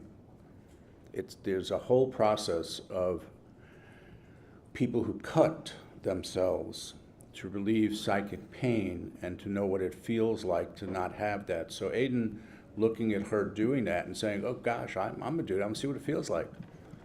I wouldn't do that. I don't want to take that risk. He was willing to take that risk. Who knows if he would have bled out, who knows whatever, but so I don't think it was suicidal, no. Right, and there's no evidence in the records at all of any actual attempt by Aiden Fucci to commit suicide, right? Not that I recall. Okay. Dr. Bloomfield, I want to move on to touch on a few things before we end up here. Maturity. I believe your answer to that was you couldn't say, or you think you're just saying he is immature because he's a juvenile? He does immature things. He does. Doctor, your testimony earlier was that he's immature because he's a juvenile, correct? My testimony before, I believe, was that he's immature because he's a juvenile and he does immature things. Right. I think that's what my testimony Right. was. And I think that you were drawing a distinction. She was asking you what you differed with, and you said she asked you if you differed from Dr. Pritchard on maturity, because Dr. Pritchard had noted some other people's thoughts on that, correct? Dr. Pritchard noted some other people saying he was mature, but what I differed about was I wouldn't rely on calling him mature based upon an untrained person saying, well, he looks mature to me. And so Dr. Pritchard was relying on collaterals that I don't think have the weight to say that he's a mature person. The issue of brain development plus his own behavior shows, I think, the maturity. And you understand that when Dr. Pritchard mentioned some of those persons, it was still in the context, and all of those persons, when they gave an opinion, it was mature for his age. All of those people? Who said it? I just. Well, I'm about to go through them, but. So, my recollection is one person said it. Okay. Are you aware that the probation officer, Officer Barton, that's been visiting him in the jail since his arrest, are you aware of him from Yes. DJJ? Yes. He's worked in DJJ for 20 plus years. Yes. Supervising juveniles. Yes. He made the statement that he was mature for his age. That's all. That's correct. He's the only one that I Okay. read, that I know of. Are I you- could be wrong, but he Do was you the only one. recall But Sergeant- how would you base a decision? Dr. Bloomfield, I'm not. Were you asking me? He was about to ask me a question, so. Well, when I said you, I meant me. How would I base a decision on maturity based upon a probation officer's sense of a child? One probation officer's sense of a child. Juvenile probation officers see a lot of kids. Kindergarten teachers see a lot of kids. We're talking about a concept, a factor, maturity. How does it measure? Just by looking at him? Just by seeing how he acts? Or is there some actual measure that I would use to test maturity? Do you have a test for that in your Do I have a psychological test for that? battery? No. A test? No. Okay, so you have to look to collateral sources for that information, do you not? No, I could use hypothetical situations with him. I could use other psychological factors on psychological tests. There's no particular scale that measures maturity that I Right. know of. And all of those things you could have done had you seen him. You could have done that, correct? If it was appropriate, sure. You could have administered IQ tests and psychological tests to him if you were permitted to see him. Yes. And so beyond the 20-year probation officer, there was also a correction officer, Sergeant Cox with Jacksonville Sheriff's Office, and Dean Wetchen, who has been in the education system for 35 years. So there's 3 people generally stating Aiden was very mature for his age. I didn't see Dean Witchen say that. You I didn't? have Okay. notes on what Dean Witchen said. I didn't Okay. see, he thought he was a good kid. He, Dr. Bloomfield, I didn't ask you what else he said. no, he didn't say maturity is what I'm saying. I Okay. didn't see that. If you saw that, that's something that I didn't see. I'm just asking you what you remember. Right, well, took notes on what these people said, and I didn't see him saying that he thought Aiden was mature. He said he gave him a threat assessment, he didn't think it was negative. He's Dr. doing- Bloomfield, it's okay if you don't remember. It's fine. I understand it's okay if I don't remember, but I'm not sure he said that. Okay. Dr. Bloomfield, you explain what impetuosity is. I All tried right. to, it's hard. Acting without thought. Say again? Acting without thought. That's what I wrote down when you That's- testified. Is that yeah, fair? Yep. Okay. And Ms. Peoples asked you, do you feel that Aiden Fucci, she asked it generally, is impetuous? I think he's impetuous, yeah. Well, when you testified on direct, you said, I'm sure he is, in general What did I terms. just say now? I'm sure he is, I think he is, okay. Okay. Do you know what the statutes say the court is to consider about impetuosity? I don't have it memorized. It's actually whether his impetuosity, not just is Aiden Fucci impetuous, as we stated, all juveniles can be impetuous. What the court's to consider is the crime that was committed, the murder, is that a result of his impetuosity? And I believe you went further and said that you believe it is, correct? I don't believe that I said those words. Okay, so was his murder as a result of his youth and impetuousness, or was it something else? I don't know. You don't know. You can't look at everything in this case and make a determination. About his state of mind when he committed this crime? No, I can't. You can't. And that takes me to the last thing you talked about, premeditation. You said, I don't see how anyone could possibly say this crime was premeditated. Is that what you said? That's what I said. I don't want to put words in your mouth. Doctor, did you read everything in the records about the premeditation? Did you read all the evidence? Ask and answer. Overruled. Did I read? I read everything that I quoted, that I said I read. And you saw no evidence of premeditation? I didn't see evidence that I could say this crime was premeditated, is what I said, and is what I'm saying now. Do you know what the legal definition of premeditation is? I have an idea, but I'm sure you know better than I do. What do you think it means? What do I think it means? Yeah. Pre-planning, specific pre-planning determination. I asked Ms. Peoples, is when we talk about premeditation, or when Dr. Pritchard talked about it, did he mean that Aiden was going to go out and stab Tristyn 114 times? I don't know. Why don't you tell me what it means, and I have a better idea. So premeditation means, in the state of Florida, killing after consciously deciding to do so. It doesn't have to be, it has to be present at the time of the killing, and there's no time that the law allows or affixes. It doesn't have to be a minute, a month, a week. It has to be time for someone to make a conscious thought about killing someone, and then time to reflect on that decision. That's what premeditation is. And so you read everything that Zophie provided as a background to Aiden Fucci and all of his thoughts about murder, correct? All of his thoughts, yes. Okay. You read that he had an obsession or an extreme interest in gore, murder, and specifically real life gore. Did you read that? I wouldn't call it an obsession. I don't think anyone could call it an obsession. An interest, we'll go with that. Yes. Did you read that she said he talked about killing people a lot? That what? I'm He sorry? talked about killing people a lot. I read that it was reported that he talked about killing people, yes. And that he had talked about killing her. Talked about killing Tristyn? No. Zophie. Yes, I read that, yes. And you read, I'm sure, that Zophie said that in very recent time, weeks before this murder, that Aiden Fucci said that he was going to kill someone within a month. You read that? I read that, yes. And that how he was going to do it. Yes. Correct? Yeah. That he was going to be at night, he'd walk up on somebody, he would take them in the woods, and he would stab them to death. You read that, correct? Yes.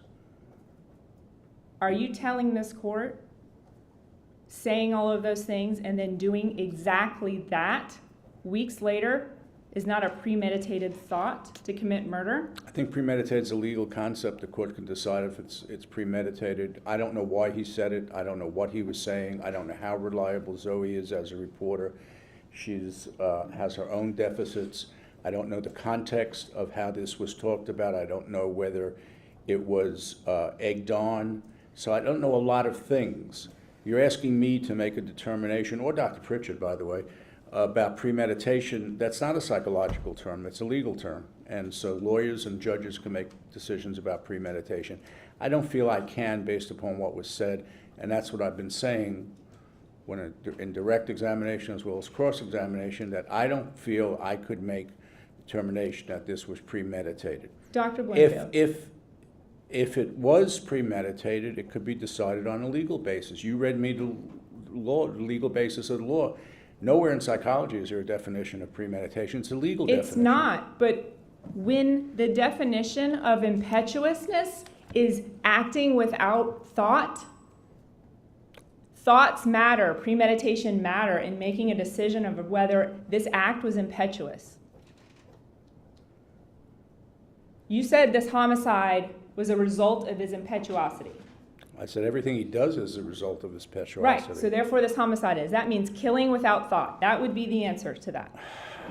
Without regard to consequences, I said a lot of things about impetuousness when I was asked in direct examination, not just one sentence. I said it's impulsivity, I said it's thoughts about poor decision-making, about lack of thinking about consequences, and I can't tell you what his state of mind was when he was talking to Zoe, or when he was talking Sophie, or when he was or when he committed the act. I can't tell you that. No, you can't. But that's right, and I don't think Dr. Pritchard can either. His friend Trey Absher also.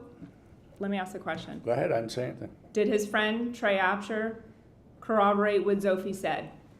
He heard statements by this defendant who he wanted to kill.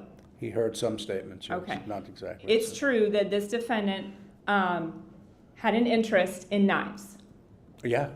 Particularly 2 knives. He had 2 knives. That he named.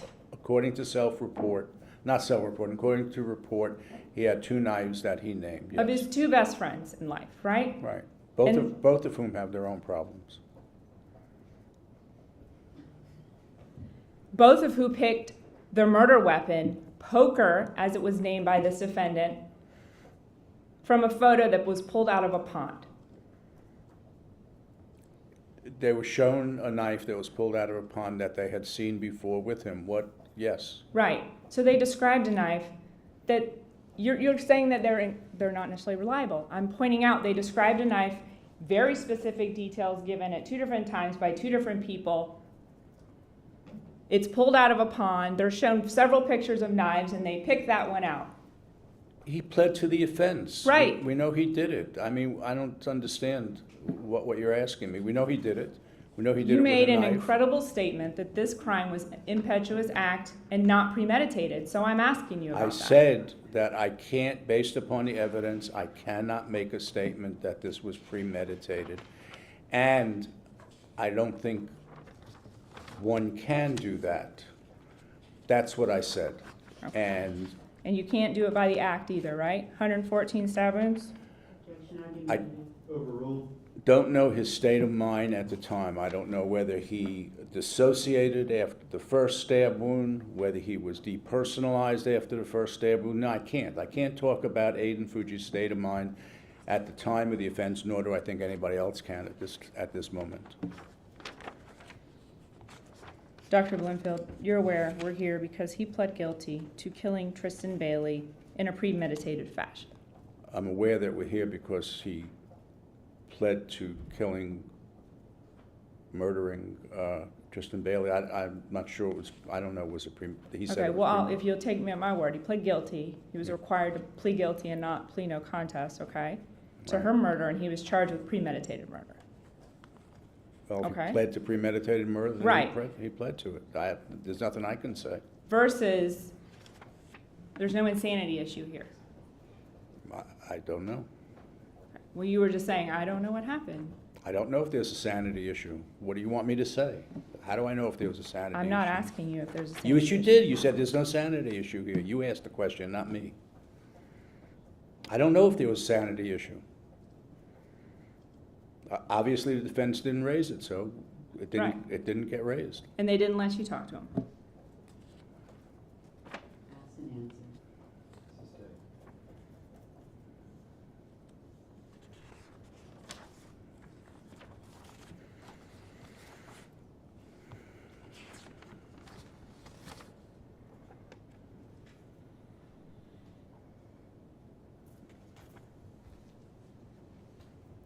And I just want to ask you one last question with the example you gave.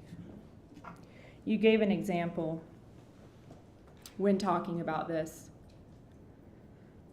And I think it was along the lines of the questioning under the number of stab wounds and the nature of the crime. You gave an example where you said, you know, police can shoot at someone and keep shooting, and that's not necessarily premeditated, right? Is that what you were saying? That's correct. Are you comparing a police officer shooting and what you were referring to has to go with they can't stop and that's reaction time and things like that? I think that question's unfair because I said I wasn't comparing them. And I said that there was nothing wrong with the police officer doing that. And I was very clear about that I wasn't comparing them and that I wasn't saying that the police officer was doing anything aberrant. I said it happens. So if you're going to ask me a question and tell me what I said, let me say what I said. I understand that, Okay. but you brought it up for a reason. I brought it up as an example. I also brought up other examples of juveniles who have murdered in horrific manners. You brought it up in the context of sometimes the police do this and there's overshooting, and you were comparing that to the number of stab wounds. I'm just asking if you're No, equating those things. You're I'm not, right? I said in direct that I wasn't equating them. How long do you think it takes someone to stab somebody 114 times? I have no idea. No further questions. Any regret?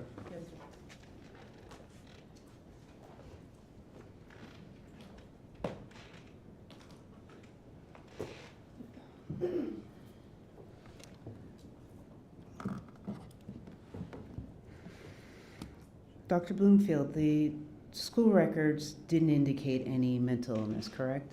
Correct. All right. But you did receive the pediatric records. Yes. All right. And the pediatric records, if you have them, if you could take a look at the 25th page of 40 or on the top right-hand corner of, let's say, 12 of 22. I think I may have them on my computer. Can you read it to me, or? I may have it.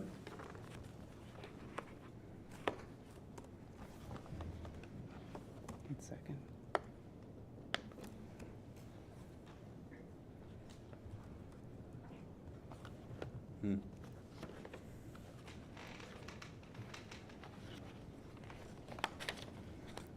May I approach your Honor?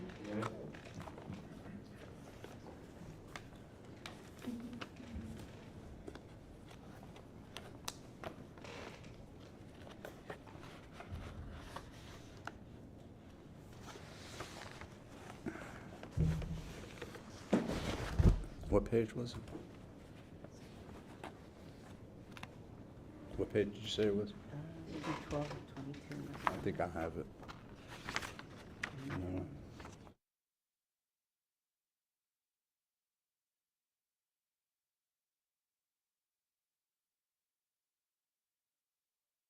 Attention deficit hyperactivity disorder, say, oh, I'm sorry. The notes under attention deficit hyperactivity disorder say notes, discuss diagnosis differential, and will follow up Vanderbilt form, mom to bring forms back once it's done. So at one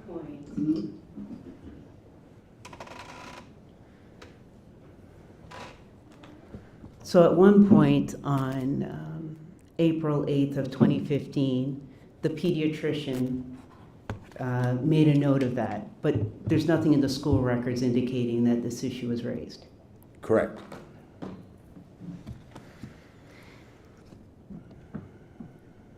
Why did you describe Aiden's friends as unreliable? Well, because first of all, they're young.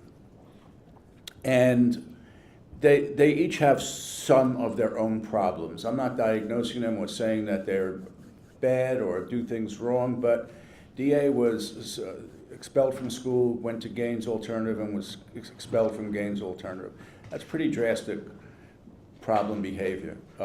Sophia was described as having severe anxiety disorder. The other girl had cuts herself, also a sign of a possible trauma-related issue. I'm not saying it is, because I don't know, or a borderline issue, or something like that. So they're young, they have their own disorders, and what they say has to be weighed, but weight has to be put on it. And we're all used to doing that. How much weight are we going to put on this disclosure or this report? And I'm saying that I can't put full weight on them because I don't know how reliable they are and how valid what they're saying is and what their recollection is and whether they have some other issue that they're trying to get at, even if they agree. And so I think there's a somewhat problematic issue in putting tremendous weight on the report of young people who are also struggling with their own problems. And then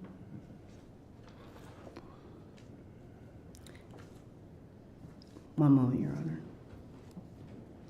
So looking at his state of mind, fair to say that you cannot provide an opinion at this time about his state of mind at the time of the offense? That's correct. All right. So when the state's repeatedly asking you about premeditation, again, your position is that you cannot answer that at this point in time. That's correct. Okay.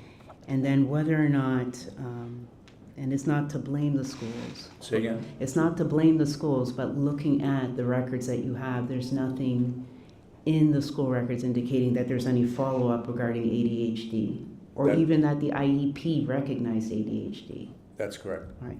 Or that any continued follow-up was made, whether it's with the pediatrician or the schools, to further investigate if that's the issue or if it's something cognitive.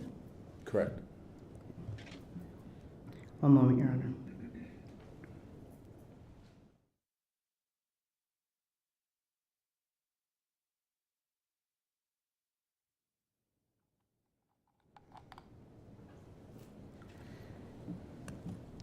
So earlier, or just a moment ago, the state had brought up it's DJJ Officer Barton.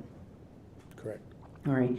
Barton had also indicated that Aiden reflected, or Aiden had informed him that he was hearing voices. Correct. All right. And Barton also indicated that Aiden stated that he was on lithium, Remeron, and Zyprexa, or lithium and Remeron. And I think Zyprexa too, yes. All right. What's the purpose of those medications? Well, they're psychotropic medications. Lithium's typically used for people who have bipolar disorder. Zyprexa, Remeron are used for some psychotic behaviors and as a calming influence. So those medications are antipsychotics and for bipolar disorder, and a pretty they're psychotropic medications. They're heavy-duty medications. All right. So all of these are psychotropic medications. This isn't for allergies or for acne? No. Okay. Yes, they're all psychotropic medications. All right. Thank you. Nothing further, Your Honor. All right, will this witness be excused? Yes, sir. All right, sir, you are free to go. Thank you. Thank you. Defense, you may call your next witness. Your Honor, defense doesn't have any further witnesses at this time. Okay.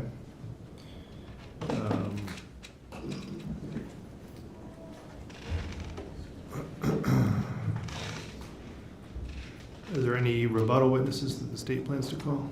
No rebuttal witnesses, Judge. We just have this last set of records that I would. These are additional letters? Yes.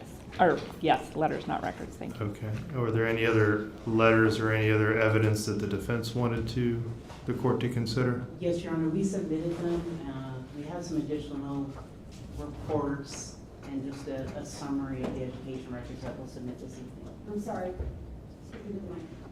Additional summary of the educational records and reports that we'll submit this evening. Okay. I'll receive those letters at this time. Is there a copy for me, or did you just make one for them? You already filed them? No, I can do it that way. If you could email that, yeah, that'd be great. That'd be fine. All right. So at this point, we would be moving into argument. I will afford both sides an opportunity to collect their thoughts. Before we recess for that, I do want to address your client for just a moment, Ms. Peoples. Sure, absolutely. Go ahead.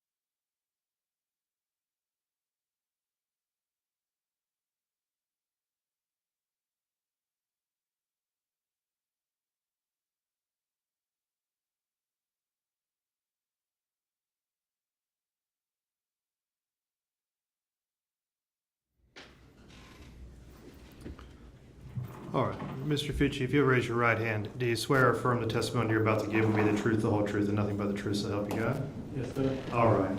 Mr. Fucci, we've been... You can sit down, that's fine.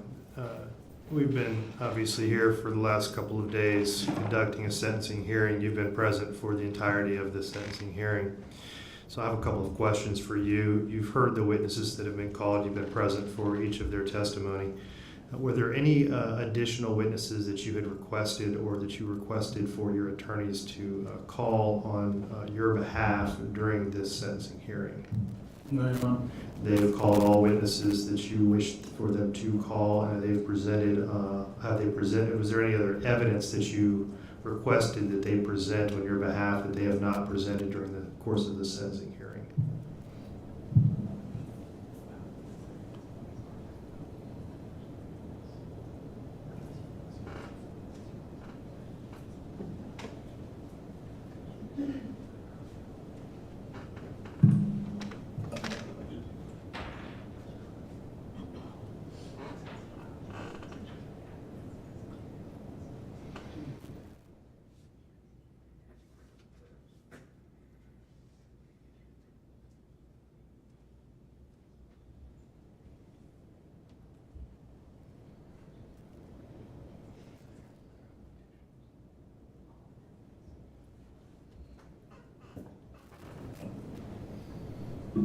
Yes, sir. Okay, and I saw that you had an opportunity to speak with your attorneys. There was, it appears as though maybe there were some matters that you did wish for them to enter. Ms. Peoples, I see you're nodding your head. Have you addressed this matter with him? Yes, Your Honor, it's part of the package that I plan to e-file tonight. I've filed the letters already.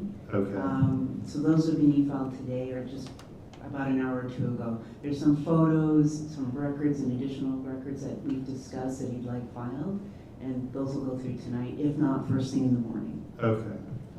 All right. Other than those matters, are there any other matters that you wished your attorneys would have done during your sentencing hearing?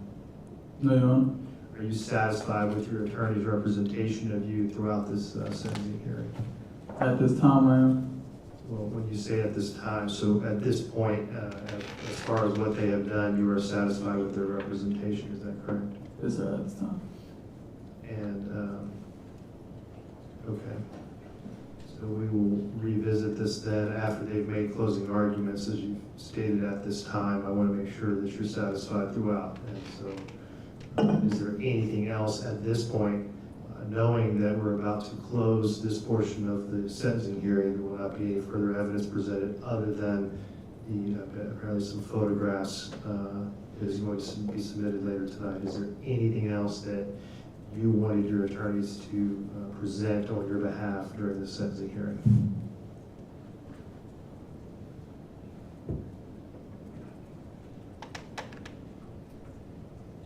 No, sir. All right, do you need any more time to speak with your attorneys about that matter? No, sir. All right. All right, it is 20 minutes after 4 o'clock. How much time does each side anticipate requesting for closing arguments? I'll start with the state. I would think a half hour on the high end, Judge, but probably not that long. Same. Same. Same. All right, I will give you 20 minutes to prepare your thoughts. So we'll reconvene at 4:40. Madam Clerks, Madam Court Reporter, I do apologize. That means we will be pushing past 5 o'clock. So if you need to make any arrangements, please do so while we're on recess. All right, we'll be in recess until 4:40. It's 20 minutes. Thank you. Recess.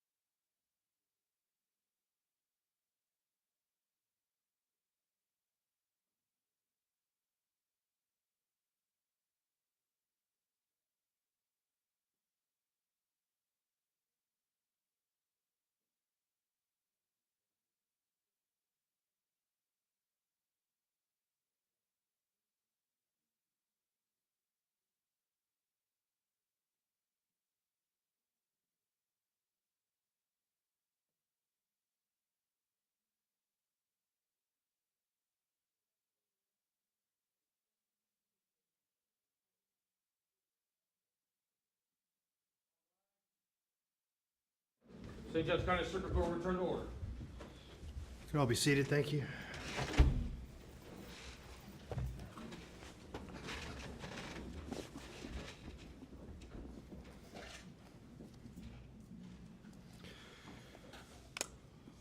All right, we're back on the record in case 2021 CF 825, State of Florida versus Aiden Fucci. We are ready to go into arguments for our sentencing hearing. Before we do that, I did receive several items from the defense. I just wanted to make sure that they've been provided to the state and that they are going to be part of the record. The first is sentencing memorandum defense exhibit number 1, which is a letter from Aiden Fucci dated March 5th. That's the state in agreement with that. The court can receive that into evidence. Yes, we received that. And sentencing memorandum defense exhibit number 2, letter by Jason Fucci as well. The first 4, Your Honor, I've given them a paper copy, but the first 4, I've given them a paper copy, but the articles from the milligram articles, all of that would be going in an email, and I don't believe my assistant had sent it. Okay, well, let me just go through the first 4 then. Defense exhibit number 3, letters by Crystal Smith. You've received those. And then number 4, letters by Deborah Spywak. You've received those as well. Okay. And then number 5 had previously been provided. Okay. That is a Raul report by Raul Banasco. Any objection to that? No, Your Honor, I'll follow up and file the report of Dr. Fisher. All right. There's no objection. Over defense objection. What is the grounds for the defense objection? It's the same objection that were previously cited for Dr. Fisher. All right, well, let's deal with this first then. Is there an objection to Raul Banasco expert witness report being received? He testified. There's also a report that's being offered that the defense is asking the state to consider. Or is there an objection to that? No, Your Honor. All right.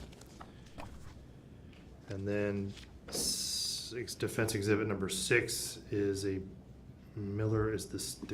case of the state of Miller versus Alabama, and then a brief for the American Medical Association and the American Academy of Child and Adolescent Psychiatry.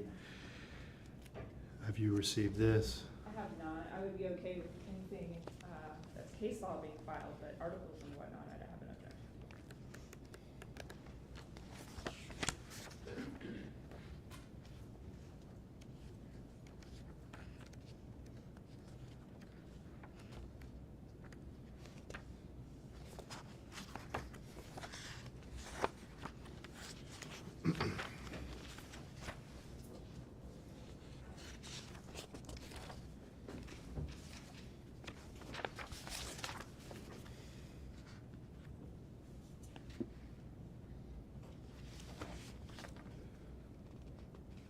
All right, let me pass all 3 of these to you.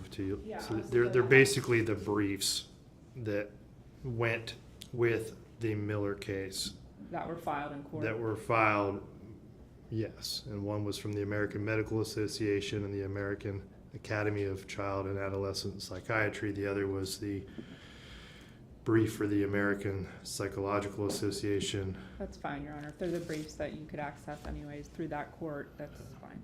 Okay. All right, so those have been received, and I will review all those prior to imposing sentence. All right, any other matters we need to address at this point from the state? No. From the defense? No, sir. All right, I'll hear from the state.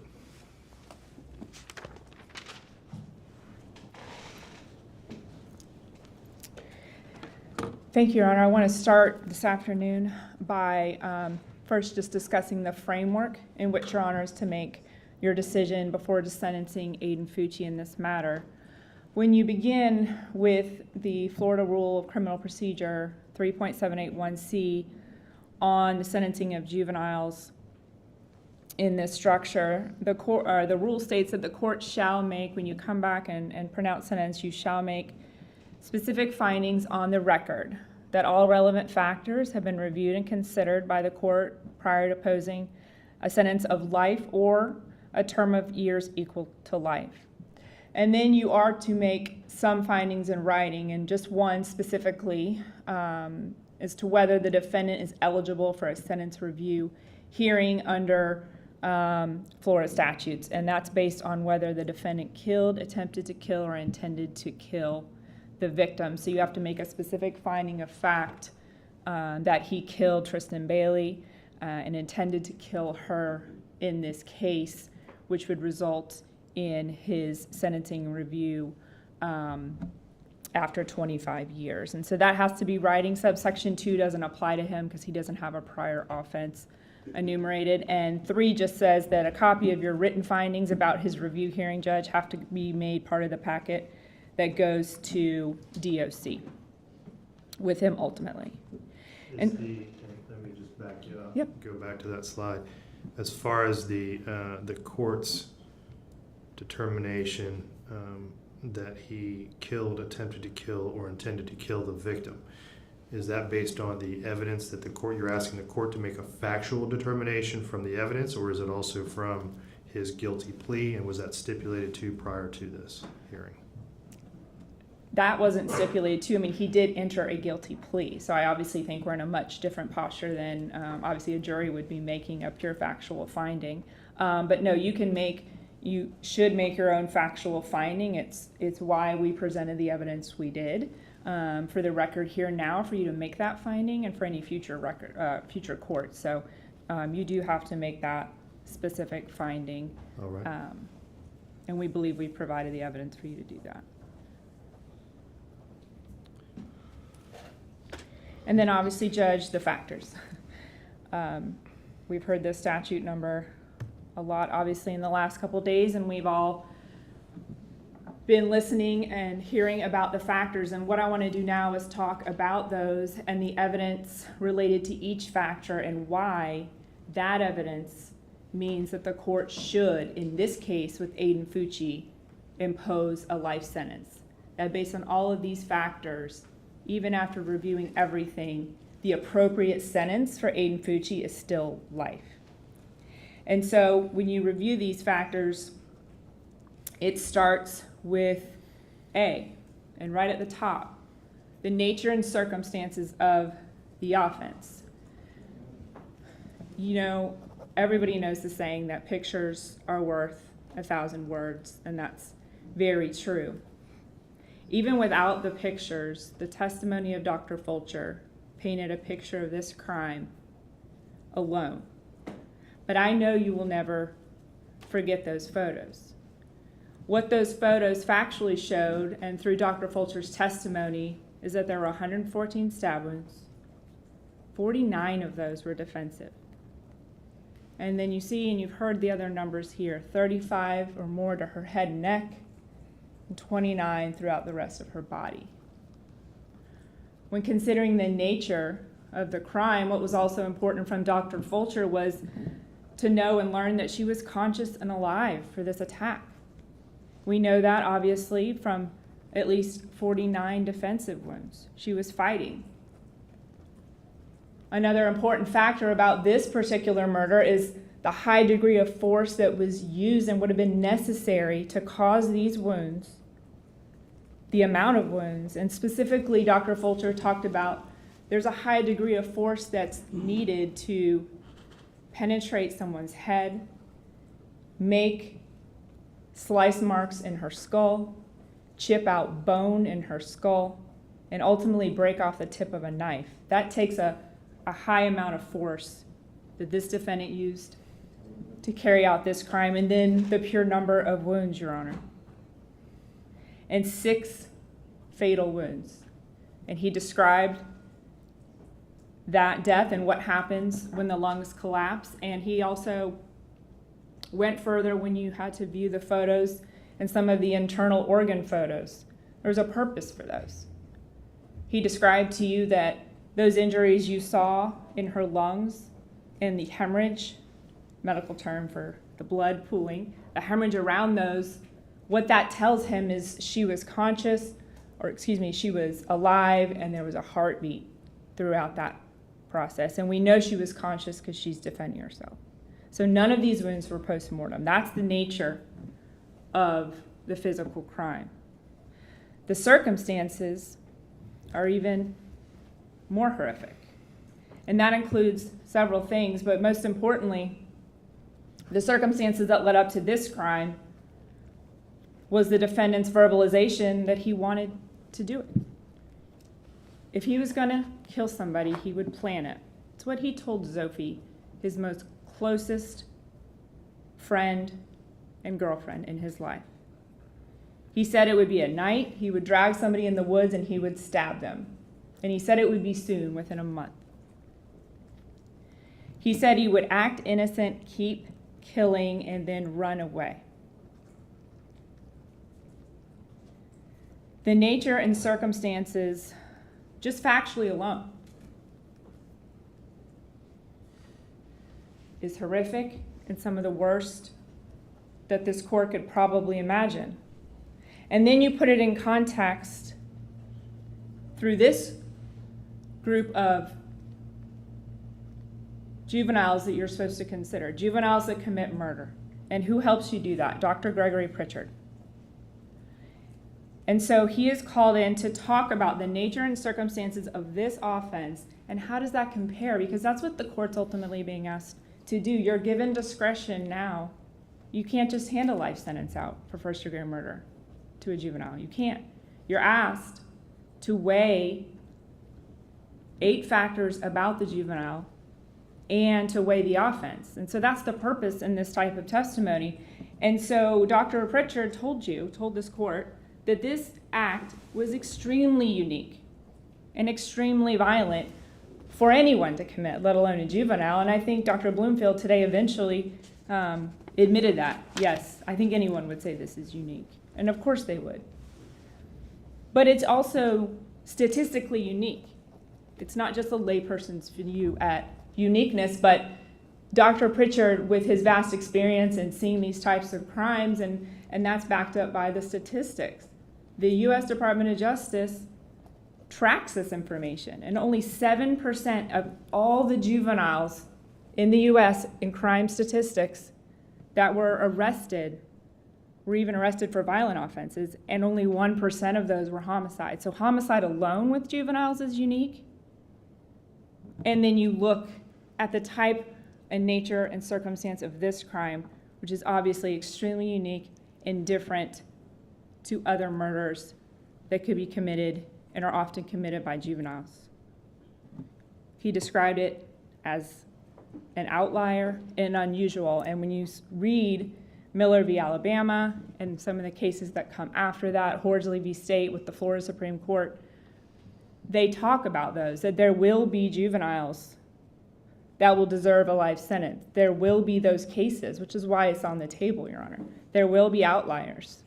There will be incorrigible juveniles that deserve the worst punishment, and Aiden Fucci is one of those. The second factor, Your Honor, is the effect of the crime on the victim's family and on the community. I know it's been made clear to you from yesterday to today, there's no way to measure the effect. Tristyn Bailey was a daughter, a granddaughter, a sister, a friend. She was a great friend, it sounds like, to many peers. A good student, a good athlete, a leader on her cheer team. And it sounds like she was a positive influence in her school community, would have been in the world. Someone referred to her and said that, we want to go on and be the light. That's what Tristyn was. And so this family has lost something immeasurable. And it's not only the family, and the statutes tell you can consider the loss on the community, and you've heard a lot about that, and I'm sure you will and continue to read the letters that came in from local community and beyond, people that were touched by this case one way or the other because they knew the family, knew Tristyn, or knew someone affected. And there was over 100 letters submitted outside of this family. This has been an extremely unique case that's touched this community in a unique way. You heard from Mr. Bailey today about the number of vigils, memorials, the support shown through, ribbons and everything the community did, certain businesses that opened up their place for his family and showed support in various ways. This has obviously had an enormous effect on the family and the community, and I think it really goes without saying, and all the evidence is clear on that. One of the other factors that we spent a lot of time on, Judge, along with another one that'll come later, and these really get to who Aiden Fucci is and who was he, trying to understand the juvenile and trying to understand why he committed this particular crime, what led up to, or just really, was this an impetuous crime, or is this different? Again, under that framework of all juveniles are immature, a lot of them will take risks. They will make bad decisions, certainly. But is this murder just that, or is this something different?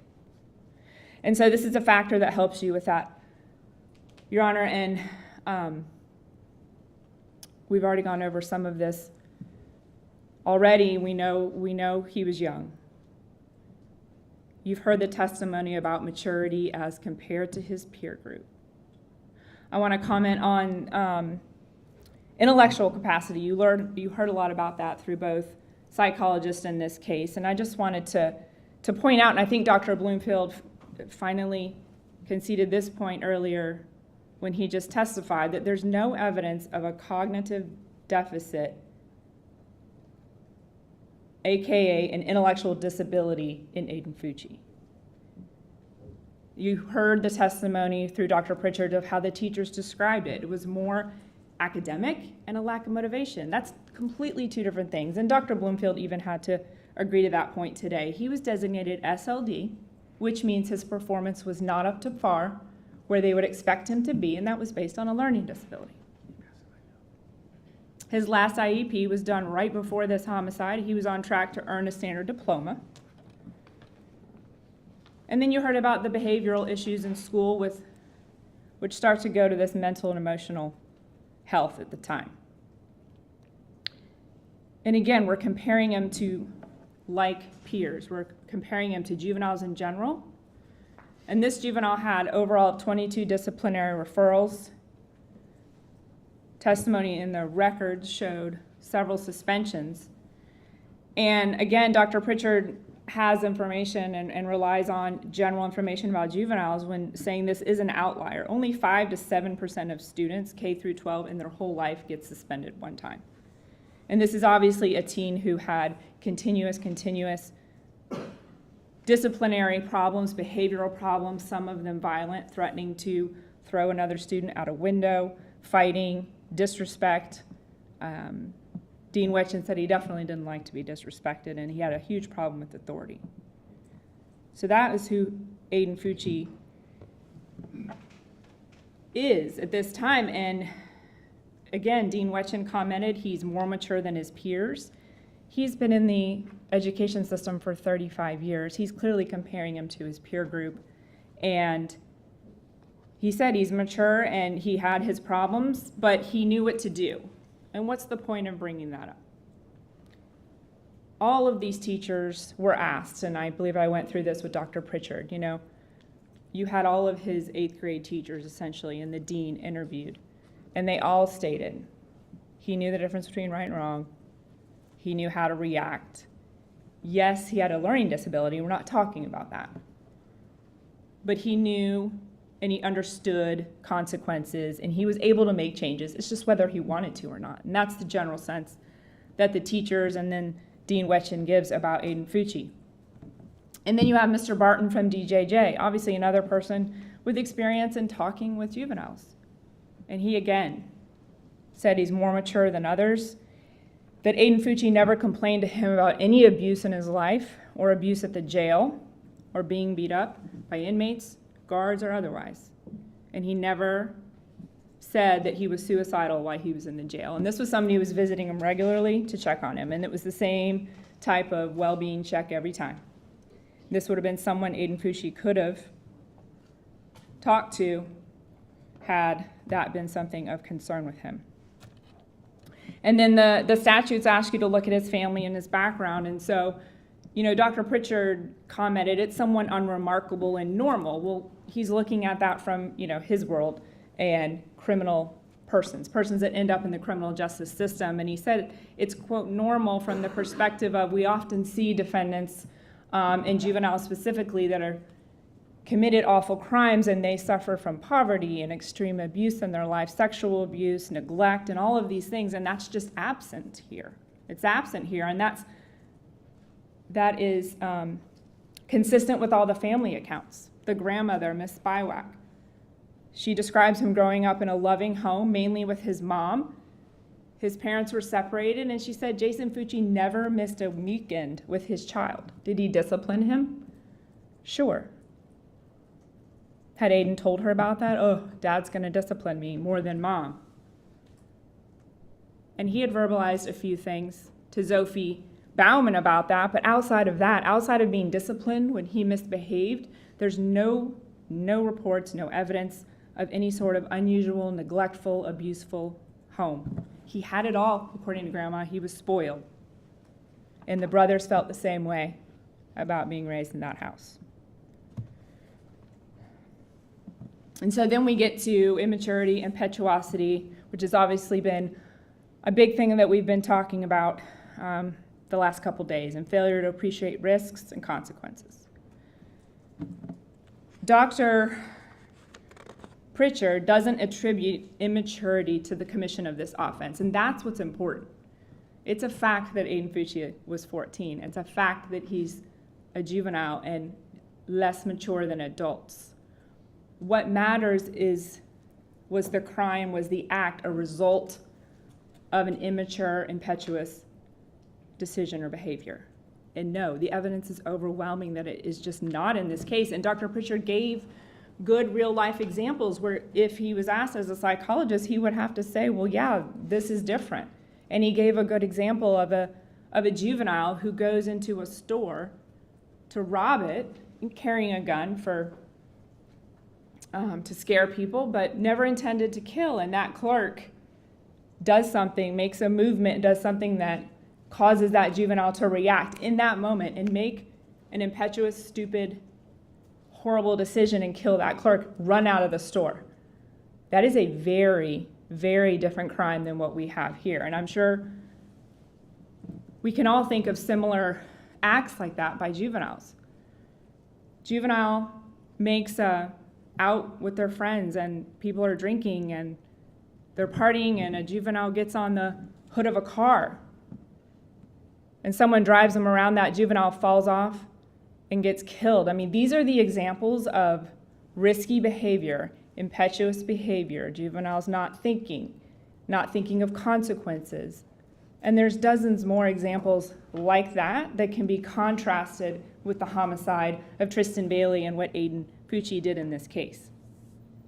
Dr. Pritchard said there is evidence in this case that although there's the general understanding about these juvenile brain developments, that he can generally understand risk. He's not one of those people who just can't grasp it, that they don't understand. There's a difference. We know it because he told Sophie Bauman that when he killed, he would run away, cover it up, and keep killing. We know from other life events in school that when he got in trouble or when he felt he was about to get in trouble in a classroom, he would ask to excuse himself and go to Dean Wetchin. He knew, if I do this, I'm going to get in trouble, I'm going to leave, and I'm going to go vent to Dean Wetchin. So Aiden Fucci understands consequences. Generally, it's clear as well as any other juvenile.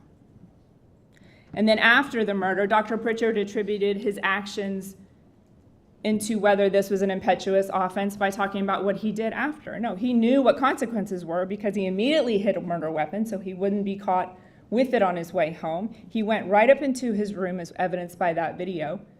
He hid the shoes and white shirt behind his dresser. He immediately went in a shower, spent a decent amount of time in that shower, washing evidence off his body.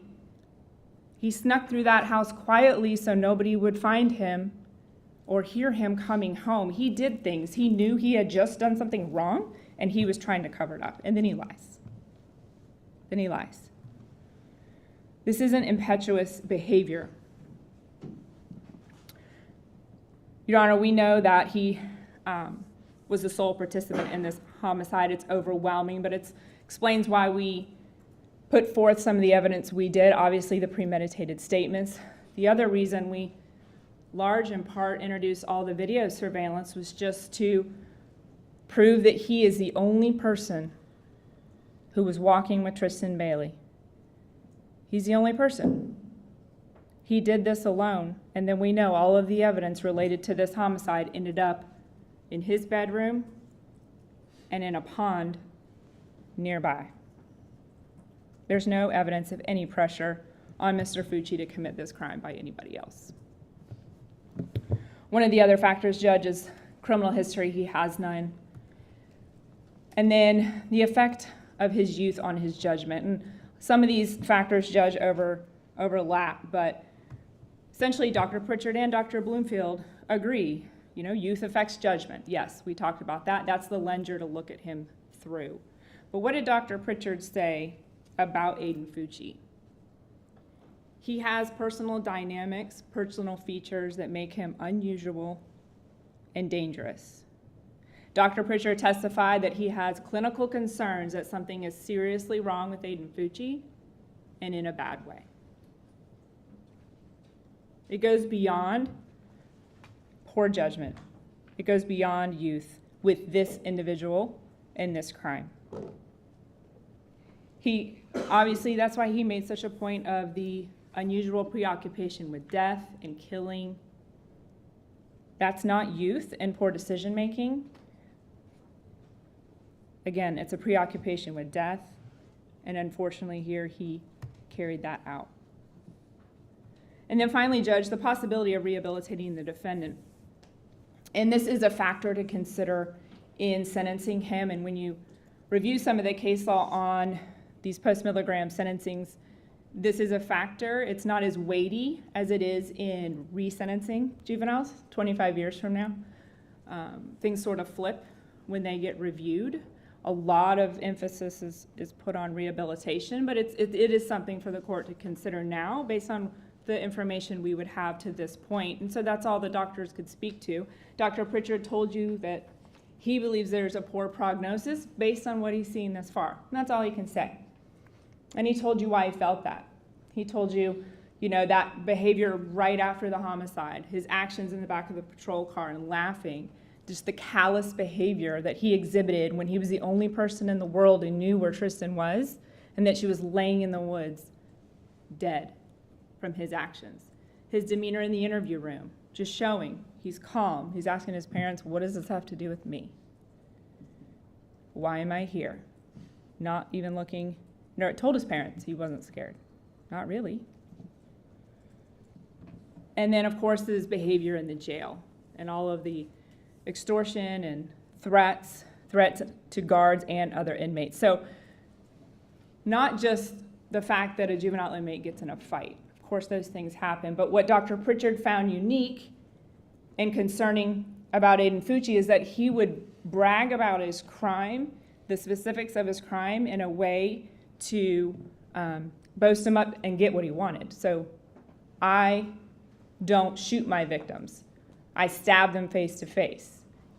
Using his actual crime to manipulate, fight, scare others, exert dominance is different than just juveniles getting in fights in jail. And so he's done nothing to this point to exhibit any sort of desire, care, remorse to change anything about his future behavior.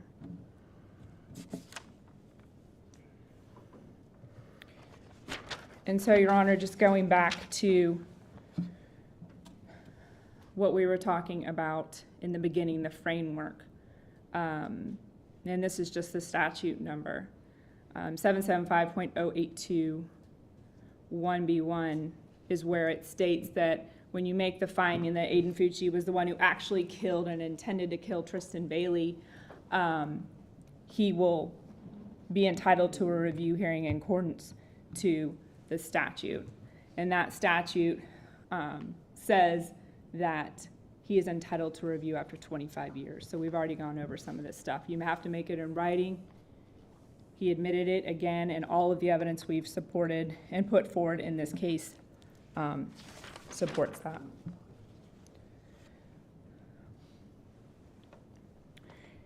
Your Honor, the decision that you have before you is one of discretion. And like I said earlier, if Aiden Fucci was an adult, there would be no discretion, there would be no conversation. It wouldn't have mattered if he walked in a store and shot a clerk once, or he did what he did to Tristyn Bailey. It would be a life sentence. But because of everything that's happened through our courts and the medically and psychologically accepted science, that gives you discretion. And the state of Florida has laid out those factors, and it now requires you to look. It's stating a fact, and we're legally accepting a fact, and you have to look through that lens and make an individual decision about Aiden Fucci. And so that's why the look that Dr. Pritchard did in this case, not just coming to educate you about the juvenile brain, we understand that, but to actually dig in and look at the evidence and try to apply it and then compare it across his peer group and draw differences and come to a conclusion. Is he unique? Is he an outlier? And does he deserve the harshest punishment out there? And that's why they tell you to do an individualized sentencing. And all the evidence that we brought you, and especially through Dr. Pritchard, should help you do that. And all that evidence has really shown us who Aiden Fucci is. And we all know that juveniles confide more. It's common sense. Juveniles confide more in their friends and their peers than they're going to confide in parents and teachers sometimes, and he did that. Aiden Fucci told his closest friends and his girlfriend his most innermost thoughts and desires. And he told them that real life violence was his interest. He wanted to know. He wanted to kill someone and do it by stabbing them, which is clearly different than shooting someone, and it causes much suffering. He knew how, and he knew when he was going to do it.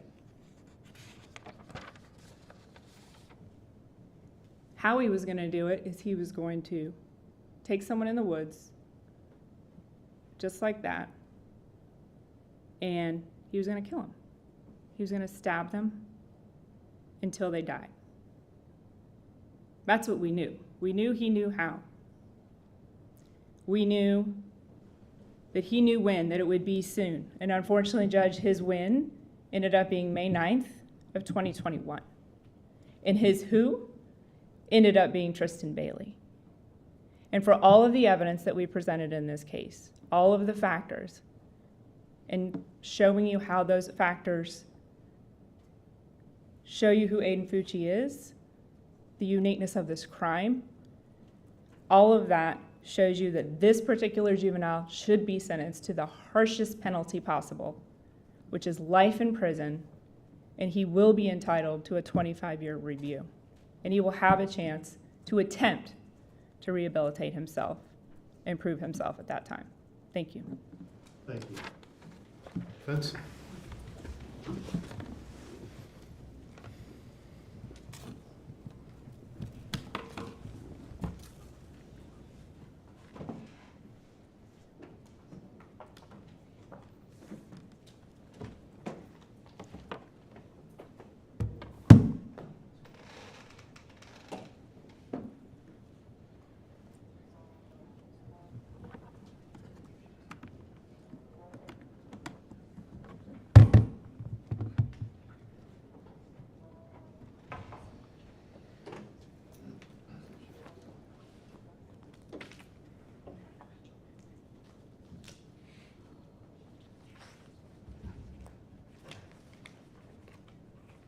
Sorry, Your Honor.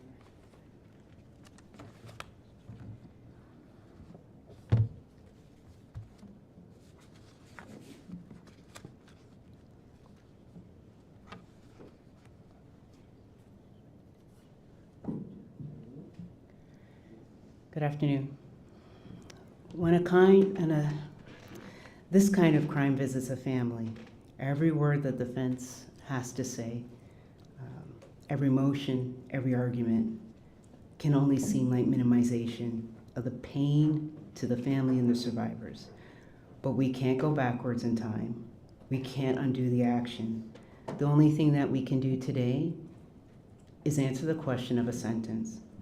And that's whether Aiden would be sentenced to life in prison with a review in 25 years, or 40 years with a review in 25 years. And with that in mind, what I'm going to do is walk the court through what the court knows already, and that's statute 921.1401. So looking at that first prong, the circumstance of the crime, of the offense. 14 years old, 114 stab wounds. Those are numbers. They're not insignificant, but they're numbers. A child is now before the court for the life that he took of another child. Horrific, heinous, horrible are just some of the words that have floated around regarding this offense. But we still have to look at the circumstances. The state had presented, or had put in the court file, a photo of the scene, of the neighborhood, and the many lakes or retention ponds in the neighborhood, the many homes and residences in the neighborhood. And what did Aiden do before and after? There's the walking past all those Ring cameras, the running back with the bloody shoes before those Ring cameras, all the different retention ponds that he could have thrown the knife, the clothes, the shoes. No. Threw the knife right there in the closest retention pond and took the shoes back home with him.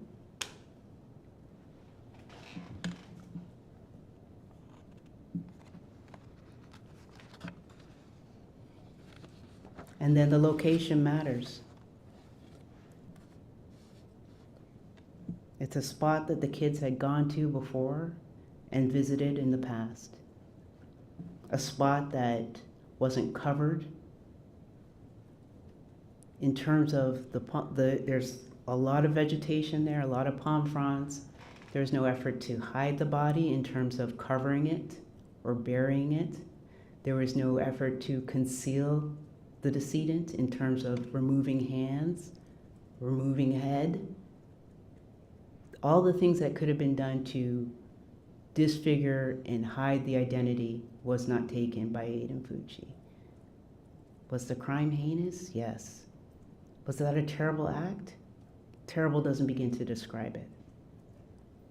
But there are other things that he could have done to cover up this offense that he didn't take.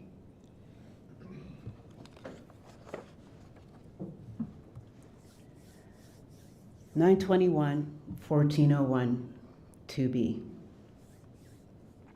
The effect on the family and the community. And to this, there's no question. None. Fundraisers, vigils, letters. The court heard from the family and the community this morning.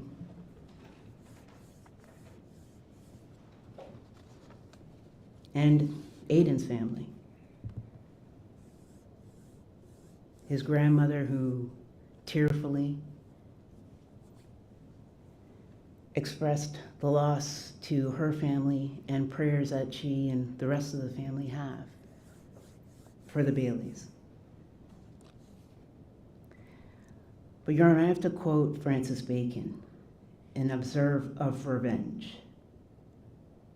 Revenge is a kind of wild justice which the more man's nature runs to, the more ought the law to weed out.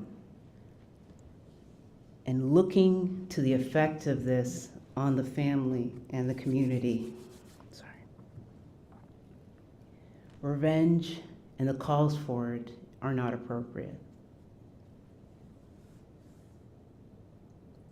We use the law and we look to the law in how to sentence Aiden Fucci. Whether 25 review after a 40-year sentence or a 25-year review and a life sentence.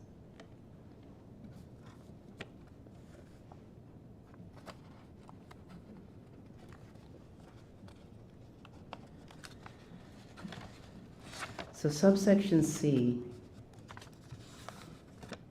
and there's been a lot of testimony on this regarding the defendant's age, maturity, intellectual capacity. He's 14.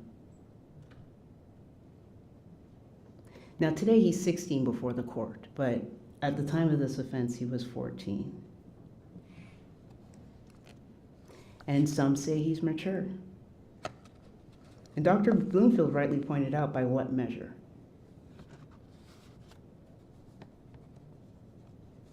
Who do you compare him to? How do you measure maturity? Your Honor saw the video clip of him in the back seat of the vehicle throwing up a peace sign. That's not maturity. To his mental health, there can be no question it's an issue. Telling friends that he hears voices, telling the DJJ officer Barton that he hears voices, and the antipsychotic drugs that he is on, lithium, Remron, Cyprexa. Yes, he has issues. But the focus is his age, his maturity at the time of the offense.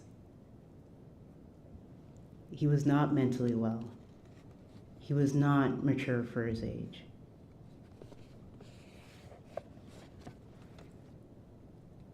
The actions of Aiden and his friends and the risky behavior that these children were involved in points to immaturity.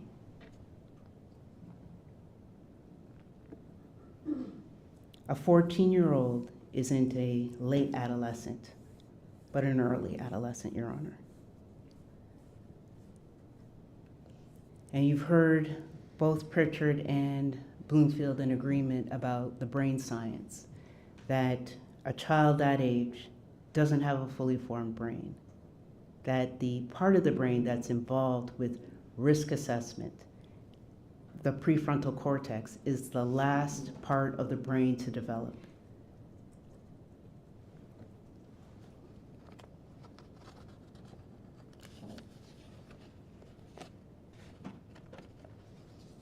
And why is that important? Children do not make sound decisions, reasoned decisions, or wise decisions.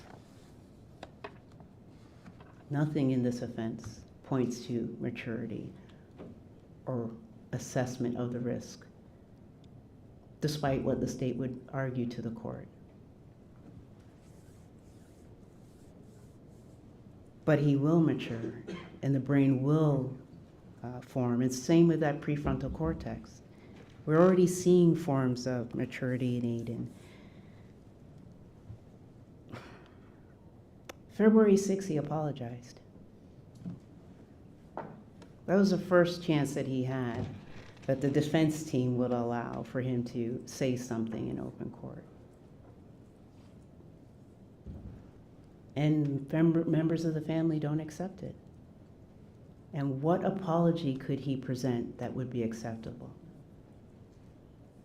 It's understandable why they don't accept the apology, Your Honor. But the child who highest grade level completed is 7th grade, arrested in the 8th grade, not reading at grade level, presented in his own words the best he could.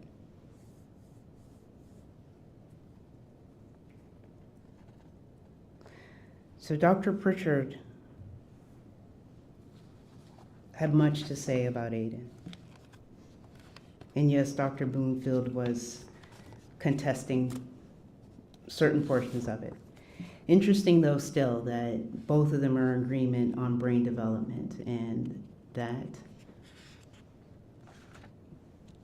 these issues aren't in debate, whether it's psychology or psychiatry or social workers or even pediatricians, that they're all in agreement about children and their brain development and their ability to think through and assess the risk. And I come back to risk while we're talking about this section of the statute of mental health, because the risky behavior that we saw Aiden participate that night was carried through. It didn't start and end with Tristyn's death. There's risky behavior in his out of the home after midnight, which his mother didn't know about. The risky behavior was going to a friend's house and smoking marijuana. The risky behavior continued and continued and continued because he's a child. But Dr. Pritchard argued, or stated, I should say, before the court, that he's mature. But that's not what the evidence is showing. Dr. Pritchard relied on the collateral information in terms of the other children.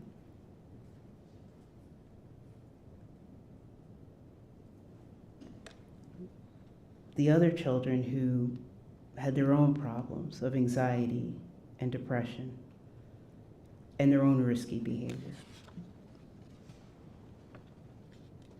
Dr. Pritchard said that his actions were premeditated based on the conversation with the girlfriend and that it wasn't impetuous. Tossing the knife into the pond, he didn't think was impetuous. But it was. The pond was right there. Some forethought. He could have taken all of the incriminating evidence and placed it somewhere else, but most of it he brought to his home. And Dr. Pritchard said that he lacked remorse, and on this, above all, I have to disagree. Because Aiden has expressed remorse.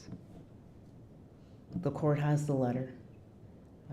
Again, it is not the most articulate letter, but it's his words and his writing. And he did that this year at 16 as his best expression of an apology, which over time will improve. As he matures, as he grows older, he'll be in a position to better express himself.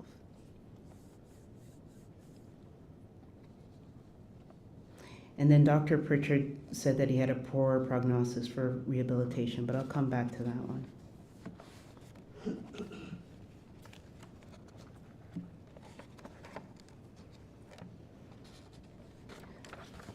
So turning to subsection D, family background. Now Aiden comes from a fairly large family. He, from his mother's side, is the middle child. He's one of 5. On his father's side is a large number of children there too. So as the middle child, his grandmother described him as silly, happy, fun, and respectful. This is the kid that she would gather with the other children in the summers, take to church, have outings, go fishing.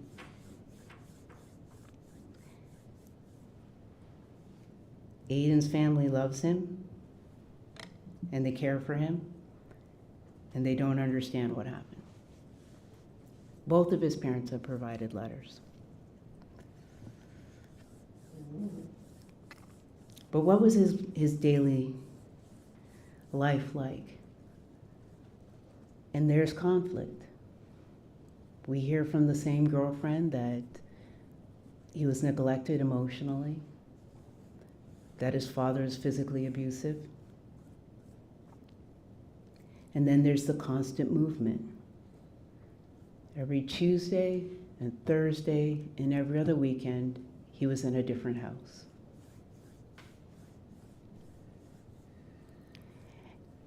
And it's born out of love. They loved him and they wanted to spend time with him, so that's why there's so much movement. But a child needs consistency. And he didn't have that with the constant movement between the two different homes. Part of the reason why he's late for school is because of the distances that he had to travel to get to school on time. And it's not a complaint.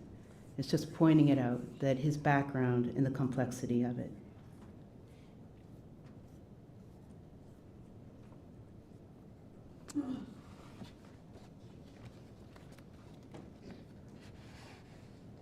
But within that background is mental illness.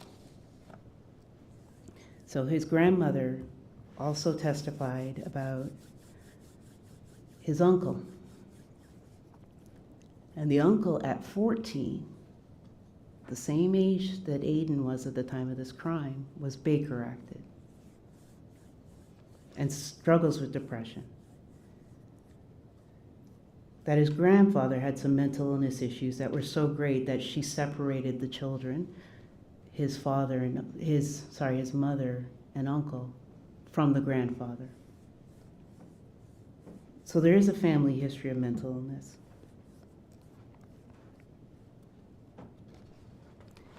And Your Honor, I point these out because it's within the statute. I'm not pointing these out as excuses. Aiden has entered a guilty plea.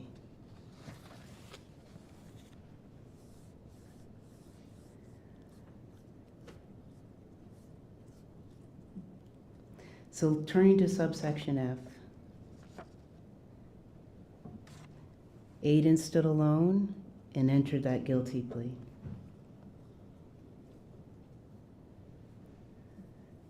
And the apology.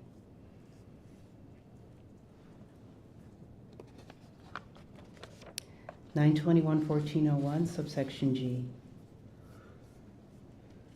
Peer pressure, familiar pressure.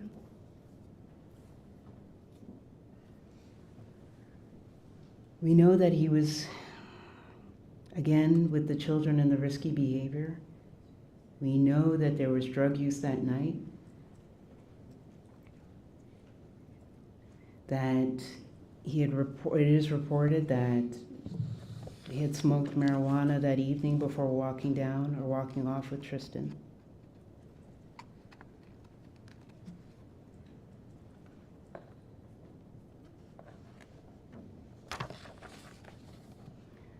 So 921-1401, 2H, that there's no criminal history, and there is none. He has no prior arrest, no prior contact with law enforcement, and the minor infractions in the school were resolved with detention or some sort of in-school discipline. But never inside that school setting was it an issue of a red flag is how they were described. Issues where law enforcement is contacted and arrest is made.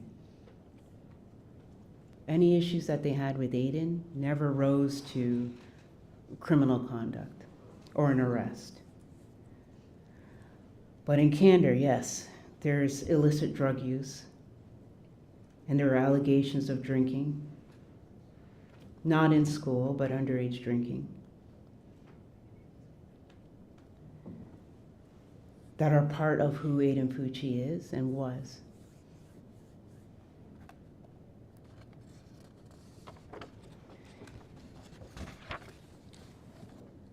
Subsection I is the effect, if any, of characteristics attributable to the defendant's youth or judgment.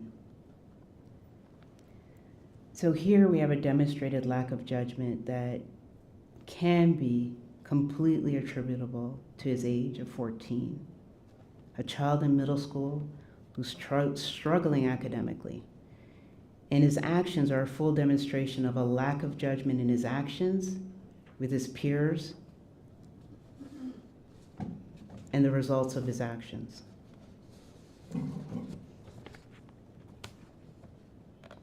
It matters that we're dealing with a 14-year-old, Your Honor. And what do we do with a 14-year-old?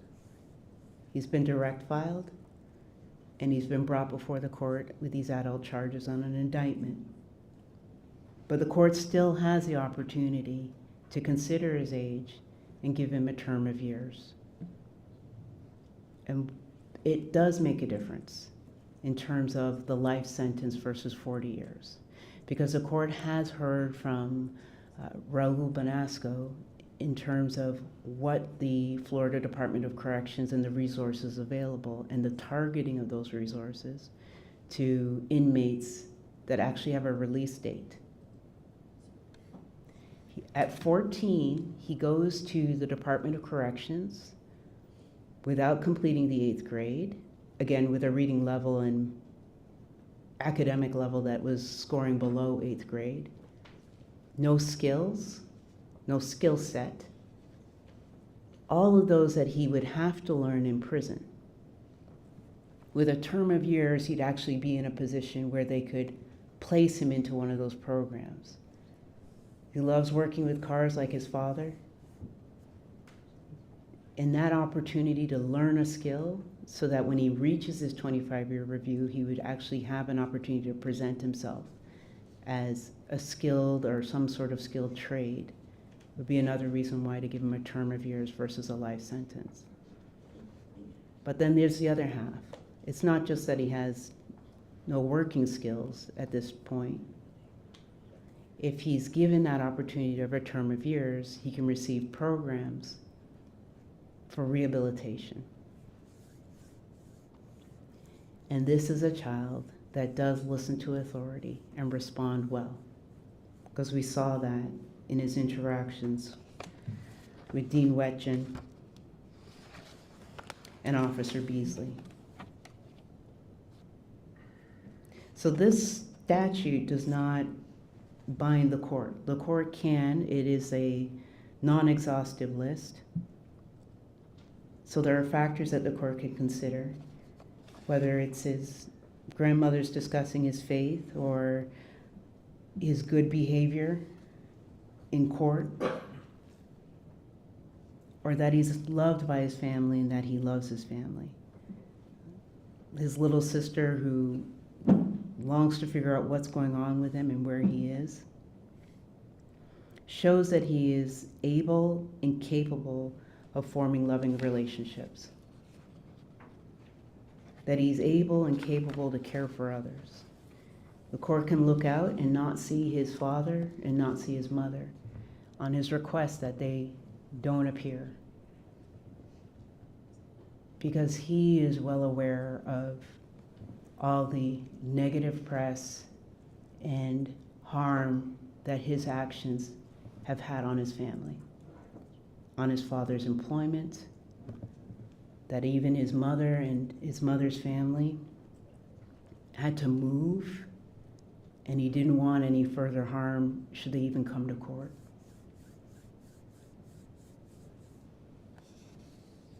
The court can consider that he had a diagnosis that was not followed up of ADHD, that the schools that did a phenomenal job weren't in a position to provide him with intellectual testing, to provide him with counseling and therapy that he desperately needed. And how do we know that he desperately needed therapy? Because at 14, his recreational time was spent smoking marijuana and drinking alcohol with friends. And that he started before this offense.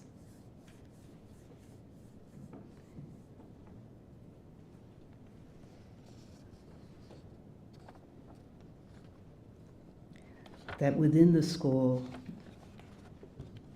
in the school records, it's identified that there were behavioral issues, and yet no therapy was provided specific to that.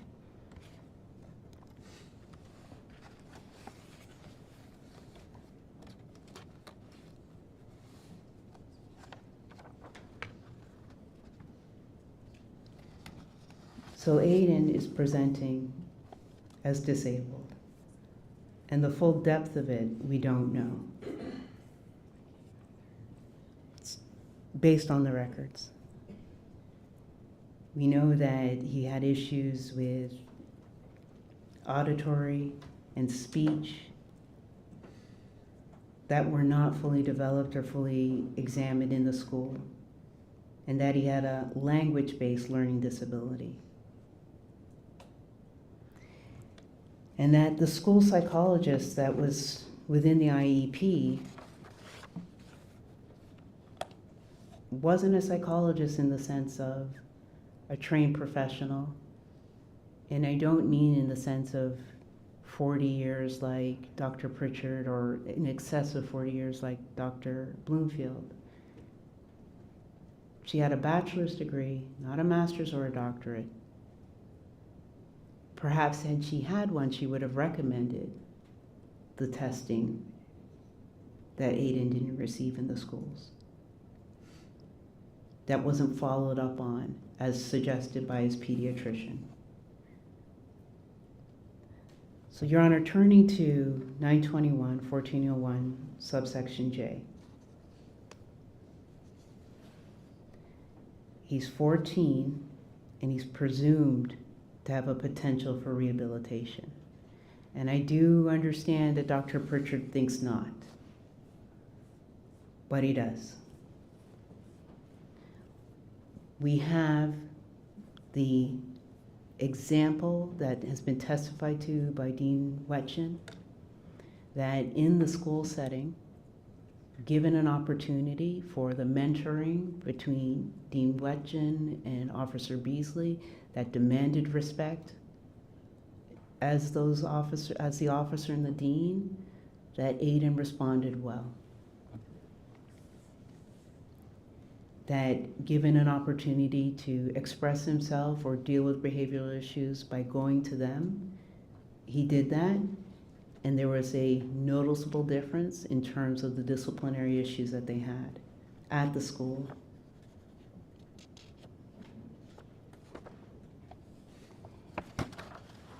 In Department of Corrections, can he be rehabilitated?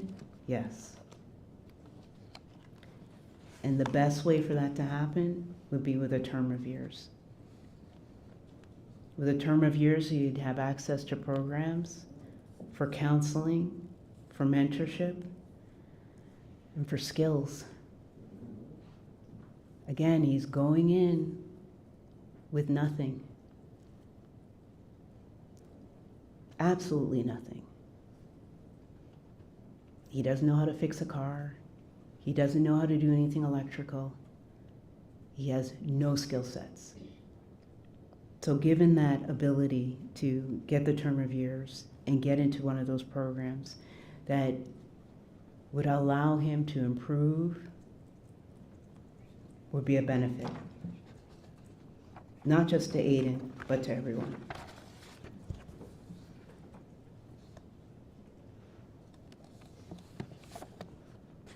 So what is the court to do with Aiden Fucci? Would sentencing him to 40 years diminish or take away from the 114 stab wounds? And I submit no. 40 years is not a light sentence. It is not an easy sentence. It is a 40-year sentence that this child will be placed in the Department of Corrections with grown men who have experience in the Department of Corrections. And Raul Bonasco had described the need to keep children separated and protected. But that protection only lasts for about a year. Nothing moving forward for Aiden Fucci will be easy, and it shouldn't be. And it shouldn't be. But the 40-year sentence doesn't make light of what happened on Mother's Day in 2021.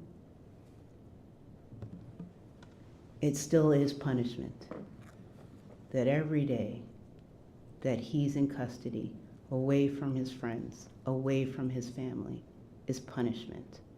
Every day being told where to go, what to do, and when to do it is punishment.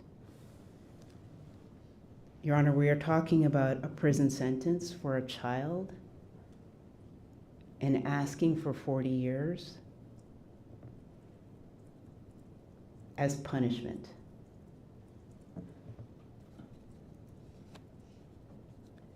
For a child that came before the court and pled guilty, not to a lesser, but pled guilty as charged. The family this morning referred to him as less than human and not human. The court cannot do that. That is not a factor under 921-1401.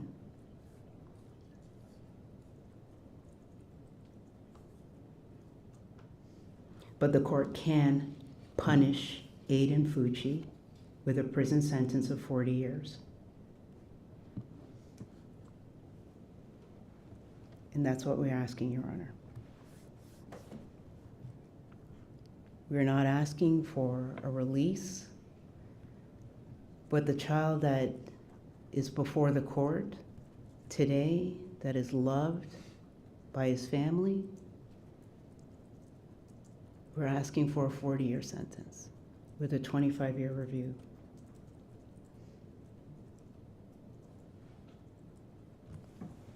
Thank you. Thank you, counsel. Are there any other matters that we need to address before we recess? Mr. Fucci, you've now heard the arguments of your counsel. There was also, as you saw, a lot of photographs that were being shown during the course of her argument. Were those the photographs that you were requesting that the court review when we spoke last? Yes, sir. Okay.